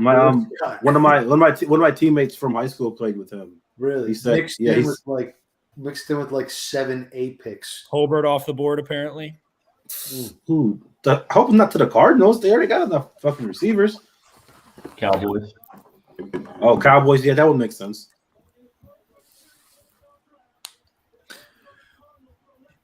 Man, the Ravens really gonna pick a lot tomorrow, huh? Really gonna sit here. I don't know. They might jump up. They like that 100 range, I feel like. They moved out of it. Yeah. They might get back into it. It's super, super, super cheap to get up there if they want to. Right. They'd probably give them their bottom picks in the 4th round, like 139 or 130 or some shit. I'm pretty hyped about the defense right now. I think the defense could be really good. Right? Especially if Ojabo can come and play. Ojabo and Bowser, both of them together. with knock on wood, some healthy corners. Did Walker from Penn State still on the board, right? The tackle. He is indeed, my friend. He is. Yeah, I like him and I like him and oh yeah, Falele's still out there. Yeah, that's my guy. You like Max Mitchell, Spencer? Cole does. I don't really like him too much. Okay. I think he's a solid swing tackle option, but I wouldn't bank on him. All right, you go in for Ronnie Stanley week 1. He is a very warm body. He doesn't like he can get in the way effectively. I don't hate him, but I think that was the exact report if I ever heard one. Describe. Yeah, I'm not the biggest Max Mitchell guy. I don't love the athleticism that he has. I don't know how much more he can add either. Right. What about Zach Tom? That is my boy. You think he can hang outside? Shut down Jermaine Johnson. He has incredible feet. He is like if Pat McCary had long arms. You think he can hang outside, Spencer? I do think he could hang outside very much so. He has awesome feet. Oh, Tolbert's gone. Clean. Tolbert's gone. Cam Tolbert to the Cowboys. Yeah. That's a solid pick for them. Cam Thomas to the Cards. Amari Barno. Freak athlete. I like Barno. Spence, you're not high on Barno, right? Not terribly. I think the combine just got everybody a little horny. I think the Ravens would like a guy like Tariq Woolen if he's still there in the 4th. Mr. See, this is where Tariq Woolen starts to pop off the page for me. I hated the conversation of like second round because he needs lots of development. If you can get him in the 4th, then suddenly you might be able to hit something. Yeah, I always like converted receivers at cornerback. I like to put him in zone schemes too. Man has a lot more refinement necessary. He'd be good in Seattle. Yeah, so like I could see him and Dan Quinn liking him a lot. Seattle took a corner. Who did they take again? I don't remember. They took somebody I liked. They took Boye Mafe. I was pretty mad about that. Where's Seattle? There you go. There's some Benjamin Victor propaganda. Maybe they didn't. I thought they did. I was in on Deion Kane last camp. I like Deion Kane. I like Deion Kane too. I remember talking about Deion Kane. Did he get hurt and just couldn't practice anymore or some shit? Yeah, and they cut him. I think he got hurt in the first preseason game. I think he failed to bring in a deep ball that he had a chance on, and then got hurt and then got cut. In that order, if I'm not mistaken. Yeah, it's how the dice roll sometimes. He'd already bounced around a couple teams too, right? So Andrew Booth had a double hernia. Before that, this offseason, he had a grade 2 quad strain. He had tendonitis in his knee in high school. He had another knee injury, and there's one more too. So pretty extensive injury history, but still went pretty high considering all that. So we like the player. What is this? Kyle Brandt is going off right now. I got my TV on mute, but I can just feel his energy. I freaking love Kyle Brandt, dude. He was on MTV Real World in 2000. They bring it up all the time on Good Morning Football, but he was on the Real World. He's a Bears fan too, which is funny. So he was an Ivy League. It is funny. He's a Bears fan. Ivy League running back turned MTV Real World. Turned this. He's a legend. Yeah, he's goated. Yeah, his angry run segments are the best. Terrell Bernard, let's go. That Baylor defense, man. People love Dave Aranda. What do you guys think about Malcolm Rodriguez in the 4th round? I like that a lot. That's a my guy, brother. He's small, but holy shit, is he fun. He was one of the guys I wanted to get a last prospect profile on, but I didn't have enough time. Man, I thought I was insane on Bernard. I loved him in 2020. I didn't get to watch a ton of him this year, but yeah, I thought he was going to come out last year or something. He was supposed to be. Yeah, he was like a borderline Big 12 Player of the Year. I think he was like preseason Big 12 Player of the Year or something. and his draft stock fell. He has super teeny tiny little arms, but went way higher than all the media stuff had. Yeah. Very fast, man. Yeah, exactly. Showing a pick. He's very adept in coverage, can carry the seam, hits real hard, very violent player, good hand usage, has good block deconstruction. I like Terrell Bernard. Nice little haul for them. Personally, Josh, I would have preferred to avoid inside linebacker. I think between Travis Jones and Kyle Hamilton, they didn't address it directly, but they did enough, to help it a little bit. Yeah, I feel you. And they're so good at just finding those guys undrafted, anyways. But he's just a guy I watched during the process that I really liked. Him. Like, man, he's a really smart guy too, as far as like knowing where to be, being real instinctive. Did any of you guys watch DeMarco Jackson from App State? I watched like one game and got really bored and stuff. He did take features. Special teams type, right?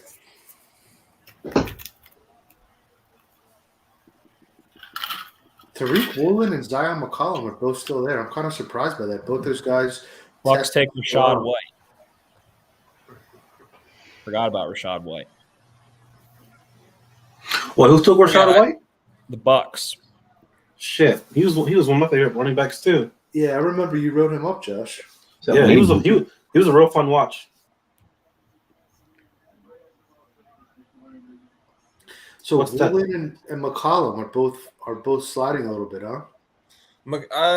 I wouldn't say McCollum's sliding. He was always in like the low hundreds for me. Yeah, Woolen at least. I think Woolen is sliding again. I thought he would be second round, so I would have betted on the team falling in love with his traits and swearing they can develop him. This is got to be like the third year the Bucks have drafted a running back. They got that guy from Wake Forest, and then it's a fucking took another guy last year. They already signed Leonard Fournette to a 3-year extension, brought back Giovanni Bernard. I mean, they let Rojo go, but I guess they just love pass-catching running backs for Tom Brady. Wayne Newton, baby. Mr. New Vegas. Look at that spray-painted hair, just majestic in the wind. Dude, that Botox is like... I'm about to say that Botox, bro. Yeah. Yeah, bro. He looks like he's had a lot of work done. Not a wrinkle in that you in like 20 years, by the way. What'd you say, Jake? That's going to be you in 20 years. Nah, Botox, slick back hair, white bathing suit, sloppy steaks, white couch. Boz is going to have a long white beard in 20 years. Living You're by not the a beach. facial hair guy, are you? Nah, not really. Until I had a decent beard, then it started getting gray, and I just started shaving it. I feel like that would be a good look for you. My brother rocks it. No, it's too gray, man. It's like 70% gray. Damn. It's rough, but at least I'd rather have gray hair than be bald, 100%. Yeah. If they don't trade up, I think the Ravens are going to take at least 2 corners in the fourth tomorrow. How about Woolen? Man? Would you guys trade up for Woolen right here? No, I'm not trading up for Woolen. No. If he falls the early fourth, I'd take him, but I wouldn't trade up for him. No. Well, they had the 10th pick in the fourth, right? Yeah, something like that. And I would be happy to take him there. Will the Ravens draft a single starter tomorrow? Will the Ravens draft someone that makes a bigger impact than Anthony Averett did in his tenure in Baltimore tomorrow? Like in their first year or just overall? Throughout the duration of their rookie contract, will there be someone who makes a bigger contribution than Anthony Averett? Yes. I'll say yes also. Yeah. No. I mean, they have 6 chances to beat that, so the odds are in their favor. Yeah. Nakobe Dean has got a 3.5 GPA with a degree in mechanical engineering. Very interesting. What? Damn. That's what? Freaking sick. So he didn't get shoulder surgery because he's about to build back better and build himself a new shoulder. Yeah, that's nerd shit.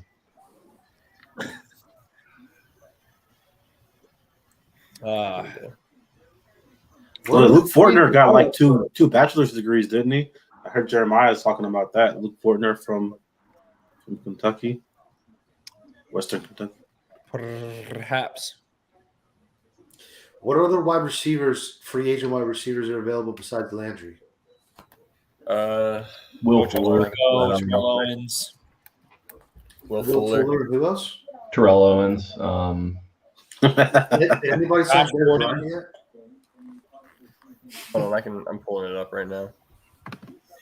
Will Fuller would make sense if you want the speed element. He's yeah, not going going to take the top off, but can he play more than a half a season? T.Y. Hilton, Cole Beasley, Emmanuel Sanders, Keelan Cole. I mean, T.Y. Hilton said he's either going back to India or retiring, so I don't think he's an option for them again. Maybe he and Brandon Williams should start their own team. They pick 5th tomorrow at 110. Yeah, Amendola, Marquise Goodwin, Adam Humphries, Mohamed Sanu, Tavon Austin, where's Conley? Smokey Brown, Jawan Jennings. Is Jawan Jennings really a free agent? He's restricted, I think. Okay. That's my guy. He's listed on Spot Track right now. So I don't know what's up with that. From NOLA? The tight end? San Francisco. Guy? The wide receiver from San Fran. Yeah, from Frisco. I met John Brown once. How'd it go? Oh, I was actually at the Panthers game in 2018 when they came down to Carolina. I was still in college, and I had this big ass sign that said I'm from Alaska. He's like, "You from Alaska for real, bro?" And I was like, "Yeah, bro, no bullshit." That's awesome.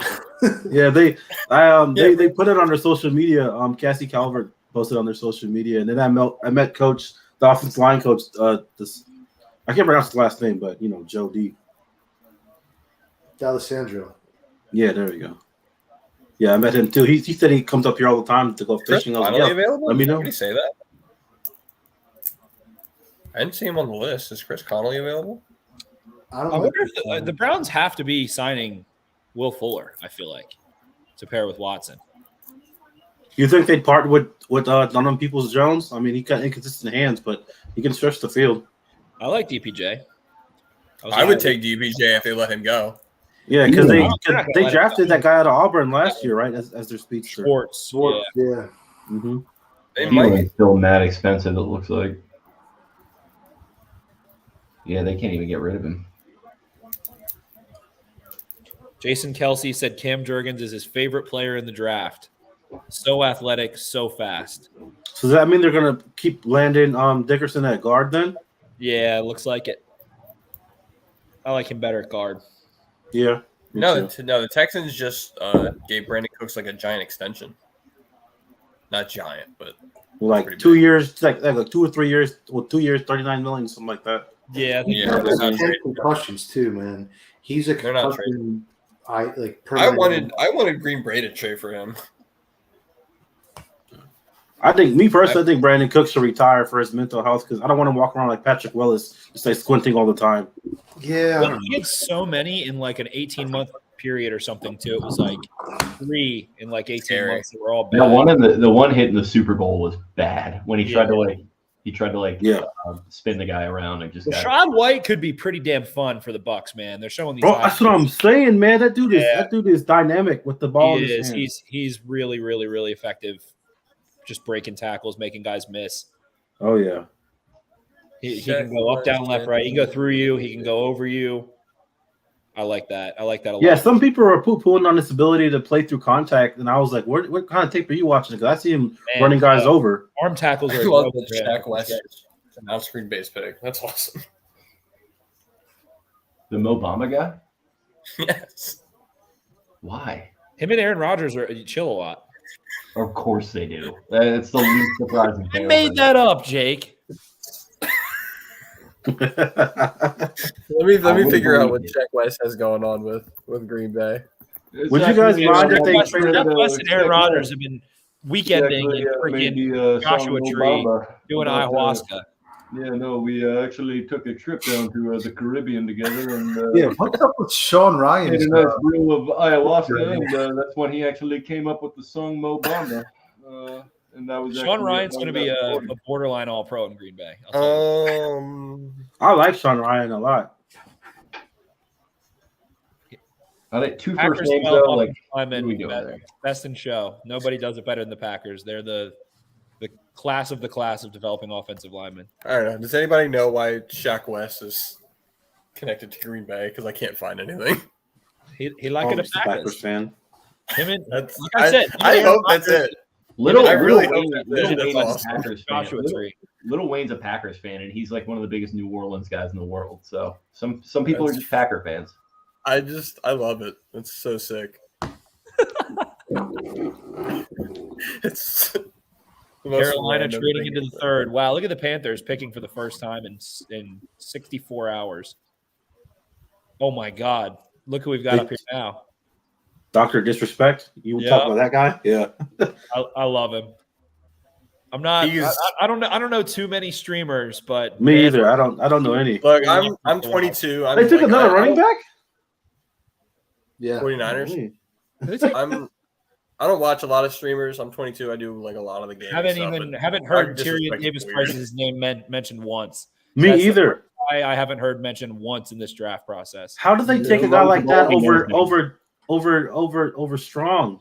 Shanahan, I don't understand. All right, Shanahan knows what he's doing.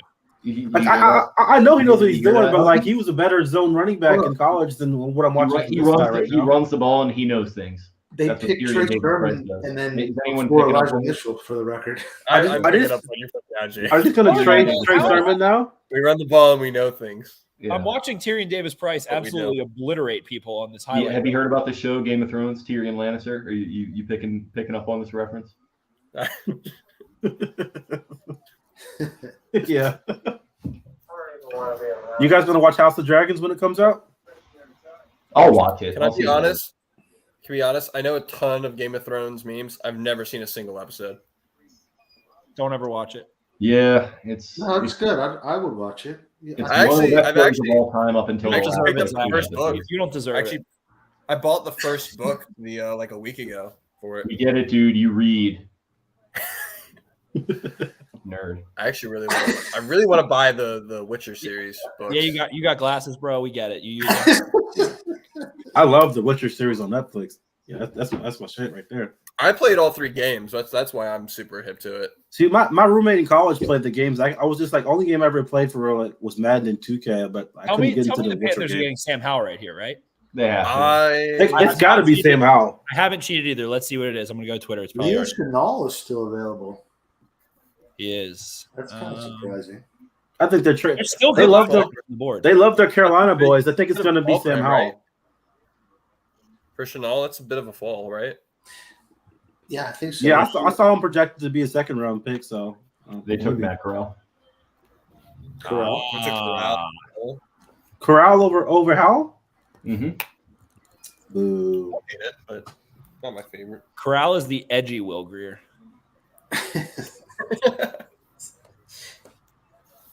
Will Grier is so stinky. That was a bad pick. What round did they take him in a few years back? Was like the third or fourth? Yeah, third. Does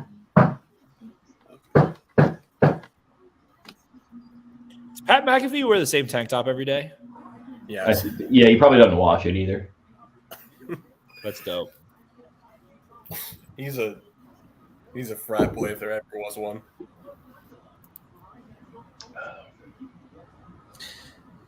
I don't know. I think if they don't trade up, they're probably going to flip a pick or two for like a pick next year because they're not going to get any comp. Ravens are. I would be pretty remiss to think that they don't acquire a 2023 pick here in this draft. They love to have quite a few. They just have like a normal, like a somewhat normal draft next year, right? Like they just have 7 picks. Yeah, no comp picks. Although I think they should get another 3rd rounder for David Culley. Just to, oh, there we go. All right, guys, the family's home. I'm about to go put her down too late for a nap. She's about to go to bed. But all right, I'm about to hop off here, guys. I don't want to distract y'all with the kids and stuff. But can you say hi, Sarai? So cute, dude. Beautiful. He's gonna be a content guy. She's gonna be 1 in 2-3 weeks. Ooh, that's awesome! Congratulations, beautiful. Thank you. All right. Well, I don't think the Ravens are going to trade back into the bottom of the third, which is unfortunate, but it is what it is. All right, brother. Love All you. right, buddy. Hopping on. All right. I'll talk See to you. ya. See you, Josh. Love Josh. Great guy. That he is. Absolutely. Such a hard-working guy. Yeah, he's published over 5,000 articles. Articles out every friggin' day. It's You've had the realization now, Zach? I've had the realization that like every morning I'm waking You wake up to a Slack from Josh in the into the. Well, no, submission. I take my break at like 8 a.m. at work, and I like go and I'm like, there's Josh with another article, or he puts out 2 in one day, like. And Josh writes. And Josh has cut his production in half. Yep. He started writing for the newspaper, and he's still outproducing everyone. It's nuts. He's an animal.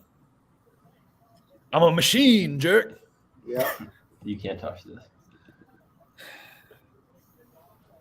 All right. If there's a player, let's go to the big board. If there's a player for the Ravens to trade up into the third round, I'll read off names. I know we've listed a few. Let's see here. All right. We got Majay Sanders, Kobe Bryant, Kirby Joseph, Isaiah Spiller, Kingsley Enagbare, Justin Ross, the Coastal Carolina kid Isaiah Likely, Jeremy Ruckert, Channing Tindall, who's intriguing here, Charlie Kohler, Damian Pierce, Darian Kennard, Damone Clark, Zamir White, Perrion Winfrey, Tyler L. What else? We got Brian Robinson, Leo Chenal, Rasheed Walker, Cade Mays, Matthew Butler. You know who I do like at running back too, super late, if they trade back deep, is Aquandre White out of USC, South Carolina. Khalil Shakir, Tariq Woolen, Jalen Armour-Davis, Mario Goodrich. Let's see. Atito Agbana, Daniel Falele, Zach Thomas, Pierre Strong. So if you were to John Ridgeway, well, I feel like they're tapped out on the defensive line. Brock Hoffman, I forgot about. I guess he's a center only, and they don't need that anymore. Brandon Smith at linebacker. That one's interesting. Freak. Jamari Saylor, right. So of those names, I guess I'll keep going. But Zach Tom, who you guys intrigued by here? I'm Kobe Bryant. Kobe Bryant. You didn't have Woolen on there, Spencer? I read Woolen. Yeah, Kobe Bryant. I don't think I would trade up for Woolen because he's not a guy that's going to be able to produce a ton his first year. He's not going to be able to give you significant snaps. I mean, he's pretty experienced. He needs taking a lot of snaps. Yeah, he needs a lot before I would trust him to really match up against NFL guys. No, Kobe Bryant and like I said, Calvin Austin's still on that board, right? I believe so. Then yeah, I'm still on the Calvin Austin thing. So Calvin Austin, Kobe Bryant, trade up for one of those. I wouldn't hate them like trading up to like secure a Rasheed Walker or a Daniel Falele. Yeah, Rasheed Walker, I think would be a good choice also. Other than what do you think, Jake? I'm having a little bit of a Falele feeling. Got that Falele feeling. That should be a song, definitely. Yeah. I like Matt Willetsko out of North Dakota too. Very much about him as a left tackle, developmental guy, backup guy. Trade up worthy, you're saying? I with Falele there, with Rasheed Walker at this point, if you can go into the fourth round with all of them on the board still, but if like two of them go, I'm cool to trade up. What about Ruckert? I know you like Ruckert. You want to trade? Yeah, I like Ruckert. I don't know that is there anybody you're like kind of like nudging to cost? If you're in that room, you're like, hey man, like he's still on the board. Like we should think of it. Like, is there anybody you're nudging with your elbow? I think Kobe Bryant, Calvin Austin. I think those are the ones that are speaking to me. Danny Gray's still out there too. I like him. Yeah. No, there's a lot of good players. It is a deep class. I feel like it is a deep class. Yeah, we're in a good spot. I think now that I'm looking at the board, didn't play out as poorly as I thought when we did that exercise the other day. Are you guys good if we fire up the podcast now, react to the two picks if they trade up or whatever? We can just like react to that while it happens. Yeah, that's fine. Yeah. All right, cool. Sure. Jakey, you like Isaiah Thomas out of Oklahoma too. I do. What about that Celtics basketball player? Yes. Where is the wise man? Where is the scholar? Where is the philosopher of this age? Get down! Baltimore!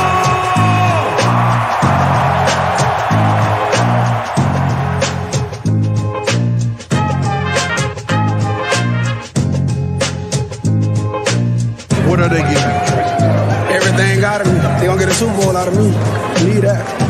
Need that.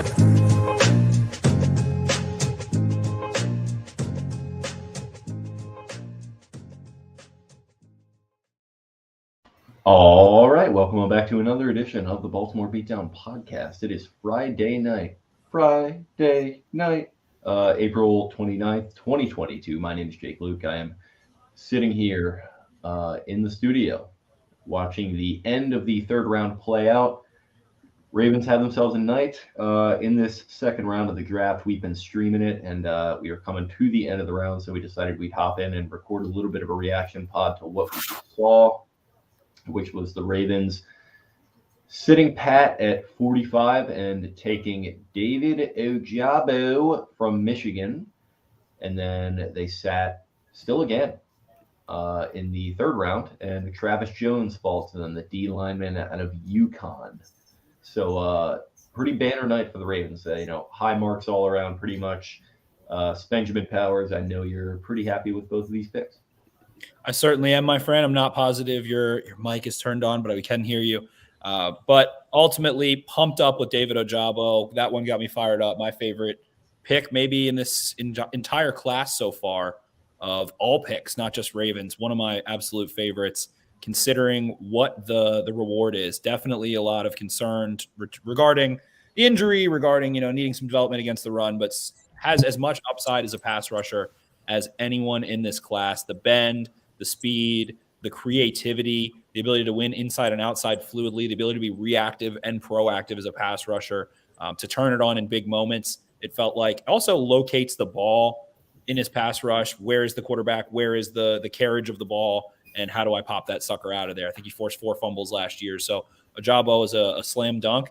And Travis Jones also got me fired up too. BPA all day. Again, we said it on the stream. I'll repeat myself and pass it to Vaz and Zeej to do their piece. But it feels like the Ravens have a sham of a scouting department and just use the consensus big board and the compilation of the giant big board Dane Brugler and the fellas at The Athletic take, because they landed 4 players on that big board. The media is going to be going crazy because that is the media big board. We will see how good the media is. If the Ravens take 4 players in the top 40, they should be hitting doubles on at least 3 of them there, you think. So a little bit of question marks with Ojabo's injury, but Travis Jones has C4 in his hands. Incredible club, incredible rip, incredible power, an elite athlete, tested in a premier range for an interior defensive lineman, and the Ravens are cooking with gas, man. Voss, you kind of lost your shit a little bit last night with the Hollywood trade, but it feels like things have kind of come full circle. You're feeling a little bit better now. How are you reacting to these 2 picks and tonight in general? The Hollywood trade still stings a little bit because they're taking away from a position of strength and making it maybe now a position of weakness. Still hasn't been addressed, but as far as the 2 picks tonight, I'm very excited to see what this defense is going to look like under Mike McDonald, also with Kyle Hamilton and Marcus Williams. They're loaded. They are really, really loaded on defense to have the modern version, more big nickel, more dime, a heavy rotation on the defensive line. In particular, Ojabo is a explosive athlete. He's going to pair very well with Oweh and Bowser. They now have 3 premier athletes on the edge when they all are healthy. And I think Jones is a very, very good player, probably maybe the best value in the entire draft that I've seen so far. I think he is a reasonable comparison to Jordan Davis, not necessarily in size, but as far as what he could do on the field. And it might have a higher floor, if not the ceiling. So to get him at 76 was a coup. And So we'll see how the 4th round plays, but I do think DeCosta has played the draft very well so far. Ziege, you liking what you've seen so far? What's the temperature check? They've best way to phrase it, I think they've gotten 4 starters in the first 3 rounds. The only thing I'm disappointed for is I thought there'd be a little bit more movement on day 2. I thought they'd come back in, maybe get another round 3 pick. There's still time, but right now it's not looking so good. Yeah, so they're sitting at 110 right now. We're on pick 97. And I think it goes up through 105, or up to 105 maybe. Yeah, so there's probably about 8 to 10 picks here that I'm looking at in between now and guys then. I would move up for. Yeah, exactly. So there's going to be options for them. Remarkable. If they, just very much remarkable, Rich Eisen. Thank you. Just chiming in there, but great night. As far as I'm concerned, Ojabo was my guy. Early on in this process, it just felt like a don't overthink it pick, a guy that you just sit there at 14 and take him because other teams are going to be focused on other positions, other players, whatever it might be. It just felt like a perfect fit. From the Mike McDonald perspective, from the perspective that you need a pass rusher, from the perspective that the guy fits the type of player that they're looking for. So, a couple guys, come off the board. Andrew Booth comes off the board early. A couple other guys that I think they would have their eye on. A little bit of a run on wide receivers as well. Texans jump up in front of them and take John Mechie, which was interesting, out of Alabama. So maybe there was some intel floating around that they would have liked Mechie in that spot, especially losing Hollywood Brown. That could have feasibly been a connection. But yeah, so they stick and pick Ojabo at 45.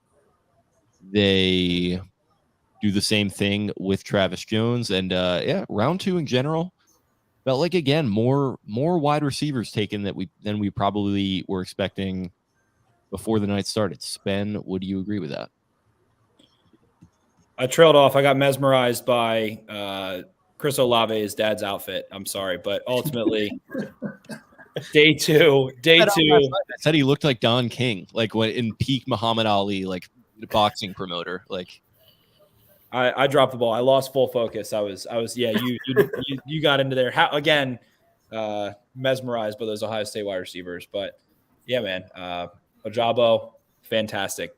Was reading Howie Roseman again in my head, but reading his input into injury. I'm trailing off. I don't know what you asked me, but reading his input into injury, and he kind of talked about the stage of injury being able to be. Stop it. Who is this? Stop it. I can't even hear that. Whatever. I'm rolling past you. But talk about stage of injury and being able to have a little more information on like Landon Dickerson. They felt like he had started to show enough progress already, and I guess Ojabo is just like 6 weeks off of injury, somewhere around there. So there's some scaries to it for sure, but. Mike McDonald gets his boy paid. Odafe Owe teams up with his old high school teammate. All of those things are mad rad. And in my book, Ojabo has as much pass rushing upside if he rehabs and recovers well as anyone in this draft, pound for pound. So I like Ojabo so much. I'm pumped. I think Eric DeCosta whooped this.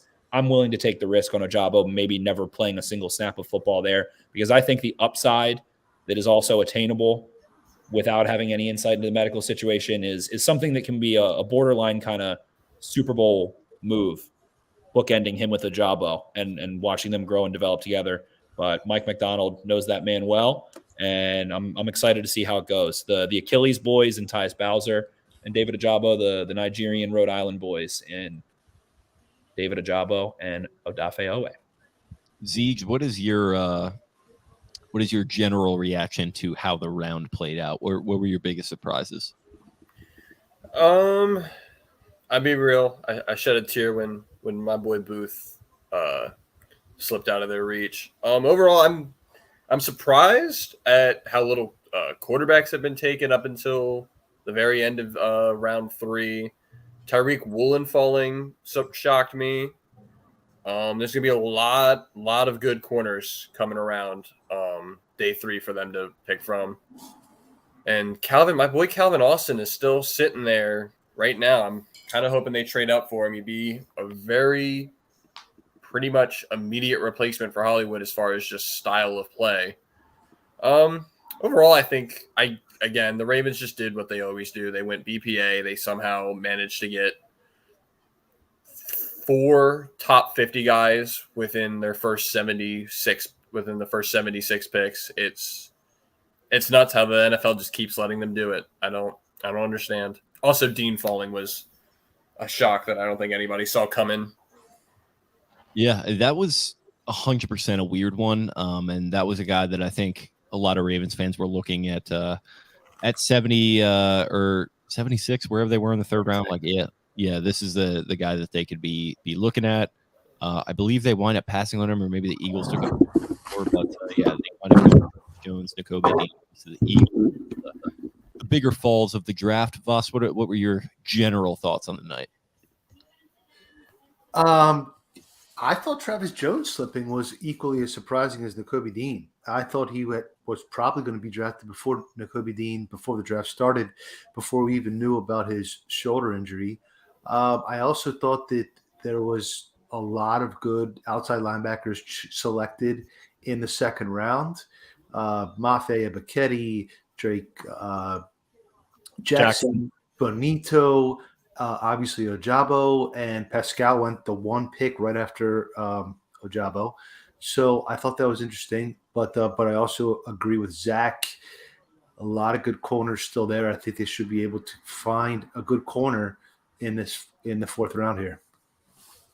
Spen, what are you thinking about moving forward into round 4? Because we have, looks like 5 picks left in round 3. Ravens could trade back into the 3rd round. It's feeling a little more unlikely at this point. The Ravens have 6 picks tomorrow in the 4th round alone. And then I think they have 1 more after that, right? So that leaves them with 7. What's the general temperature check as we head into tomorrow? It's too much. It's too much. It's too much. Too many picks. Jeremy Ruckert off the board now. That's somebody I've been eyeing. It looks like the round's going to come to a close. The Ravens are going to sit tight. They're going to make a bunch of picks. And I'm going to go ahead and say none of them are going to become an impact player. I'm going to go on the board and say that. I don't think that this is a great spot in terms of the 4th round. You can, there's prospects you like, but I think that the 4th round is kind of a barren wasteland in most draft classes. There are role players. There are guys that you love to have in your scout team. There's special teamers. There's some guys that work their way into the lineup quite a bit. But I don't know. I don't love banking on it, but hey, the Ravens do. They think this is a deep class.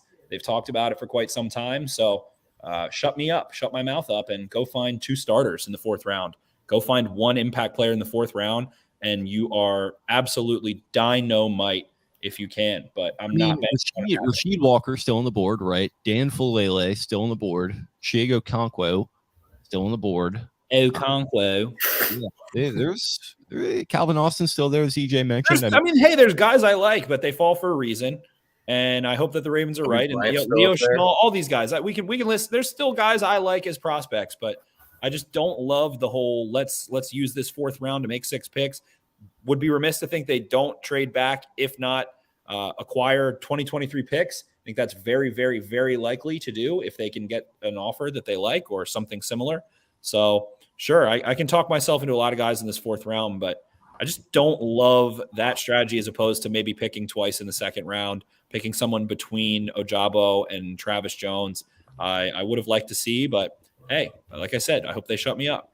I'm with you. I'm usually it's like I'm definitely with you, but it's so much fun in the moment when it happens, because they've done this a couple times before. Like they did it in 2016. They might have done it in 2018 as well, I think, where it's just like rapid fire in the 4th round, pick all these guys, and it's like, oh shit, this guy's gonna be X, this guy's gonna be Y, this guy's gonna be Z. It's like, yeah, you're probably right, where like they're not going to amount to much, but I don't know, man. I really like the upside of Fulele, and I think he fits what they like at tackle. So I feel like that would be a really good developmental pickup if they can make that happen. Obviously, you guys like Rasheed Walker a lot, so I would like that for that reason.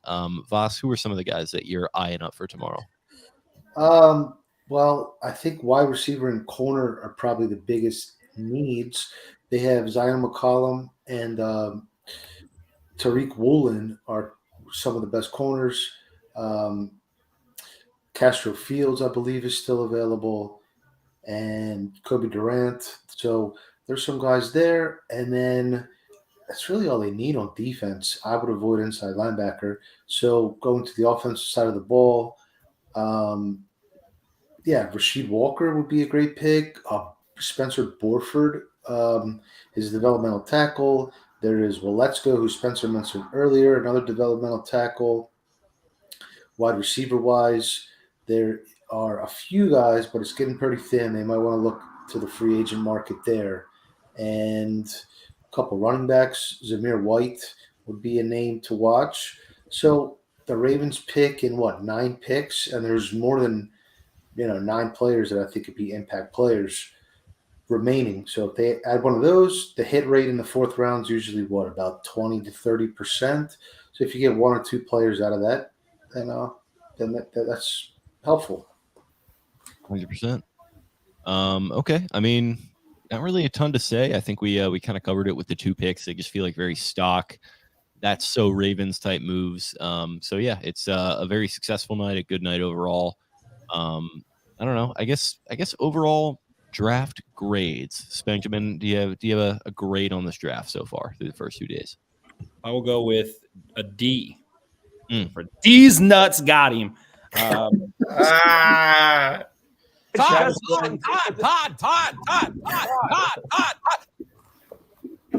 Two thumbs up for me. 2 thumbs up. Like what they've done, very much so.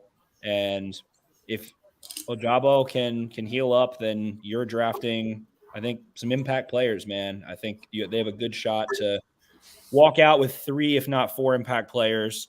Travis Jones presents so much ability, being a well-balanced interior presence that has pop in his hands. Linderbaum, not my guy necessarily, but walking out with Jones and Ojabo, you can do the old flipperoo in your head and tell yourself they drafted him at 45 and you like it a lot more. So considering the haul, considering Kyle Hamilton as that Ken Griffey Jr. type and what they're going to be able to do in Mike McDonald's defense, you have the world is your oyster to grow a little bit. They still have some bullets in the chamber, both in terms of picks to hopefully, shut me up and find an impact player in the 4th round, as well as some money to work with. So especially with Hollywood Brown coming off the book. So they've got potential. I'm curious to see what they do. Maybe they added James Bradbury after the draft or another veteran, Justin Houston, whatever it is. So I think that this team has definitely taken some steps forward through the draft. And I think they've done a really nice job here. A real meat and potatoes draft in some ways with that going down swing, and I'm going to close my eyes and swing as hard as I can with David Ojabo and see if I can hit a grand slam. That's the kind of pick that was. And I like that paired with Jones and Linderbaum and Hamilton in terms of taking a risk there. So I'm fired up about this draft. I'm really pumped. I think DaCosta absolutely killed day 2, only using 2 picks, other than maybe not trying to consolidate and pick more in the top 75 or so.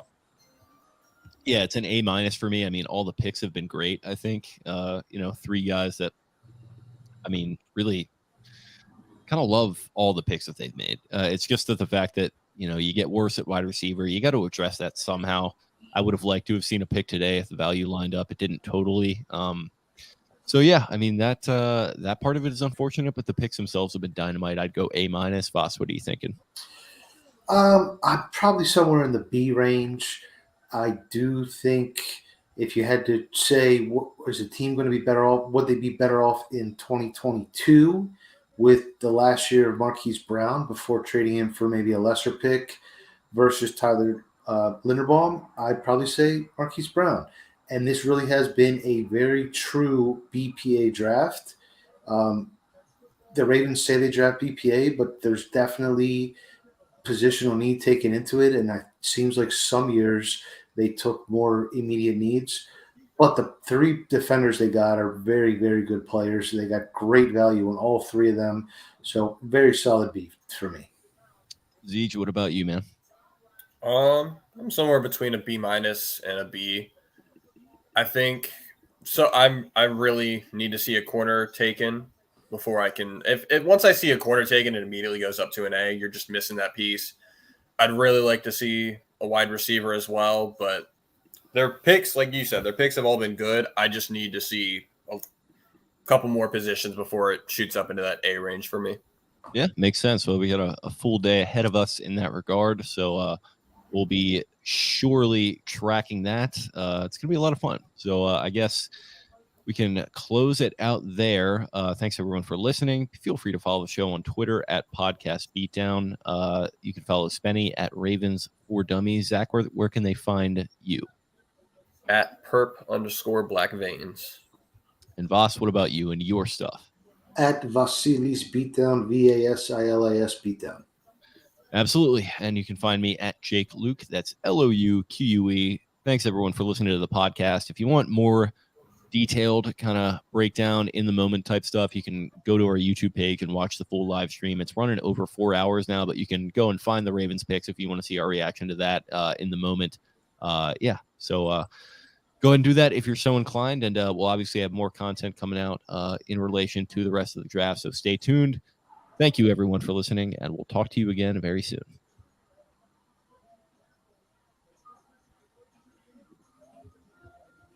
All right, so that's done.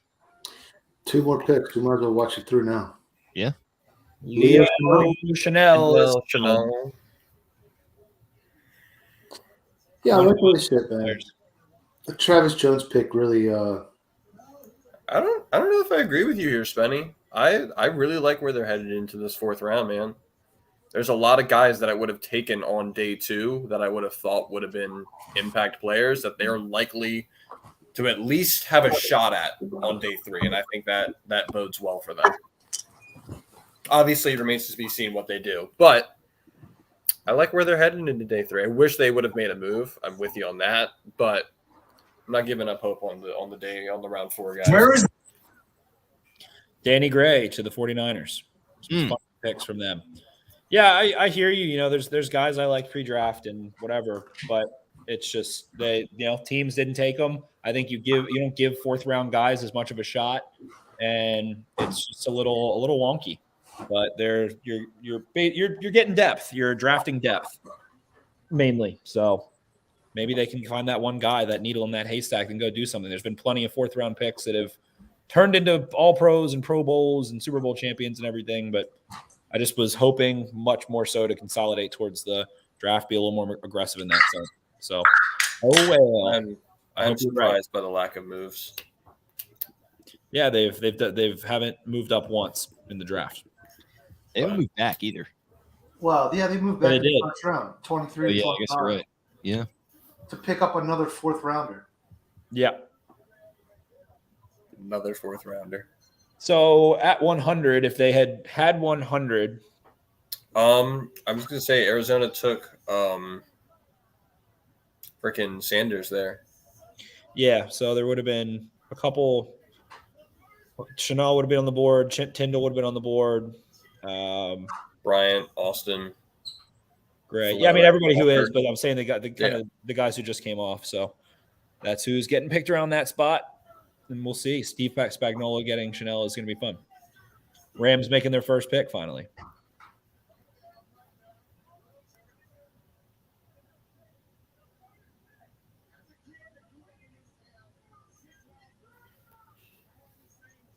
There's not a single Rams fan there. Maybe like 6. Man, Josh Azudu really went high. Yeah. Steven Jackson. There we go. Madden legend.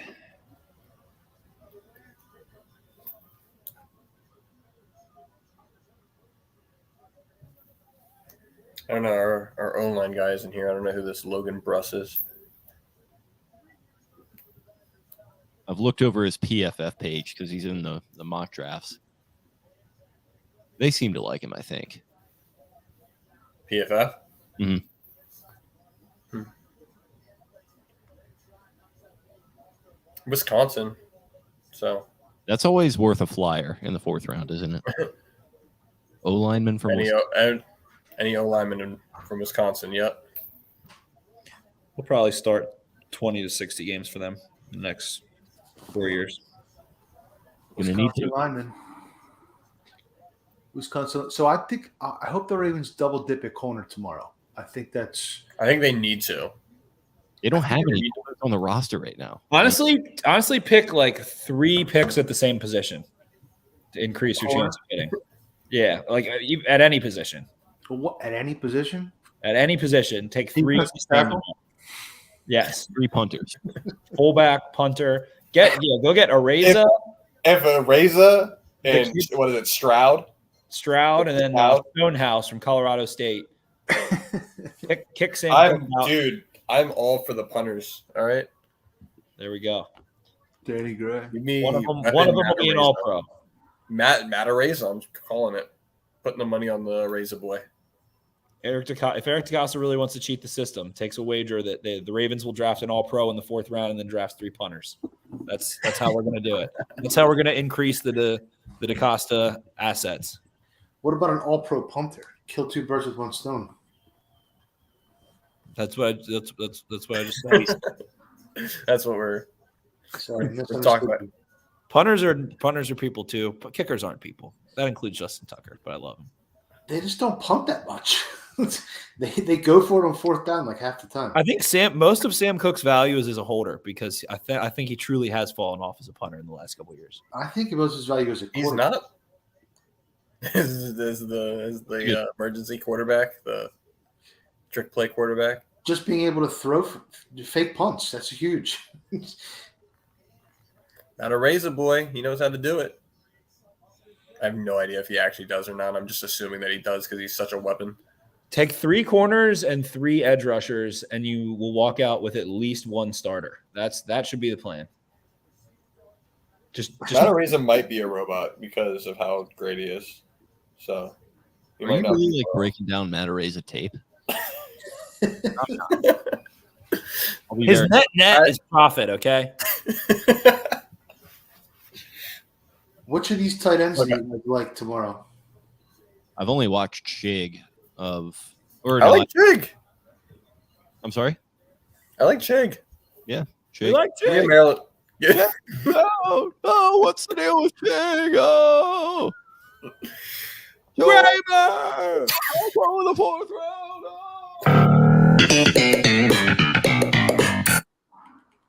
Isaiah Likely's chill. He's an athlete.